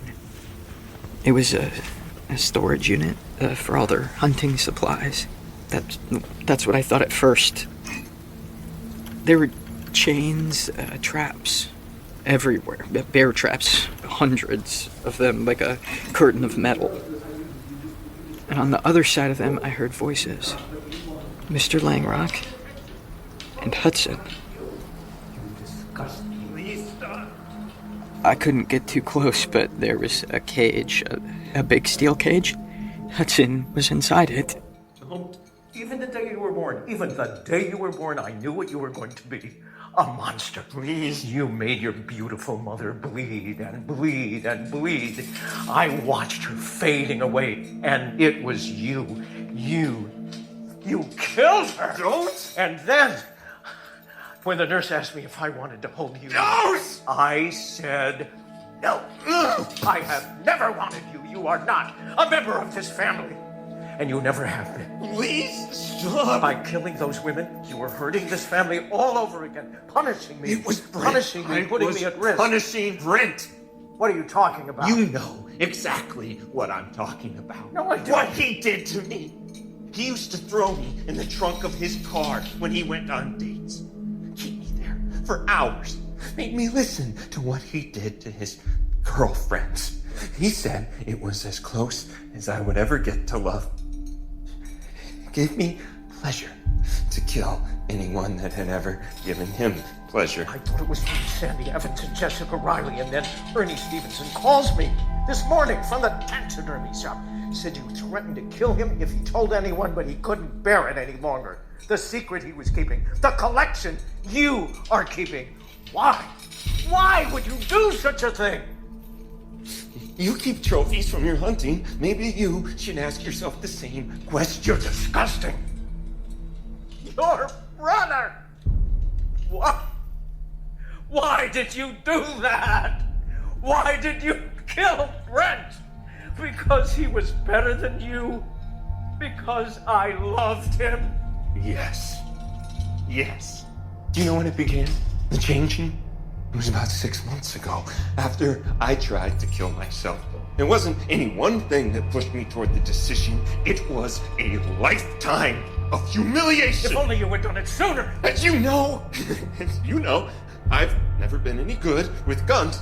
So I decided on an overdose. I consumed enough fentanyl to kill a dozen men. Instead, I woke up naked and covered in blood. I had been born again. Something had woken up inside of me. Hudson. I always knew that there was something special about me. Oh, yeah. It was just waiting for a chance to show itself. You you say it like you're proud. I am!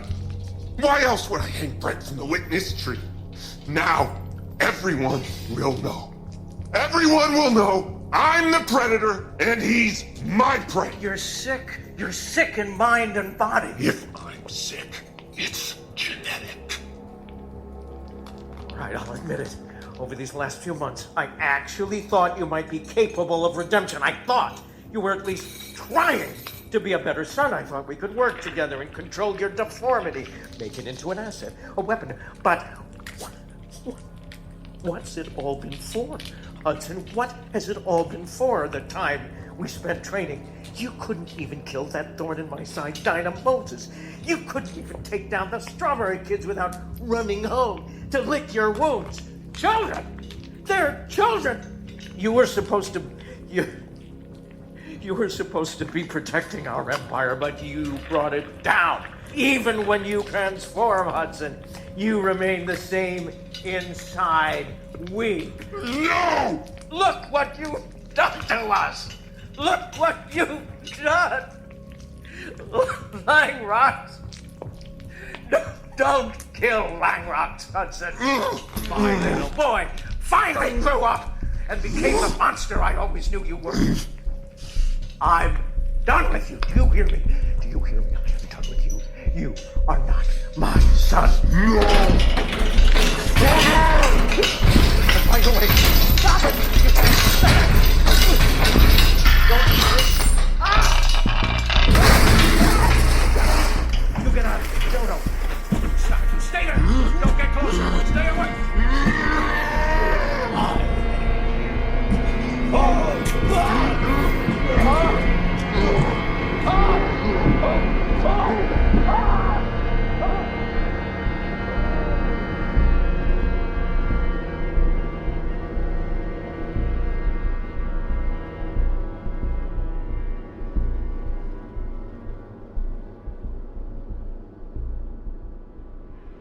He's dead? Joseph Langrock is dead? Go see for yourself, but I don't think Hudson left behind enough for a trophy. What did you do then? I ran fast as I could into the night toward the house. I wasn't really thinking, just pure reflex. Everything was adrenaline at that point. I just knew that I needed to get away from that barn. But no place was safe. It was Logan behind the wheel, driving an 18-wheeler loaded with pine logs that said Langrock on the door.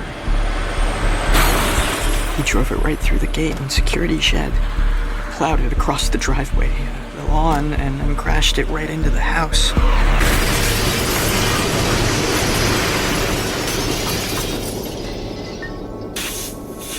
When he kicked open the door and climbed out of the wreck, I saw that Mallory was with him. She had a shotgun. Get back. I'll take it from here. You know what to do. No, I am staying right here. And then it came. He came. Hudson. Except it wasn't the Hudson we know. He looked like something that had been built to kill. Muscle and claws and fangs. Time to run, Mallory. This is about to get ugly. I've got a clear shot. Let me take We it. already talked about this. He can heal just like me. You do the job you're supposed to do. But you die. If I die, the world will keep on spinning. Just do what I told you to do. Now!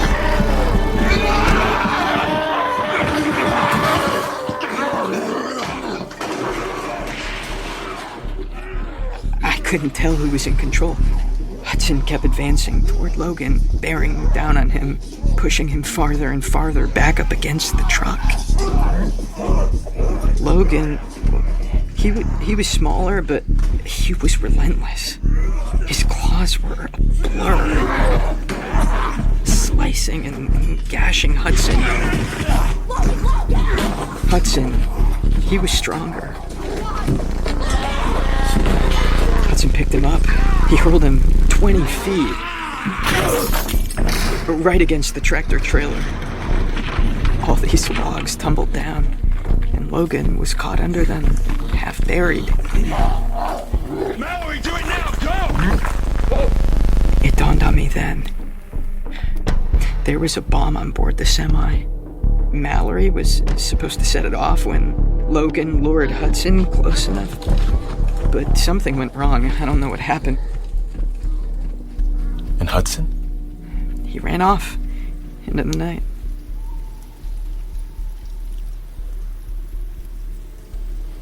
I couldn't see Mallory anymore. Logan, he just laid there, struggling to get up. He spared me, and I knew I had to return the favor. If I was gonna do some good, this was my chance. So I ran to him. I've got you! I've got you! What are you doing? Get out of here, you idiot! You're gonna get yourself...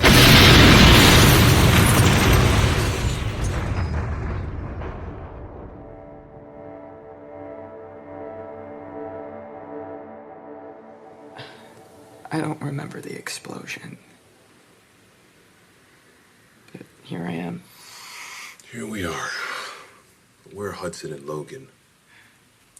I wanted to do good. You did, Bobby. So rest now, okay? Thank you.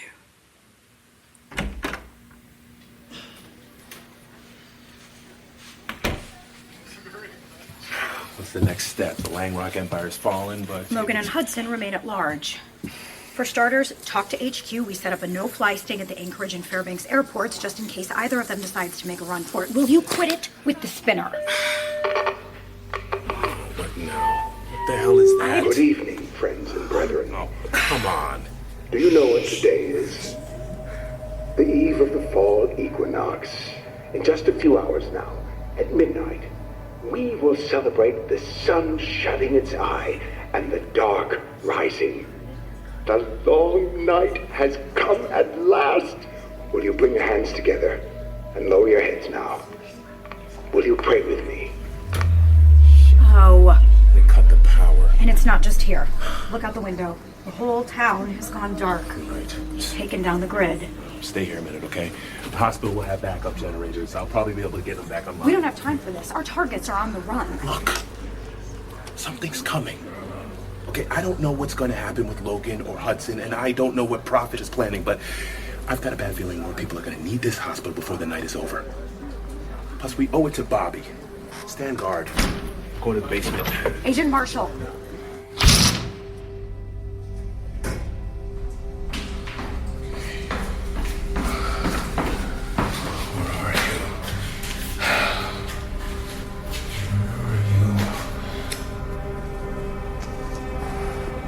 I'm right here, Bob. Okay.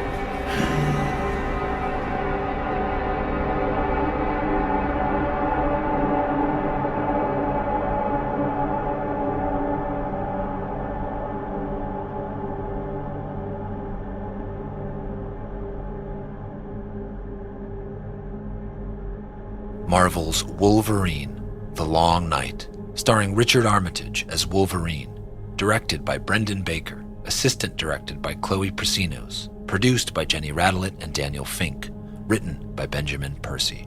Scott Adsit as Sheriff Ridge, Bob Balaban as Joseph Langrock, Zoe Chow as Mallory, Otto Isando as Agent Marshall, Celia Keenan Bolger as Agent Pierce, Andrew Keenan Bolger as Bobby, Brian Stokes Mitchell as Prophet, David Call as Hudson Langrock, Hallie Charlton as Strawberry Girl, Armando Riesco as Taxidermist, Joanne Tucker as Dr. Beckman. Our associate producer is Chloe Wilson. Our production manager is Emily Pontecorvo. Casting by Shayna Markowitz. Our recording engineer is Colin Alexander. Production assistants from Stephanie Kariuki, Carly Krim, and Frank Cooper. Original composition by Deru. Additional music by Max Spranzi. Sound design and mixing by Brendan Baker and Chloe Prasinos. Post-production services provided by Phenomophon.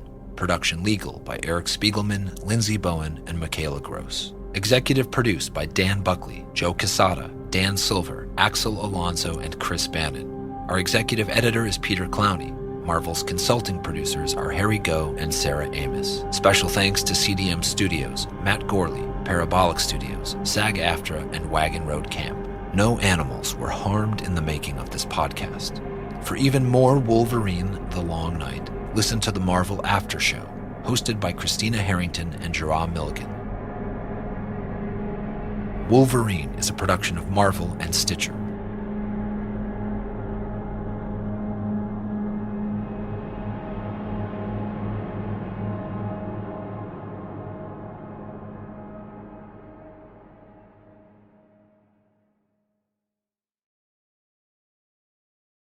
The following podcast contains strong language and adult themes and is intended for a mature audience.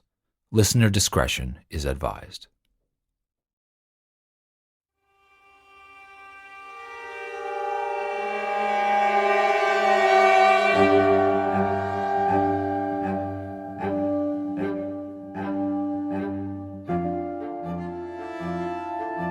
Marvel's Wolverine, The Long Night.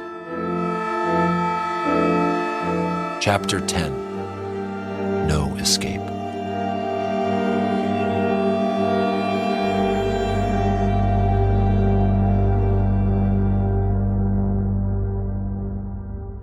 Agent Marshall, Yes, Agent Pierce. you understand my concern. I understand your concern. You see why this debriefing is necessary. I see why this debriefing is necessary. You understand why you are currently being held in this isolation chamber, and you understand that the termination collar around your neck will detonate if you attempt to escape. I do. Very well. 1 week ago, when we were stationed in Burns, Alaska, you violated the Weapon X Code of Ethics, Chapter 3, Heading 5. You intentionally destroyed and erased your neural surveillance drive. Do you disagree with these charges? Look, I'll admit I've been making improvements to my software, upgrading, but nothing... Do you disagree with these charges? I disagree. Yes, Pierce. You know I'm a newer model than you. You know that. I'm supposed to interact with people. I'm supposed to change. I'm supposed to improve. No, you have perverted your coding and violated your primary directive, thus compromising our mission. Okay, Pierce, enough with the protocol. Look, you have to understand So here. you can see why we don't trust the rest of what you're telling us. I understand how it looks, yes.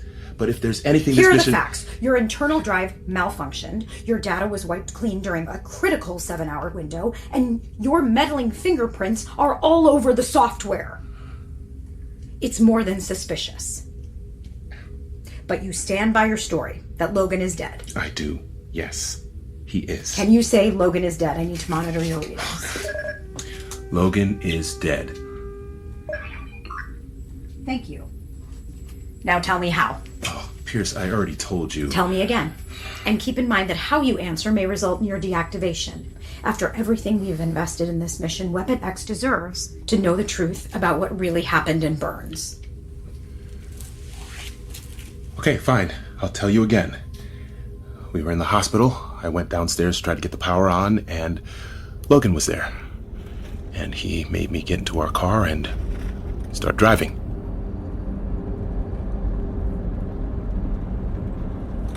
Where are we going, Logan?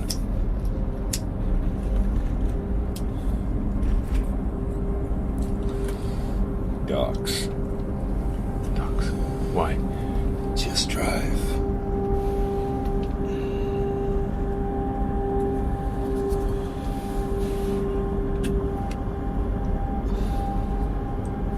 How long have you known? What? That you were an artificial? The circuit monkey? When you and the other Sentinel came to my cabin, yeah, I could smell your cyborg hardware a mile away. Could you please not do that with the claws? Oh, what? I'm making you nervous? You worried I'm gonna put holes in the upholstery? Oh, it's difficult to concentrate on the road when I'm thinking about getting my throat slit.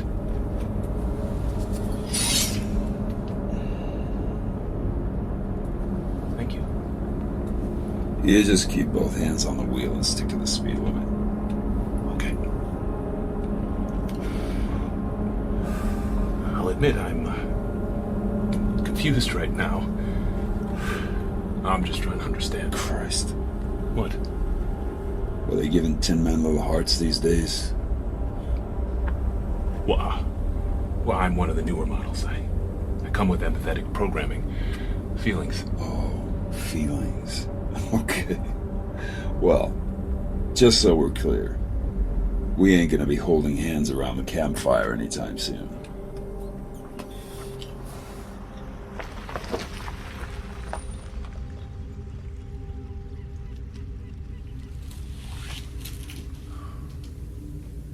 And what happened next when you arrived at the docks? We stole a crabbing boat in one of the Langlok fleet. It was night, and suddenly the sky just lit up with the aurora borealis. It was like someone hit a switch. Never seen anything like it. Just greens and pinks and purples all around us, reflecting off the ocean.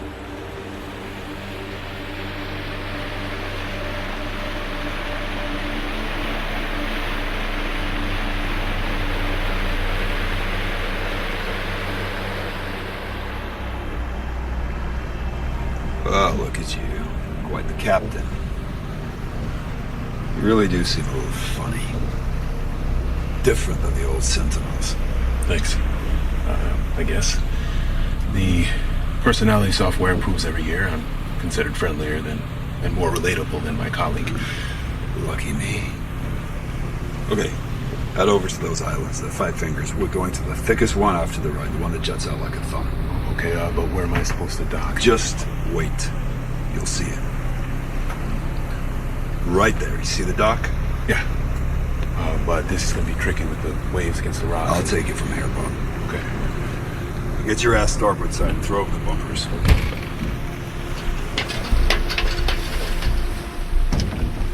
There was this old docking station, and he had me jump off and tether the line while he was dropping anchor and cutting the engine. I've been trying to gain his trust, waiting for him to lower his guard. Yeah, that's it. Hey, you tied off. You did good, Rust Bucket. And that's when you did it? Yes. I picked up a rock, and when his back was turned, I clubbed him with it, tackled him,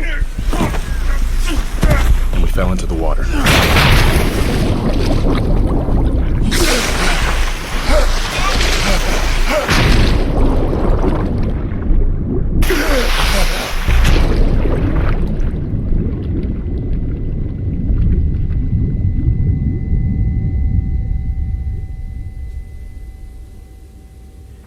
Do you know how heavy adamantium is? Logan might be short, but he probably weighs around 400 pounds at least, and so we sank. How deep? 50 feet, I guess. How long were you underwater? About a half an hour at least. I wanted to be sure. We swept the area and found nothing. Yeah, those currents were pretty strong. It could have taken them anywhere. What? Weapon X creates living weapons. We have pursued Logan all this time at considerable expense because he is one of the deadliest instruments in our arsenal. And yet you, a field agent, notable for your interpersonal skills, managed to kill him with a rock and a little water? It's true. Is it?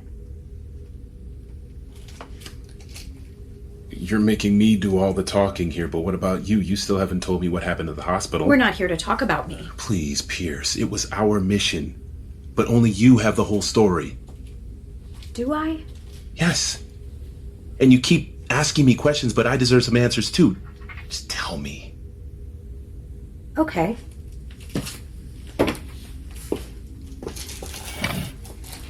I waited 20 minutes for you, and when you didn't come back, I headed to the basement myself. I started up the generators, but on my way out of the basement, I found a cigar. The tip still warm, and I just knew Logan must have found you. I couldn't run, my left leg was barely operational, but I hurried as fast as I could up the stairs and out the front entrance. Sheriff Ridge had arrived. Agent Pierce, hey, help me, please. You're bleeding. What happened?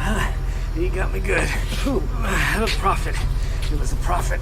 That black dagger of his. Right here. See? Damn thing's still sticking out of her. The hospital was the only building in town with electricity. In the distance, I could see the Aurora cult, led by Prophet, marching through the streets toward us.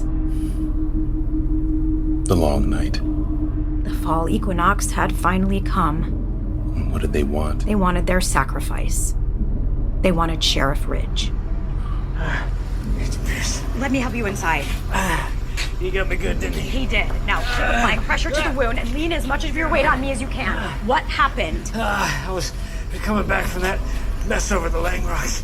Pulled into the station lot, opened my door, he's waiting for me, just slammed the knife into me. All the way to the hilt. I didn't feel it then, but feeling it now.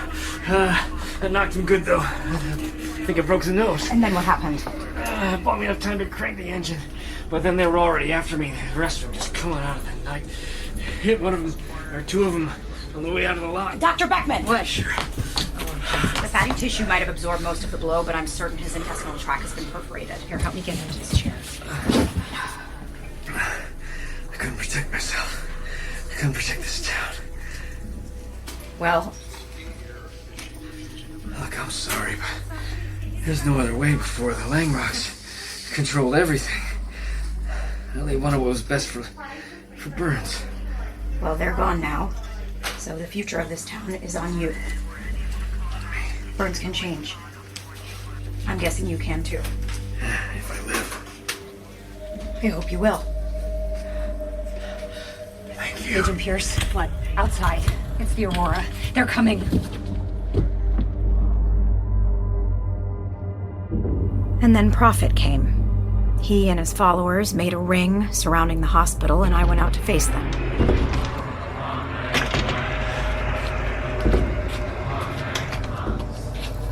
Good night, Agent Pierce. And good night to us all. Go to hell. Ha! Quite the opposite. We're on our way to heaven. If that's where you want to end up, I'm pretty sure you took a wrong turn a long time ago. No. We're in exactly the right place. You know this is a sacred space, an elemental cathedral, a portal of dark energy. You can quit sermonizing. You're not going to recruit me. Oh, you'll never understand, will you? Because you only see the surface of things. I feel sorry for her. Don't. This place is special. You've seen the caves, the ciphers on the walls, the totems, the carvings, the altars. But you failed to recognize the transcendent meaning. You the one that placed Layla's body in the cave. We found her dead in a meadow. We arranged her body in the cave as a prayerful burial. She was consumed by the evil we are committed to fighting. The long night has come, and now the division between this world and the next will open. If our souls are going to ascend, we need to earn the way and offer a worthy sacrifice. Hand over Sheriff Reach. Come and get it. Reach is a source of evil, just like the Langrocks, and just like the Langrocks, he is poisoning this holy place. He's made some bad decisions, and he's gonna have to live with them. People change. If you choose to stand in our way, Agent Pierce, you too will bleed. Well, lucky for me, I don't bleed. He doesn't have enough bullets for all of us. I wish you good night, Agent Pierce. There. You needed somebody evil enough to sacrifice? The Knight can have him.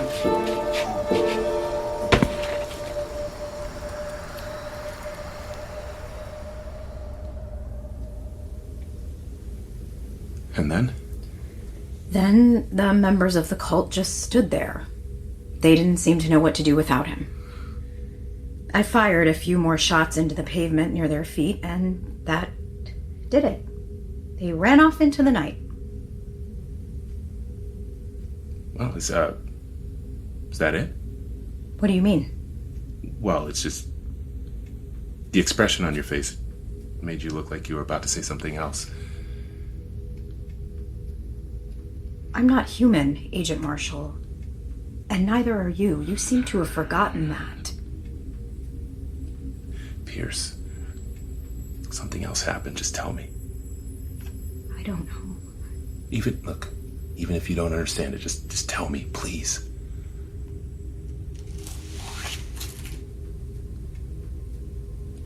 Do you remember the patterns in the rock art of the Tarek?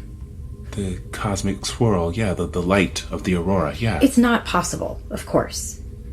But I thought... What? Out of the gunshot wound, I saw something drift out of him, up, and suddenly the sky lit up, burning with the color of the Aurora Borealis. You saw it. And it was like you said, like someone flipped a switch.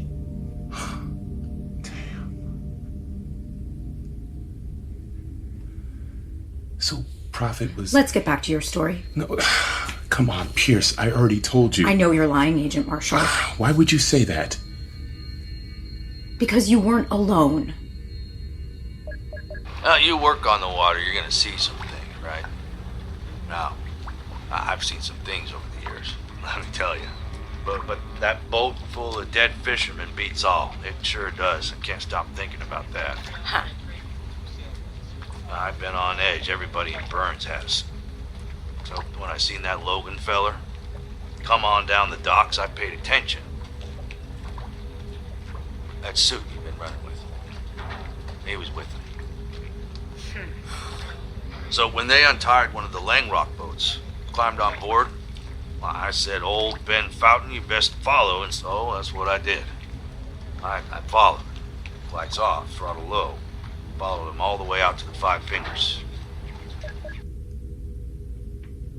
Well? What else did you have to say? You and I have the same interrogation directives. Never reveal the truth, even if you have it. Make the source speak and implicate or excuse themselves. Agent Marshall. Tad. You know me. I'm your partner. After everything we've been through together, I need to know the truth. That's the only way I can help you. Whatever it is, whatever you did, I trust you had a good reason for it. Tell me. I am your only way out of this. Okay. So what's the truth, Agent Marshall? I lied.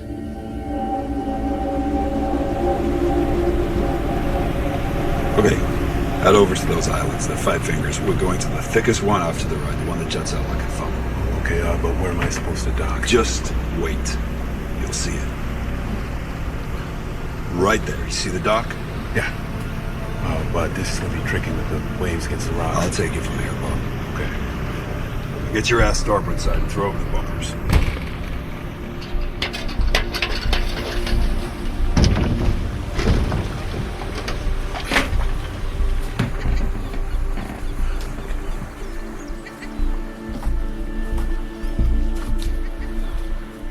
Okay, that's it. Yeah, you tied off. You did good, Rust Bucket. Now, lead the way. Which way, up these stairs? Yep. Old World War II bunker at the top. It's a rendezvous point, huh? Good for drug shipments? It was. You took care of them. Took care of the traffickers, too. Bratva, Russian mob. What'd you do? What do you think I did? Same thing I did to that boat.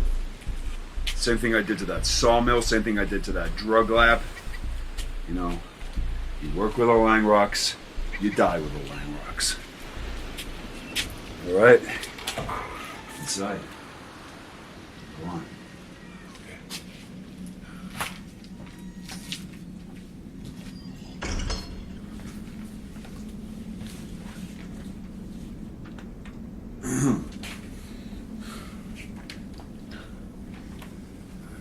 This is where they made the drug drop. Structure is built right into the rock. Soldiers used to live here for weeks on end. Did their cooking and their working in here. There's another room past this one. Bunks. They keep watch. Eyes on the horizon. Waiting for gunships. Fighter planes. Death.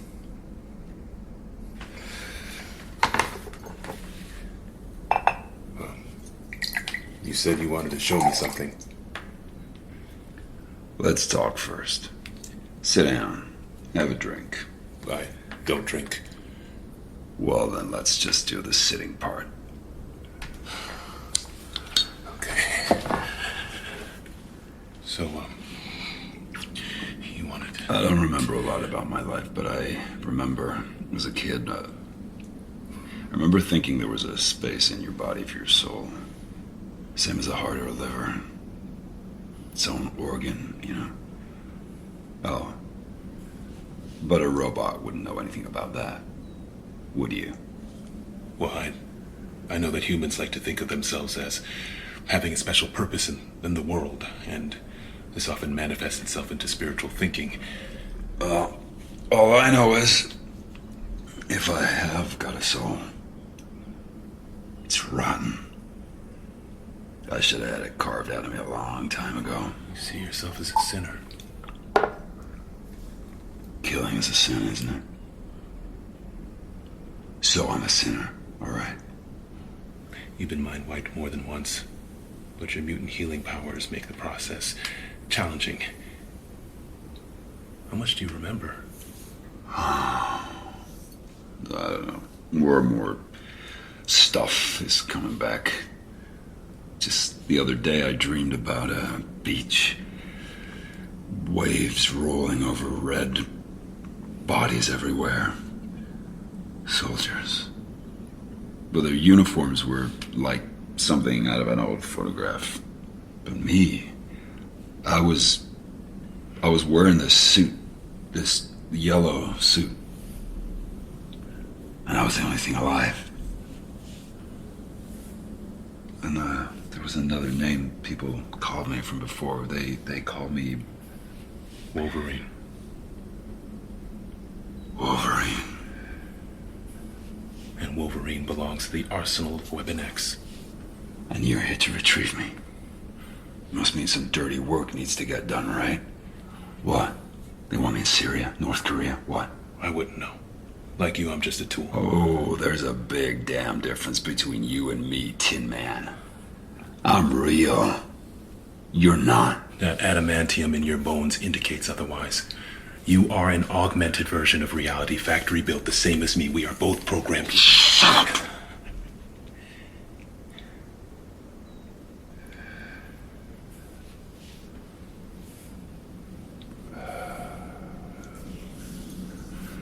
End of the world, that's what they call Alaska.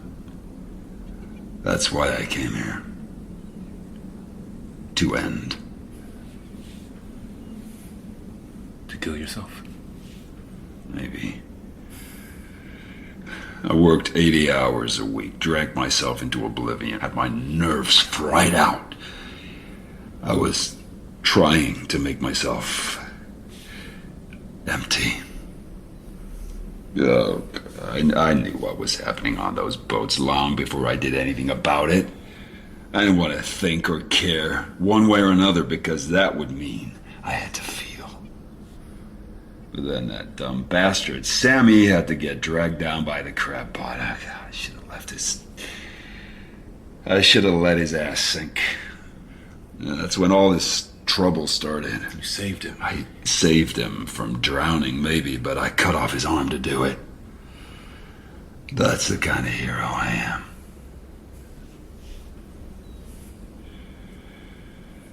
And when the crew saw me for what I was, a monster, a mutant, the whole reason that I came here, to hide, to disappear, vanished in that moment. I knew nothing would be the same after that.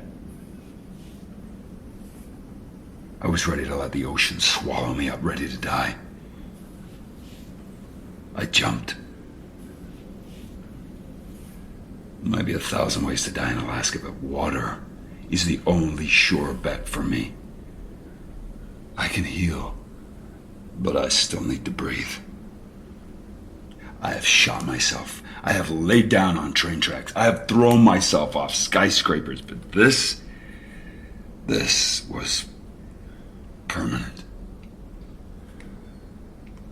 So I swam for shore. Why? I didn't know at first. Just dumb animal instinct, I suppose. I needed to live. Took me a while to understand that. After I saved Sammy on the boat, the crew treated me like I was a freak. After I roughed up that bar, the Langrocks treated me like a weapon. But after I saved Sherman from those wolves... He treated you like a savior? Savior. Let's just say he pushed me to put the claws to good use.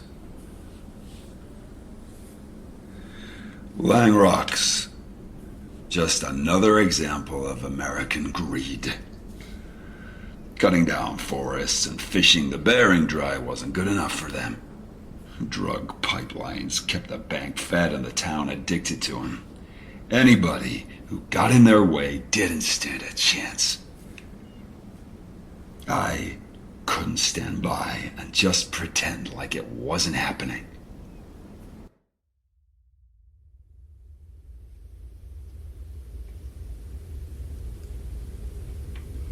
Agent Marshall, why are you stopping? Come on, Pierce. Sally. We're a team, aren't we? I mean, we're meant to complement each other. We were a team. I'm not so sure anymore. You chose to rewire your neural surveillance drive to suit your own agenda. Logan drowned. Logan died. I killed him. Our mission was completed. That can still be true. But it's not. What did the fisherman see? Okay, just play me the rest of the recording. No. Just play it. You're gonna get what you want out of me anyway. No. Listen. You can rely on my testimony, okay? I can show you how to write this conversation. I can show you how to... Agent Marshall, moving forward, I would suggest you choose your words very carefully. Look, all I am asking is... Pierce, can't we just talk for a minute, just you and me? Silence all the recordings and the readings, and then just... Afterwards, if you want, I'll repeat everything. Everything I'm about to tell you. Please. Okay. Ready? There. Radio silence. Your turn, Agent Marshall. Okay.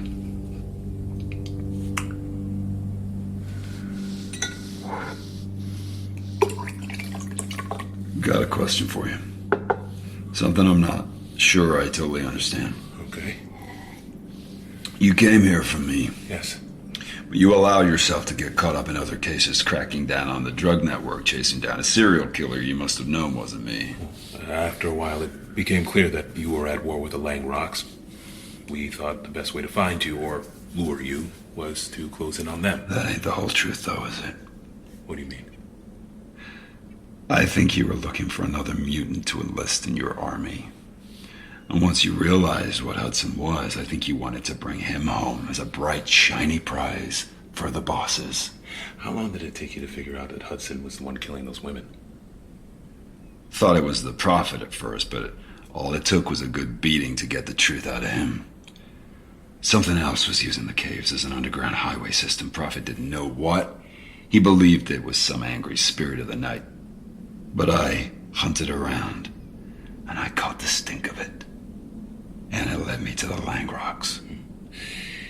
But I still don't understand what I am doing here. Like I said before, I sniffed you guys out the moment you got to town, right? So, why couldn't you artificials do the same for Hudson? Sentinel's a program to identify mutants. Well, the gene must be latent. It requires more study, but I'd guess his mutant gene only turns on when his adrenaline surges. Makes an ideal weapon, doesn't it? Easier to sneak behind enemy lines, easier to control. Perfect for Weapon X. Why does any of this matter now? He got away. You might be a computer, but you're dumber than meat.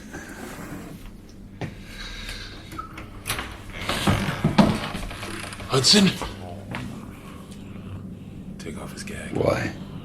I want to hear from him myself.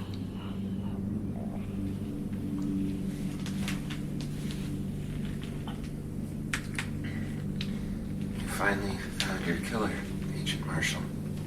But how did you search the caves until I caught his stink? I lit a bunch of brush on fire, smoked him out, and brought him down with the same chemical cocktail they pumped into me after that bar fight, the tranquilizer they used to bring down grizzlies. It's what his old man was using on him to keep him low throughout business hours. He had a whole fridge full of syringes in that outbuilding they used for training. I hogtied him, gagged him, threw him in the bunker, and now here we are, in the middle of our little parlay. Take him. What are you proposing? I'm saying I'll give him to you. Train him to be your good little dog. What about you? Me? I'm a ghost. I'm gone. You killed me. Bosses won't be happy, but they won't be mad for long if you give them Hudson. You're not resisting? Why would I? You expect me to beg? Cry? You think I want to escape? To what? To where? Father's home. Oh, you'd have to kick the Strawberry Kids out. They've taken over the estate. Well then, there's nothing left for me here. Anyway, I'm done with Alaska. I'm done being a Langrock. So you want this then? What Logan's proposing? If I can be treated with dignity, if I can be special, of course. He's in. I'm out. That's the offer. It's an easy decision.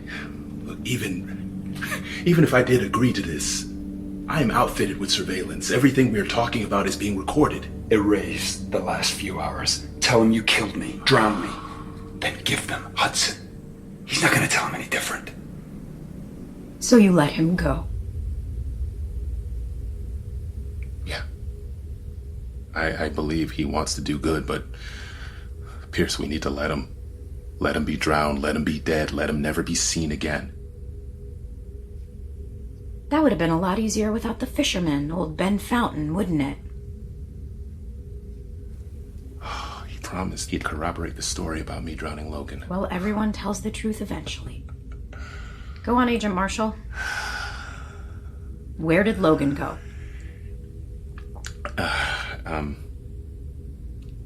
Okay. Mallory had arranged for him to shuttle her out of the Five Fingers. They were gonna pick Logan up there and head to Seattle, and they were going to go their separate ways. Start over. Why are you smiling? Always let the witness speak. I followed. Lights off, throttle low. Followed him all the way out to the Five Fingers. And I had to keep my distance, of course, but I saw. Your friend, your boy, the other suit. He went after Logan. Roundhoused him. Dragged him off the rock and into the ocean. Thought they were both goners for sure, but however many minutes later, one of them broke the surface, came crawling back to life. So he didn't tell you the truth? He didn't need to. You just did. Don't you remember our directive? Never reveal the truth, even if you have it.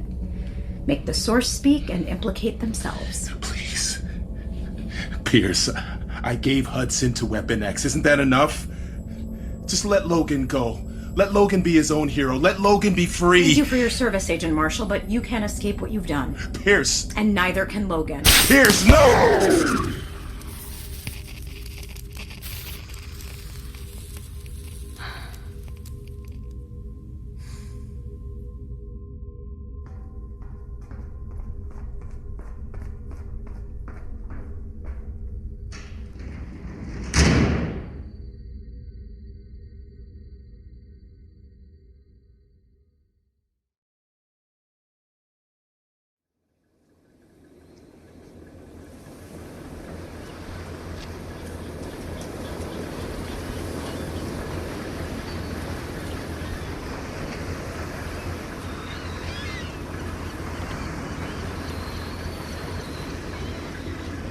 So do you think they'll find out the truth? They usually do. How long of a head start do we have? I don't know. Hours, months. I figure we head across the Bering. Chukchi Sea, there's a Russian port there, whaling. And then we'll grab another boat, make our way to Japan. Wait, we're going to Japan? Uh-huh. Why Japan? There's more and more memories coming back to me. I seem to recall having some friends there. Yeah, and probably some enemies. Oh yeah, that's a given. The second the claws come out, I'm done with you. I don't want to be part of some traveling war. Okay, let's just get to Japan, and then we'll figure out the next step. You're welcome to go your own way after that. Great.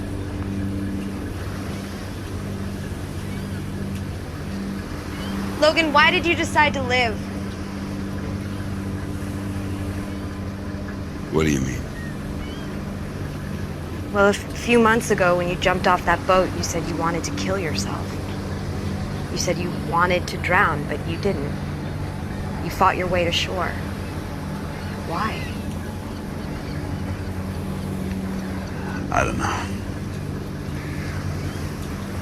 When I was in the water, when I was sinking down into the black, instinct took over. The will to survive was too strong. Even if I could hardly stand to live, my body made me fight. It took me a while to understand, but what I realized was I'm gonna keep breathing, and I gotta learn to live with this guilt. If I'm gonna earn my oxygen, then I gotta make memories I can live with. I gotta put these claws to good use.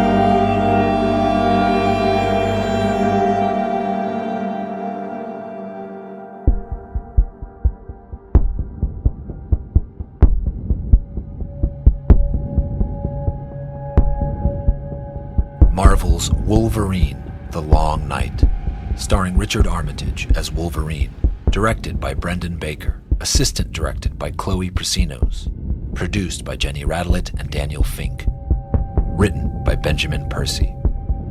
Scott Adsit as Sheriff Ridge, Bob Balaban as Joseph Langrock, Zoe Chow as Mallory, Otto Isondo as Agent Marshall, Celia Keenan Bolger as Agent Pierce, Andrew Keenan Bolger as Bobby, Brian Stokes Mitchell as Prophet, Jordan Bridges as the Fisherman, Joanne Tucker as Dr. Beckman. Our associate producer is Chloe Wilson. Our production manager is Emily Pontecorvo, casting by Shayna Markowitz. Our recording engineer is Colin Alexander. Production assistance from Stephanie Kariuki, Carly Krim, and Frank Cooper. Original composition by Dayru. Additional music by Max Espranzi. Sound design and mixing by Brendan Baker and Chloe Prasinos. Post-production services provided by Phenomaphon. Production legal by Eric Spiegelman, Lindsay Bowen, and Michaela Gross. Executive produced by Dan Buckley, Joe Casada, Dan Silver, Axel Alonso, and Chris Bannon. Our executive editor is Peter Clowney. Marvel's consulting producers are Harry Goh and Sarah Amos. Special thanks to CDM Studios, Matt Gorley, Parabolic Studios, SAG-AFTRA, and Wagon Road Camp. No animals were harmed in the making of this podcast. For even more Wolverine, The Long Night, listen to The Marvel After Show, hosted by Christina Harrington and Jerome Milligan.